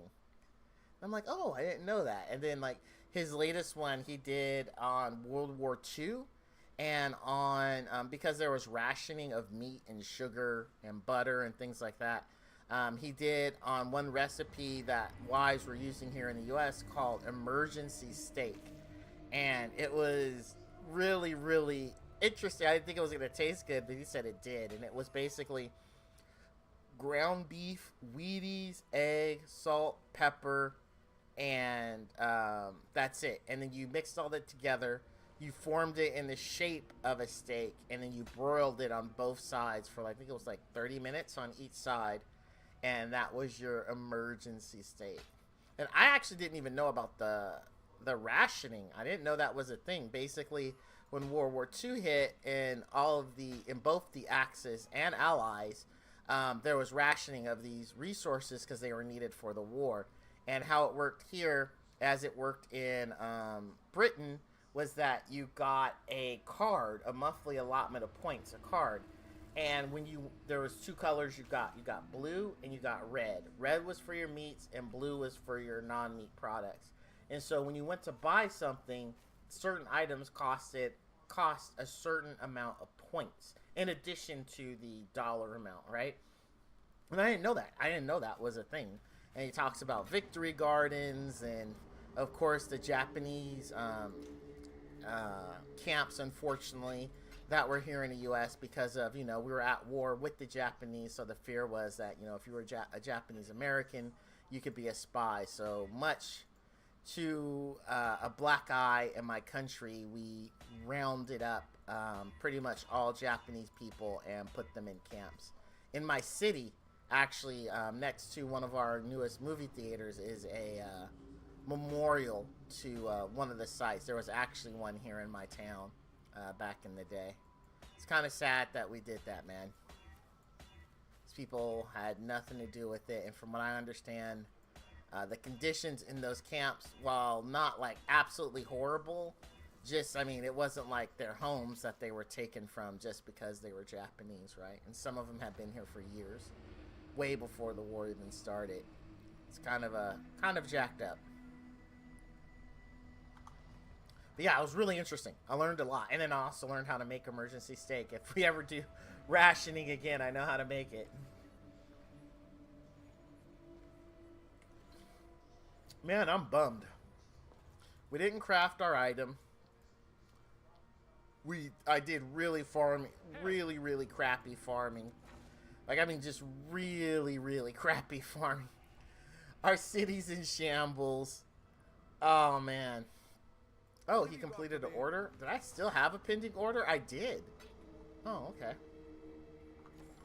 You know, I've never used this to sell something. I have 3,000 of these. What are they selling for? Let's see. There is 4,000 for sale 4 hours ago. Wow, 2,000 for one. That seems ridiculous. But there's 3,500 of those. So these won't sell because people are just going to buy this one for 3,500. Assuming the guy sells them. I wonder what they're going for in the market. Let's see. Oh. Because I've never used this to actually make money. I've always used it to spend. So, and, oh, I don't have gold though. I'm just curious. So like, let's say I wanted to sell the Orb of Augmentations we talked about. Wow, 50 to 1 isn't bad. The problem is because I have so many, like this gold cost is going to be insane, right? So what did I have? 3,000? So how much would selling 3,000 cost? Selling 3,000, well, not for 1C, so it's 50 to 1. So 2 is 100, and there are 300s and 3,000, or 30, right? Yeah, 30 hundreds and 3,000. So that would be, my math sucks. I'm gonna use a calculator. Like, these are whole numbers. This is American public school at its best, folks. I have to use a calculator. Okay, that's not bad. So what would it cost me? And of course, immediately it changed. Immediately it changed to 850. Oh my god. See, this is the problem with this market. But there's only 2 available at that price, right? So if someone wants, and it's only 1,500, that's not bad to sell 3,000 to get 60. Let's try it. Let's just see. Exile. Let's steal from our town. I mean, it's hurt. I'll make it up. Like, starting of the weekend, I have like a whole week off. So, I mean, I will definitely be farming. I don't think I'm going to play D3 yet, though. Eventually, I'll play this season. So, I want 60 Chaos Swords for my 3,000. Let's see if we ever get any sales from this. Well, we got 2 sales immediately. Alright, what else? So, let's sell. Oh, my rogues marks. So, it's 819. 1 to 819 right now. And I have 49,140. So, let's figure that out with math. See, PoE makes you do math. That is just not good. 140 divided by 819 equals Oh, I'm setting the price. I just realized that. I'm the market leader in this. Oh, no, there's a bunch. One for $8.19. Okay. I mean, that's 60. I'm not using these anyway. Oh, I could do a few of these. There we go. Oh, wow. The first batch sold out instantly. Okay. This is actually not bad. It's not charging me as much as I thought. I still got more rogue markers. I got 16K.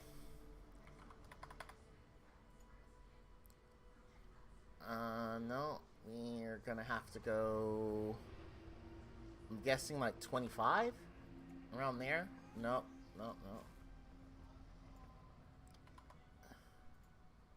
Almost. 19. There we go. Sure, I'm willing to get the better deal just to get rid of them. Wow. Cool. This is actually not terrible experience. Because normally this would be a pain to sell. Okay, what about it? Eldritch? Not bad. 1 for 9. Oh, market ratio is 44. Dude, this is actually not terrible.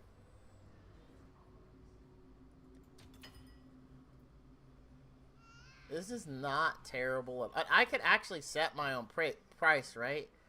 Because as you see, there are people trying to sell it for 43, but the guy for 44 has 2,000 of them. I'm not going to be able to compete with that, right? So, okay. I'm liking this. This is, I will say it again, the best thing that PoE has ever done.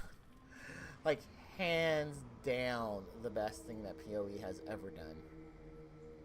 This is amazeballs. I'm gonna have to use this to sell everything. Just go through here, spend a bunch of gold, and yeah, like this is awesome. This is a good, to quote iCarly, this is a good time. It's an episode of iCarly where she gets like this big deal, and because they want her to promote tech foots. It's like these really high tech shoes, and she, when they sign a deal, they're like negotiating. The guy's like, how about 2? And then her friend Sam's like, 3. All right, 4. He's like, all right, 4. And he's like, okay, $4,000. And Sam was thinking 400, so she's really happy. And when they go to pay him, she's like, well, I'll write you a check. And Sam's like, cash. Sam's like, cash. And so they all stand up, all these executives, and start throwing $100 bills at them on a table. And Carly's picking up going, this is nice. This is a fun time. And so, like, that's every time I do something like this where it's just amazing. And it's like, I always quote that. It's like, this is good. This is a fun time. Oh, wow. I can even sell the Astrogalies and everything. 20 to 1. So I have 800. Wow. This is interesting. So for one of those, it's 20. This is actually really good. All right.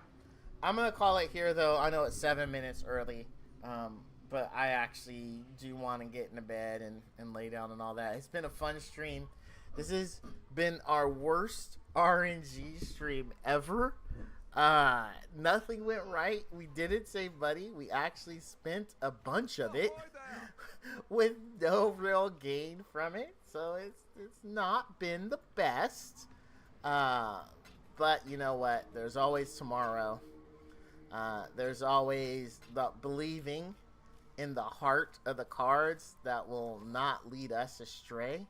So I am going to continue to believe in the heart of the cards, continue to promote good vibes like Barricade does, and just really enjoy streaming. I'm having fun being back. I love interacting with you guys. You make this stuff super fun. I hope everyone has a great evening. I hope your luck is definitely better than my luck, because my luck tonight has been horrible.